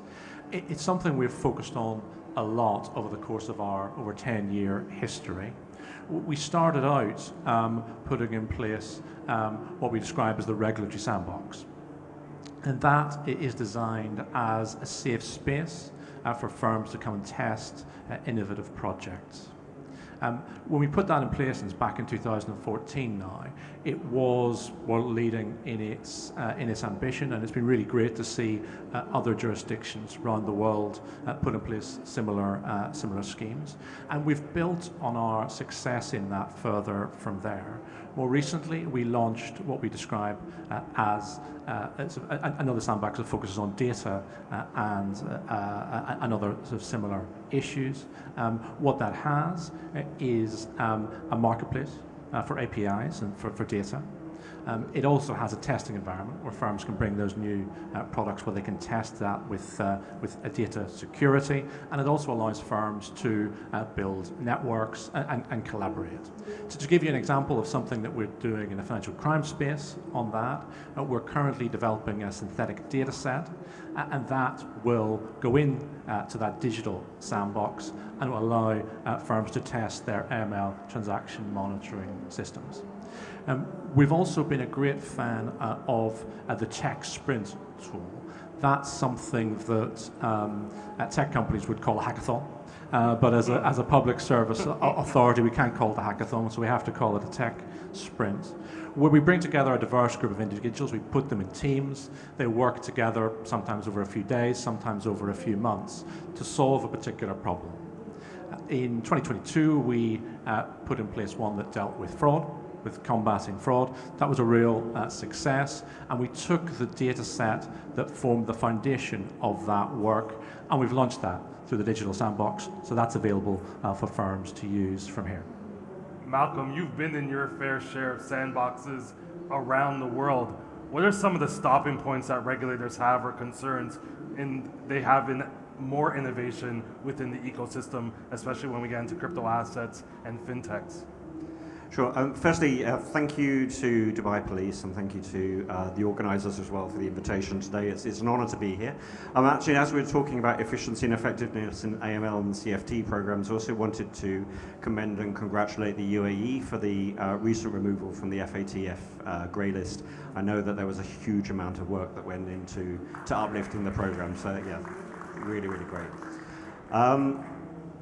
On this particular topic, I think that there's a number of factors to be considered. One is technology is moving very fast. And I remember I wrote an article about this maybe 5 or 6 years ago about the changes that are coming. Things like blockchain, things like AI and digital identity, all of these things that at the time were very innovative. And there were some early regulatory programs, such as from the FCA, that were looking at these types of technologies. For smaller regulators, I think it can be challenging because having access to that material or having access to the understanding around technology is perhaps limited. And so having that interaction with other regulators, other policymakers and so forth, I think really helps to build those bridges. The other thing is actually making sure that the technology is fit for purpose in terms of regulatory alignment and ensuring that it can be proven to do what it says it can do. So if we're introducing technology into, let's say, some aspect of AML and CFT governance, we actually have to be able to prove that it does actually do what it says it does. And that can be AI, it could be blockchain analytics, it could be anything. But having the ability to look inside the black box, or at least test what the black box is doing. So I think that's also important. And then on a, not so much financial services regulatory side, but on a privacy regulator side, ensuring that there's appropriate privacy controls, that people's data is being protected particularly and not transferred across border without their permission and things like that. You know, Aaron, we're talking backstage about SIM swapping and, you know, Malcolm's talking about regulatory alignment. What are your thoughts about working with like telco companies, crypto exchanges to combat financial crimes that have so many different industry players kind of have each piece of the puzzle? Thank you for asking that, because I think this is one of the most important issues that I continue to hear being brought up today. I was even joking about how frequently I hear the words public-private partnership. And when I think about SIM swapping and the work that my team started doing back in 2018 in SIM swapping, we could not have made those cases without the assistance of telco. that it was telco that assisted us in figuring out various pieces of the investigative puzzle, and we really could not have done it without them. Similarly, as we find ourselves in more and more cases of fraud involving cryptocurrency, we need that partnership with OKX and with other crypto companies that are out there. I was delighted to be able to have lunch with my new colleague from OKX, and we talked about how important it is that there was a time when I was not in touch with anyone at OKX, and now having made connections with them probably a year and a half ago, we've been able to do significant work for victims. And there's nothing better than developing those personal relationships that lead to help for your mission. Now, Malcolm, this might be the first time you've heard about public-private partnerships. You've never brought it up at all. You were on stage earlier talking about this exact subject.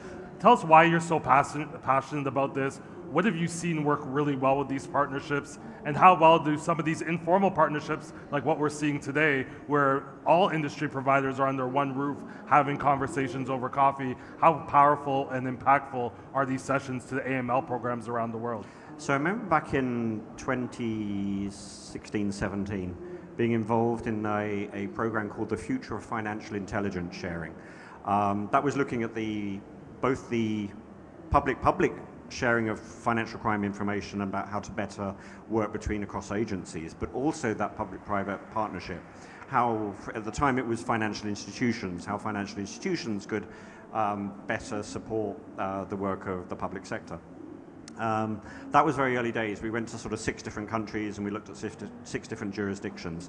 But out of that came a number of good recommendations in terms of how financial information or financial crime sharing could better facilitate the prevention of crime.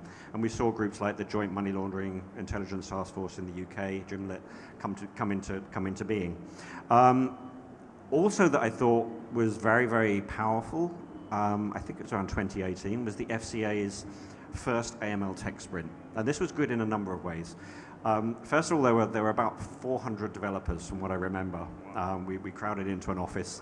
That was a really good event where there were a number of different potential scenarios or use cases that the developers could work on in teams, and they came together in teams. But aside from like, oh great, we're going to solve this problem, which is actually the essence of how the industry can help with by being presented with a problem and how to try and solve it.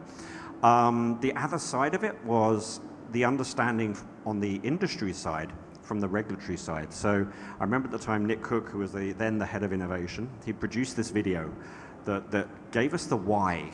Why does this matter? Why do we need to try and prevent financial crime? And quite literally, a room of 400 people, just absolute dead silence after this video. It was so powerful in being able to really hit home in terms of, okay, this stuff matters. Now we're going to spend the next 2 days building because it really is important. So I think that was a great demonstration of how the regulatory and the industry side could come together to be able to produce something quite powerful and support each other's work. You know, Aaron, before we go to Andrew, we want to talk to you about pig butchering, because you said exactly what Malcolm's saying. In order for us to get to the result, at least the solution, or mitigate some of the risk going on in this industry, we have to come together. And your operation, Shamrock, can you tell us, if some people don't know what pig butchering is, tell us a little bit about what pig butchering is. Sure. Pig butchering is a combination romance scam, investment scam. It's a long con. Usually the scammers reach out to their victims in a number of different ways. One could be a random text that you receive on your phone that appears to be directed to someone else. Could be someone reaching out on a dating app or on a meta platform or on LinkedIn. And that's when the initial part of it begins. It then goes about 90 days of building a relationship and building trust. And then ultimately, this scammer, who's shown a very enviable lifestyle throughout the courtship, is now saying, well, you know how I'm able to afford that? I can afford it because I invest in crypto. Oh, you don't know crypto? Neither did I. My uncle taught me, and my uncle could teach you. And then from there, the the victim is lured into making an investment and then seeing results on a phony platform, and the victim believes that, that their money is doubling, even tripling, and based on that, victims all over the world are then taking money out of their retirement accounts, out of their children's college accounts, and putting it into this scam, and they end up losing everything. And what's interesting is the scammers sometimes are actually human trafficking victims themselves, forced to conduct these scams in fear of, sometimes, torture or physical harm. So it adds an extra aspect to the conversation. Yeah, that's a horrible twist to this whole thing, is that it's being run by transnational organized crime that is staffing these scam facilities on an industrial scale with workers that have been led to believe that they're coming there to do a different job altogether. Andrew, what are your thoughts on this? How does the FCA focus on what innovation or what technology to invest their resources and invest in those sandboxes? It's NFTs one day, metaverse the next day, Bitcoin ordinals the day after. How do you focus, like, this is where we're going to spend a lot of our time and engage the private sector? No, it's a great question.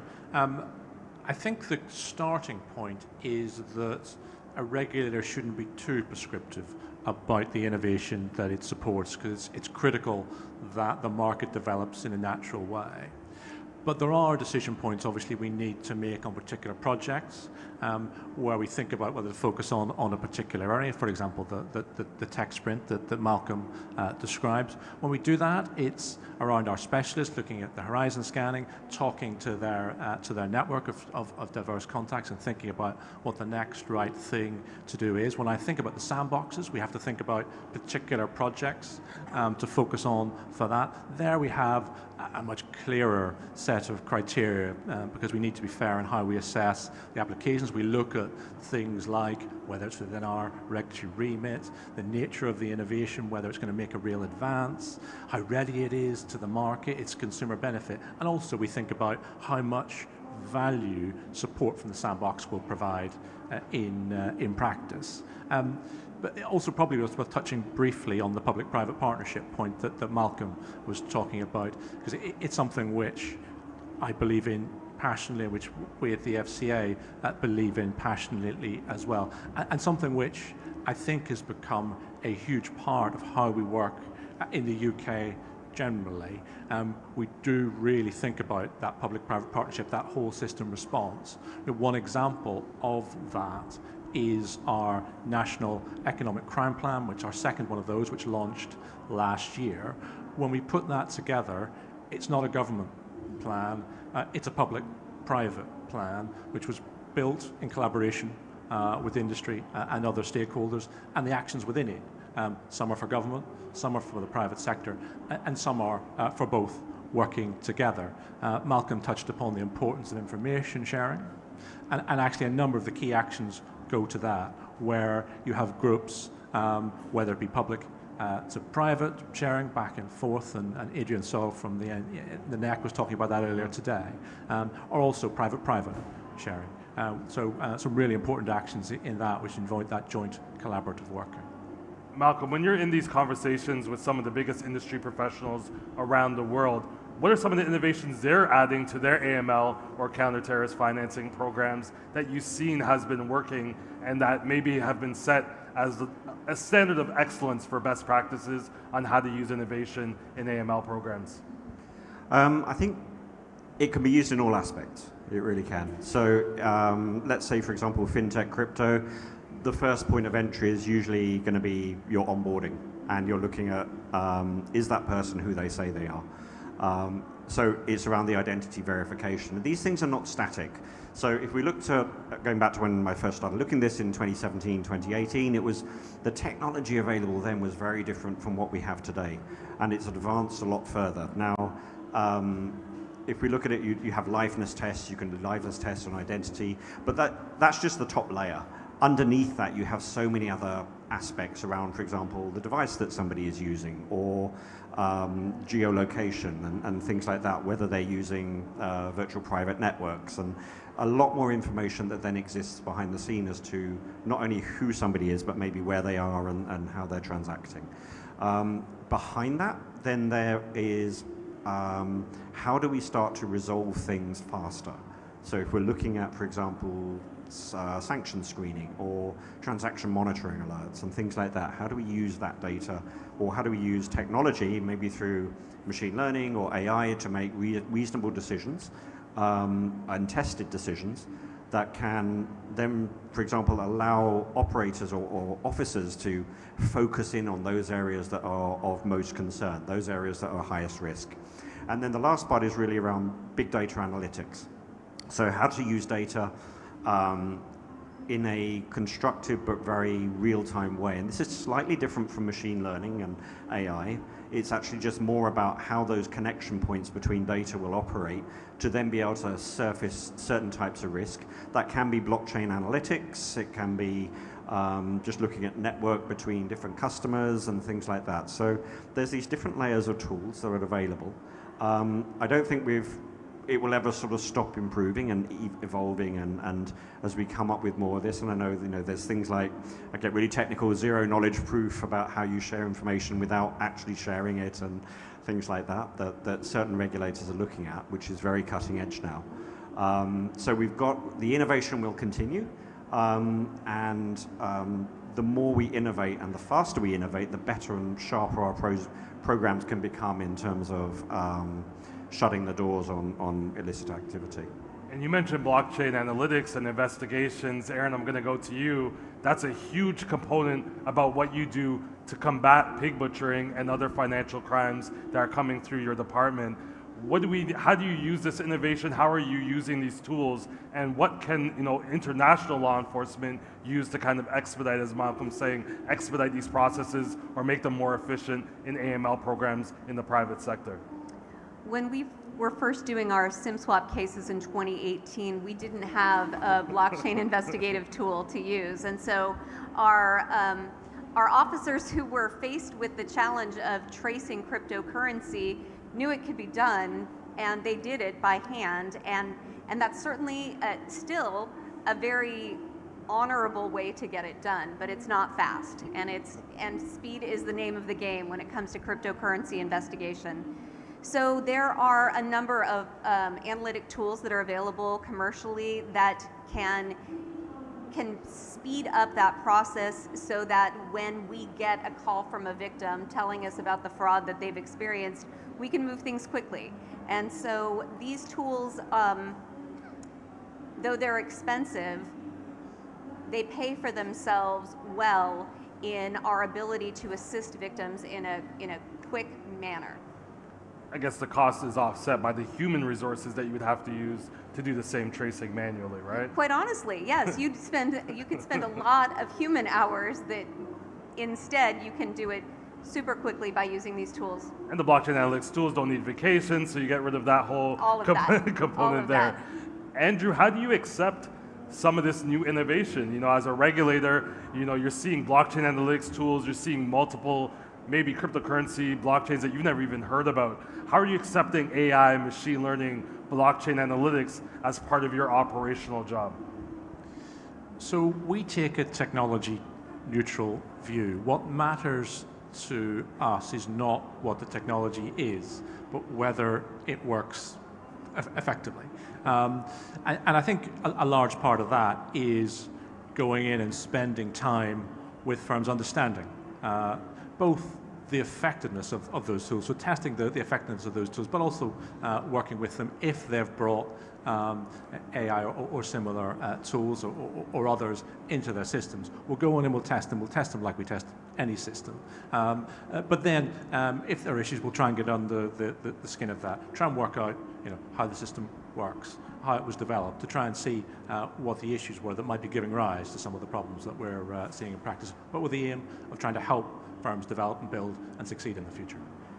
Malcolm, I'm curious, we had somebody from Ireland today talking about a seizure case where they had Dubai connections with properties. What are some of the things that you're seeing in the APAC and MENA region?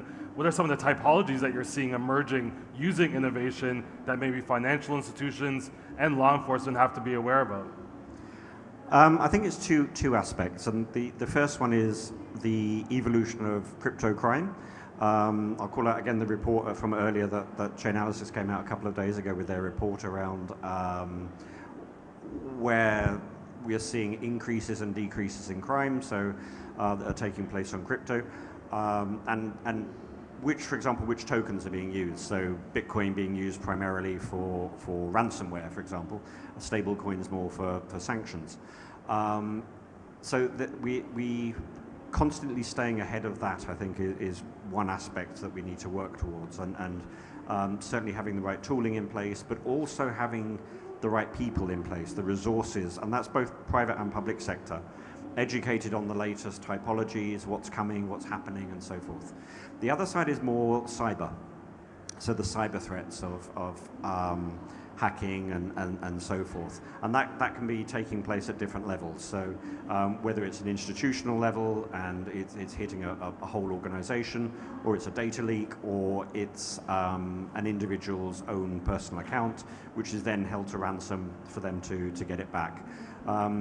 Those two aspects, I think, are probably the two key ones. They've both been around for some time, but we start to see more evolution. I was watching on Netflix a couple of days ago, I think it's the $1 billion heist on the Bangladesh bank. Super interesting. Starts out as a cyber hack that takes place over, I think, a long weekend, the long weekend on the Friday, Saturday in Bangladesh, and then also I think it was the Easter weekend in the Philippines, and it involved both. Ultimately, it started as a cyber hack.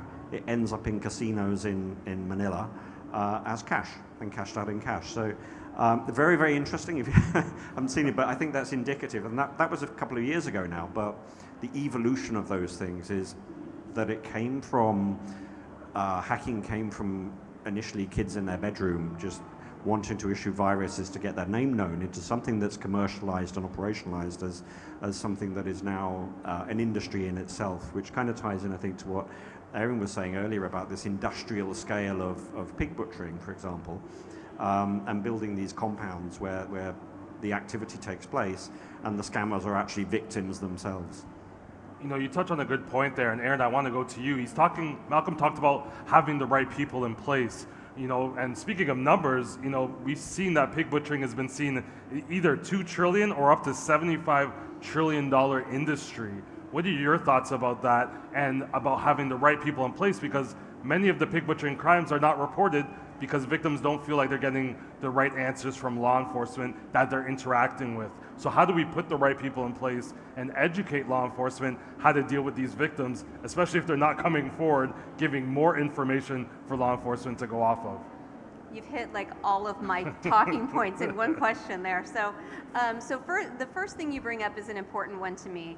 I think that we don't have our hands around how big this is. Nobody knows. There's a lot of different reports coming out from a lot of different sources about how big it is. We know it's entrenched. We know it's billions and billions, trillions of dollars. But what we don't know is how many people it's really affecting, because we know this is an underreported crime. And it's underreported because I can tell you specific examples of victims when they go to report to local law enforcement are not getting the kind of support that they'd like to get. That they are being laughed at, they are being turned away, they are being told that this is a civil matter, they are being told that they don't do cryptocurrency cases. So what we need to do when you talk specifically about getting the right people in the right places, I'm a big fan of leading with empathy, and I'm a big fan if you are the first point of contact as law enforcement, this is your responsibility, this is your civilian, your jurisdiction, and you owe that person the opportunity to tell their story and to hear them out. And maybe you're not familiar with this typology, maybe you've never heard of this scam before, but we need to give our people the right to tell their story, because so often they just need to be heard. And quite frankly, with pig butchering, they're not likely to get any kind of recovery anywhere. So your interaction with them may be the most positive thing that comes out of this experience for them. So yes, there's an educational component with pig butchering that is number one, law enforcement based, that we need to know and understand what this is, and we need to have the right people at our front desks. And then secondly, I know we've talked about this in other panels, but just a general awareness that this This is pig butchering today, but what it is transnational organized crime that's going to manifest into exactly what you're talking about, ransomware at scale, malware at scale. So we need to, as a world, stand up against what's happening there. Andrew, what are your thoughts when you hear about that? Because you're working with law enforcement closely. You spend so much time trying to educate consumers, which isn't free, right? That costs money, trying to bring awareness. How can you afford to now educate your own staff and others working underneath you? How do you balance that, notifying consumers, but also making sure that your teams and the law enforcement are equipped to handle these exact situations? So the issues that Aaron calls out are ones that we see in the UK also. We've tried to think about different ways to sort of work in that area. I think one of the things that's most striking when I see individual cases of fraud is that social engineering which takes place, which is close to unbreakable when it really takes hold. So the education often has to stop the engineering getting to a stage where it takes place. So it has to, for example, one of the scams that had been particularly prevalent in the UK, slightly different, is an account diversion fraud, where you get called up, someone purporting to be, for example, me, who tells you we need to move your funds to another account to make it safe. Now, if the individual knows that's a classic fraud, they'll hang up the phone straight away. If they get hooked in and start talking, then next thing you know, they'll be in a bank branch with a phone to their ear, withdrawing their life savings. So it's a huge issue. One way that we have found to help crack that using law enforcement is to have an ability of the bank staff to call in law enforcement to the branch or to meet the individual. Now, often that won't result in a prosecution, because we estimate something like 70% of those scams take place overseas in any case. But what it can do is break that spell. Another important tool that we are in the course of introducing, it's already in play in a voluntary way across a limited number of firms, is to require the financial services firms to reimburse victims of authorized fraud. And that will come into play in October this year. It's already in play in the biggest banks in a voluntary sense already. But that will make a big difference, as Aaron said. Otherwise, consumers don't get their money back. And the incentive on the firms is to improve their own systems, so it reduces the levels of fraud overall. I'm from Canada. We can't even pick up our phone in Canada because everything's a fraud call, or a scam. So it's even heartbreaking now, because now they're using WhatsApp, so we can barely use our phone to communicate with friends anymore. It's almost impossible. Aaron, I see that Airbnb is a huge sponsor to this event, which is great. They're trying to be proactive. I'm sure you would like to see organizations like Meta, Match.com being the same kind of proactive. How hard is it to get them on board? They're such a crucial part to this puzzle. Talk a little bit about the challenges, or where you can see them improving to help being proactive to fight pig butchering and other scams and crimes that include child and sexual exploitation. So when I first reached out to LinkedIn last year to tell them about the number of fraudulent profiles on there and what the result of these fraudulent profiles was, it's interesting because the platforms will often say, well, we don't see what happens beyond our platform. So it's interesting that everybody has their visibility of this major crime just in their set of blinders. When I first talked to LinkedIn, they were like, oh, this is romance scam. Yeah, we understand romance scam, we're good. But I had to explain to them that this was way bigger than romance scam, and this was something that they hadn't seen. They had not yet seen the tsunami that was coming their way. I can tell you that a year later, they are more willing to come to the table, but I will also say that all of our social networks could do a lot better. I've seen a ton of cooperation from banks, and maybe that's because banks stand to lose more money. But I'm having a really tough time bringing social media to the table to take responsibility, because I think what you're saying is so accurate. If we can stop before they end up at that bank, before they get brainwashed, we could do so much better. So if we could hit that first link, that first onboard, and break that connection, we'd have a much better time of combating this massive fraud.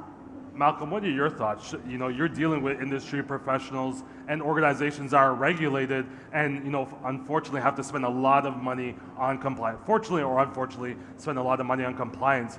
Do you believe some of these messaging sites, dating apps, should they be under the same fold or under the same requirements as some of these financial institutions, or at least showing up at maybe some of these sandboxes that you and Andrew are speaking of?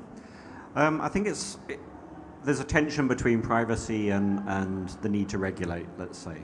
But there's probably more that can be done to use, let's say, big data analytics, to use AI to understand that, oh, somebody's just posted a scam job alert for something or something similar, or an investment or whatever it might be. So I think that would go some way to really helping on this.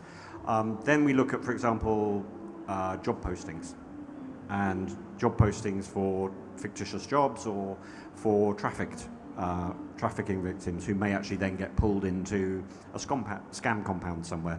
And is there more that can be done in terms of using the big data, because they have a lot, in terms of being able to understand what could be done to, even if just to alert, because by the time it reaches the point at which somebody is being scammed, and I sat with one of the victims of the Tinder swindler, if you've seen that on Netflix, and we were talking about this, that once you're already in that mindset that, no, this is legitimate, this is happening, I'm fully behind it, then no matter what your bank says to you, don't send the funds, they're still going to go. And it becomes very hard, because they're like, no, that person loves me, you know, that person, that investment, I'm getting the money back, it's great, I'm getting a return on my investment. So it's very hard to, once you get to that point. And we talked about things like, can you use behavioral science to maybe intercept and use a series of why questions, like, why are you doing that? But no, really, why are you sending the money, and et cetera, would that go some way? But it's a case of moving back up the chain to, we need to be doing more to alert people at an earlier stage, at the point prior to transfer, because by the time even that first transfer happens, it's already into a position of, it's quite difficult to pull them back because the psychology and the as I think you put it, Aaron, brainwashing has already happened at that point, that it's quite difficult to then stop it. You know, Andrew, the FCA has a mandate of not only financial crime, but also handling marketing of things like crypto assets. And it seems like that's what we're talking about, the point blank range of when people are first seeing their first interaction with maybe crypto. Tell us a little bit about what companies that are acting in the UK have to be aware of when they are advertising and promoting either cryptocurrency or other digital assets. No, thank you. And it's a complicated picture. It might just be worth starting by kind of setting out how it works in terms of the UK and what's regulated and what's not. We're in the course of building that regulatory system for crypto. That will take a number of years to put in place. Where we started was back in 2020, where we brought a limited regulation for financial crime only. For firms that satisfied a certain level of criteria for operating in the UK. Now, there's just over 40 firms that are registered on that basis already. What we brought in at the end of last year, as you say, was a requirement around financial promotions. So that's the communications that firms send to consumers to advertise products or services. And that required that promotion either come from a registered firm for that crypto AML purpose, somebody who is regulated for other reasons, authorized through the general system, or if that wasn't the case, then that promotion needed to be approved by somebody who was. So a special approval to approve those financial promotions. Now, since then, we've had a big push on promotions that did not meet those criteria. We issued over 200 warnings in the couple of weeks after the scheme came in place. But we've also reviewed the promotions that have come out in that time and tried to feed back to the industry on the issues that we've seen. So things like the risk warnings not being prominent enough, things like overplaying the benefits of crypto and not the risks, things like using influencers too heavily in an unreliable way. So we fed this back, we've put that in guidance, and we hope those who are genuinely trying to do the right thing, of which there are many, will learn from those. Malcolm, what are your thoughts about influencers? Do you feel that there should be more accountable, especially you're at a crypto exchange, the price of Bitcoin's going up, everybody's bought crypto apparently since 2014. What are your thoughts about people promoting on places like Twitter and on Instagram that may not necessarily be disclosing the fact that they're getting paid by some of these token organizations that are launching some of these coins? Yeah, I think it's a very tricky area. I think the financial promotions regime goes a long way to resolving some of or providing clarity, let's say, on how to actually engage with the market. It's important, I think, to build strong rules for the road. And if there are sort of these KOLs, then they have to work appropriately under very, very tight agreements and things like that. But it is an area of concern. I share the view of the FCA, I think, in this regard, that improperly governed, then it can create issues. So it is very, very important for there to be a strong regime. So we're going to finish off. Before we go into questions, I want to hear from everybody on this panel. I think the biggest thing about embracing innovation, whether you're working for a financial institution, law enforcement, or regulator, is going to be lack of resources. So maybe each one of you can give a solution, especially Aaron here, you've dealt with this lack of resources, whether it's financial or human resources. What are we going to do to get past this bottleneck to making sure that we have robust AML and compliance programs for reporting entities? But more importantly, even if they have more robust programs, that means more information, more data, more suspicious reports for law enforcement. How are you going to handle that influx of data? I think we've got to team up. I think that that's how we get past this. I think that we are all overburdened, but maybe we don't need to be overburdened all doing the same thing in different locations. What if we had a situation where we could, I talk a lot with local and state law enforcement who is very new to the crypto investigations game, and I am trying to build out systems that can be replicated over and over in different locations, because it's a lot to ask the world to learn how to use the blockchain as an investigative tool. So I think the more we can team up and learn from each other, the better off we are, and the better we can use the bandwidth that we do have. Andrew, additional thoughts? So for me, it's primarily about pooling resources. There's an immense power in working together and collaboration. In some of those actions I've described in our economic crime plan around data sharing, for example, working together, pooling those resources has made a huge difference. You can achieve as a group what you could never achieve as an individual organization. Malcolm, how about you? You've worked for both the public sector and private sector. Is there a way we can streamline some of the information that the regulators are asking for, so we're not maybe duplicating efforts, or maybe get rid of some of the fluff so we can focus right there on the financial crime aspects that are going to make a difference? Yeah, I mean, we have to be careful of the governance around both things like privacy or tipping off or making information available too widely and so forth. But where we can work together for innovation, I think it's important. I want to go back to my analogy from this morning, which was the breakfast table. I'm actually going to amend it now. I've been thinking about this. Okay, everybody's sitting down, right? You have one leg, which is your policymakers, one leg is the regulators, one is the law enforcement, and one is the industry. So if you want to sit well, we need to have all four working together. And I think that's the key, that we really do need to have a partnership between us all. We need to sit down, we need to have sessions like this, we need to have the tech sprints, we need to have working groups, or formalized or informal, where we can talk about the how we want to do things, and the what we're trying to solve, and most importantly, the why. Why are we trying to do this? So I think if we bring those things together and we work together, we have problem statements, we have potential solutions. That will be the way that we can move faster and coordinate our efforts to really build a stronger system. Awesome. So we're going to take it to the crowd. We have maybe 3 minutes left. If we have any questions, you can just stand up. There'll be runners here. And it's better if you ask the question. I already have people planted in there with questions, so it's better that we hear questions from one of you.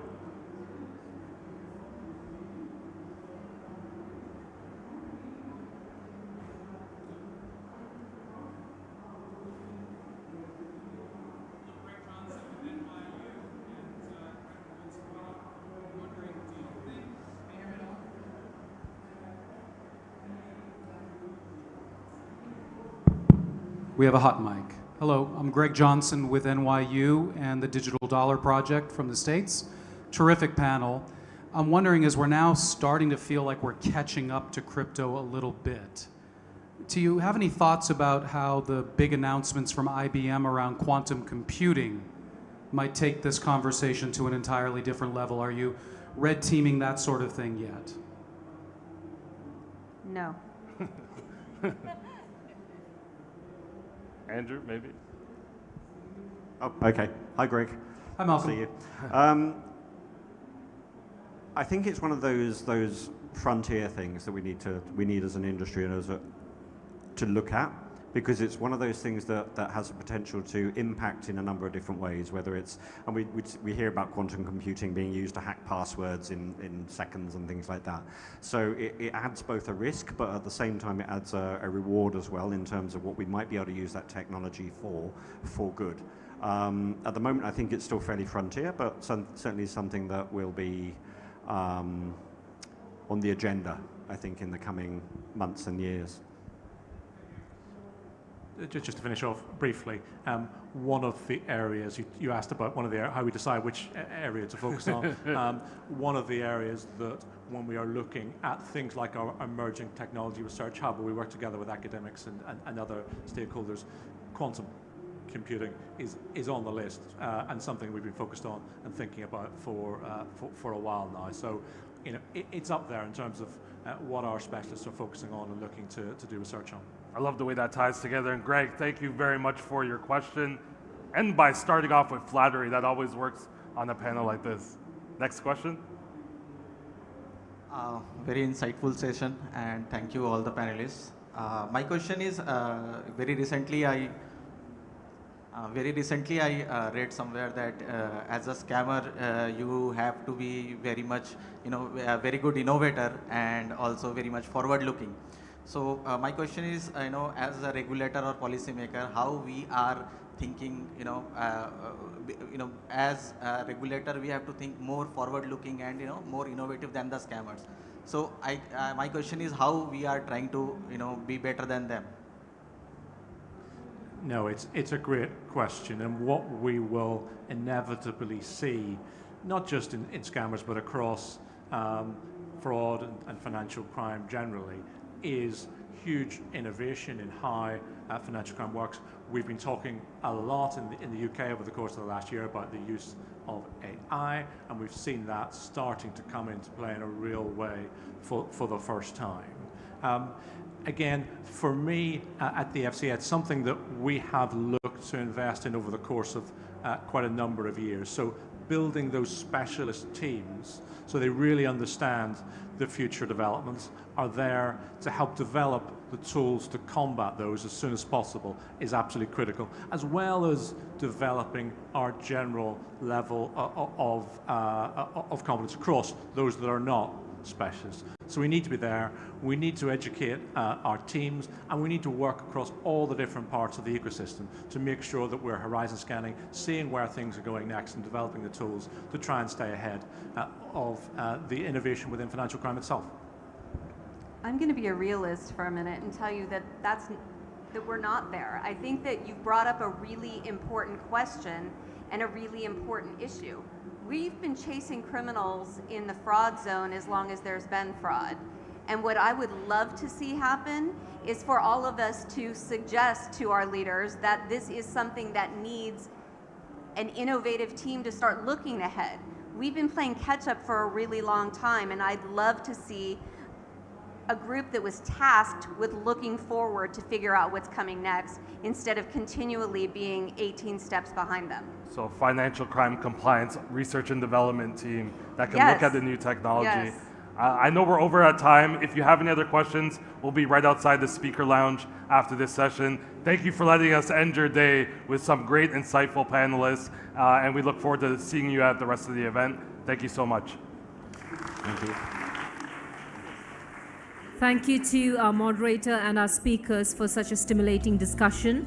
Ladies and gentlemen, that concludes day 2. Thank you for bearing with us and accommodating all the changes. See you all tomorrow. Goodbye.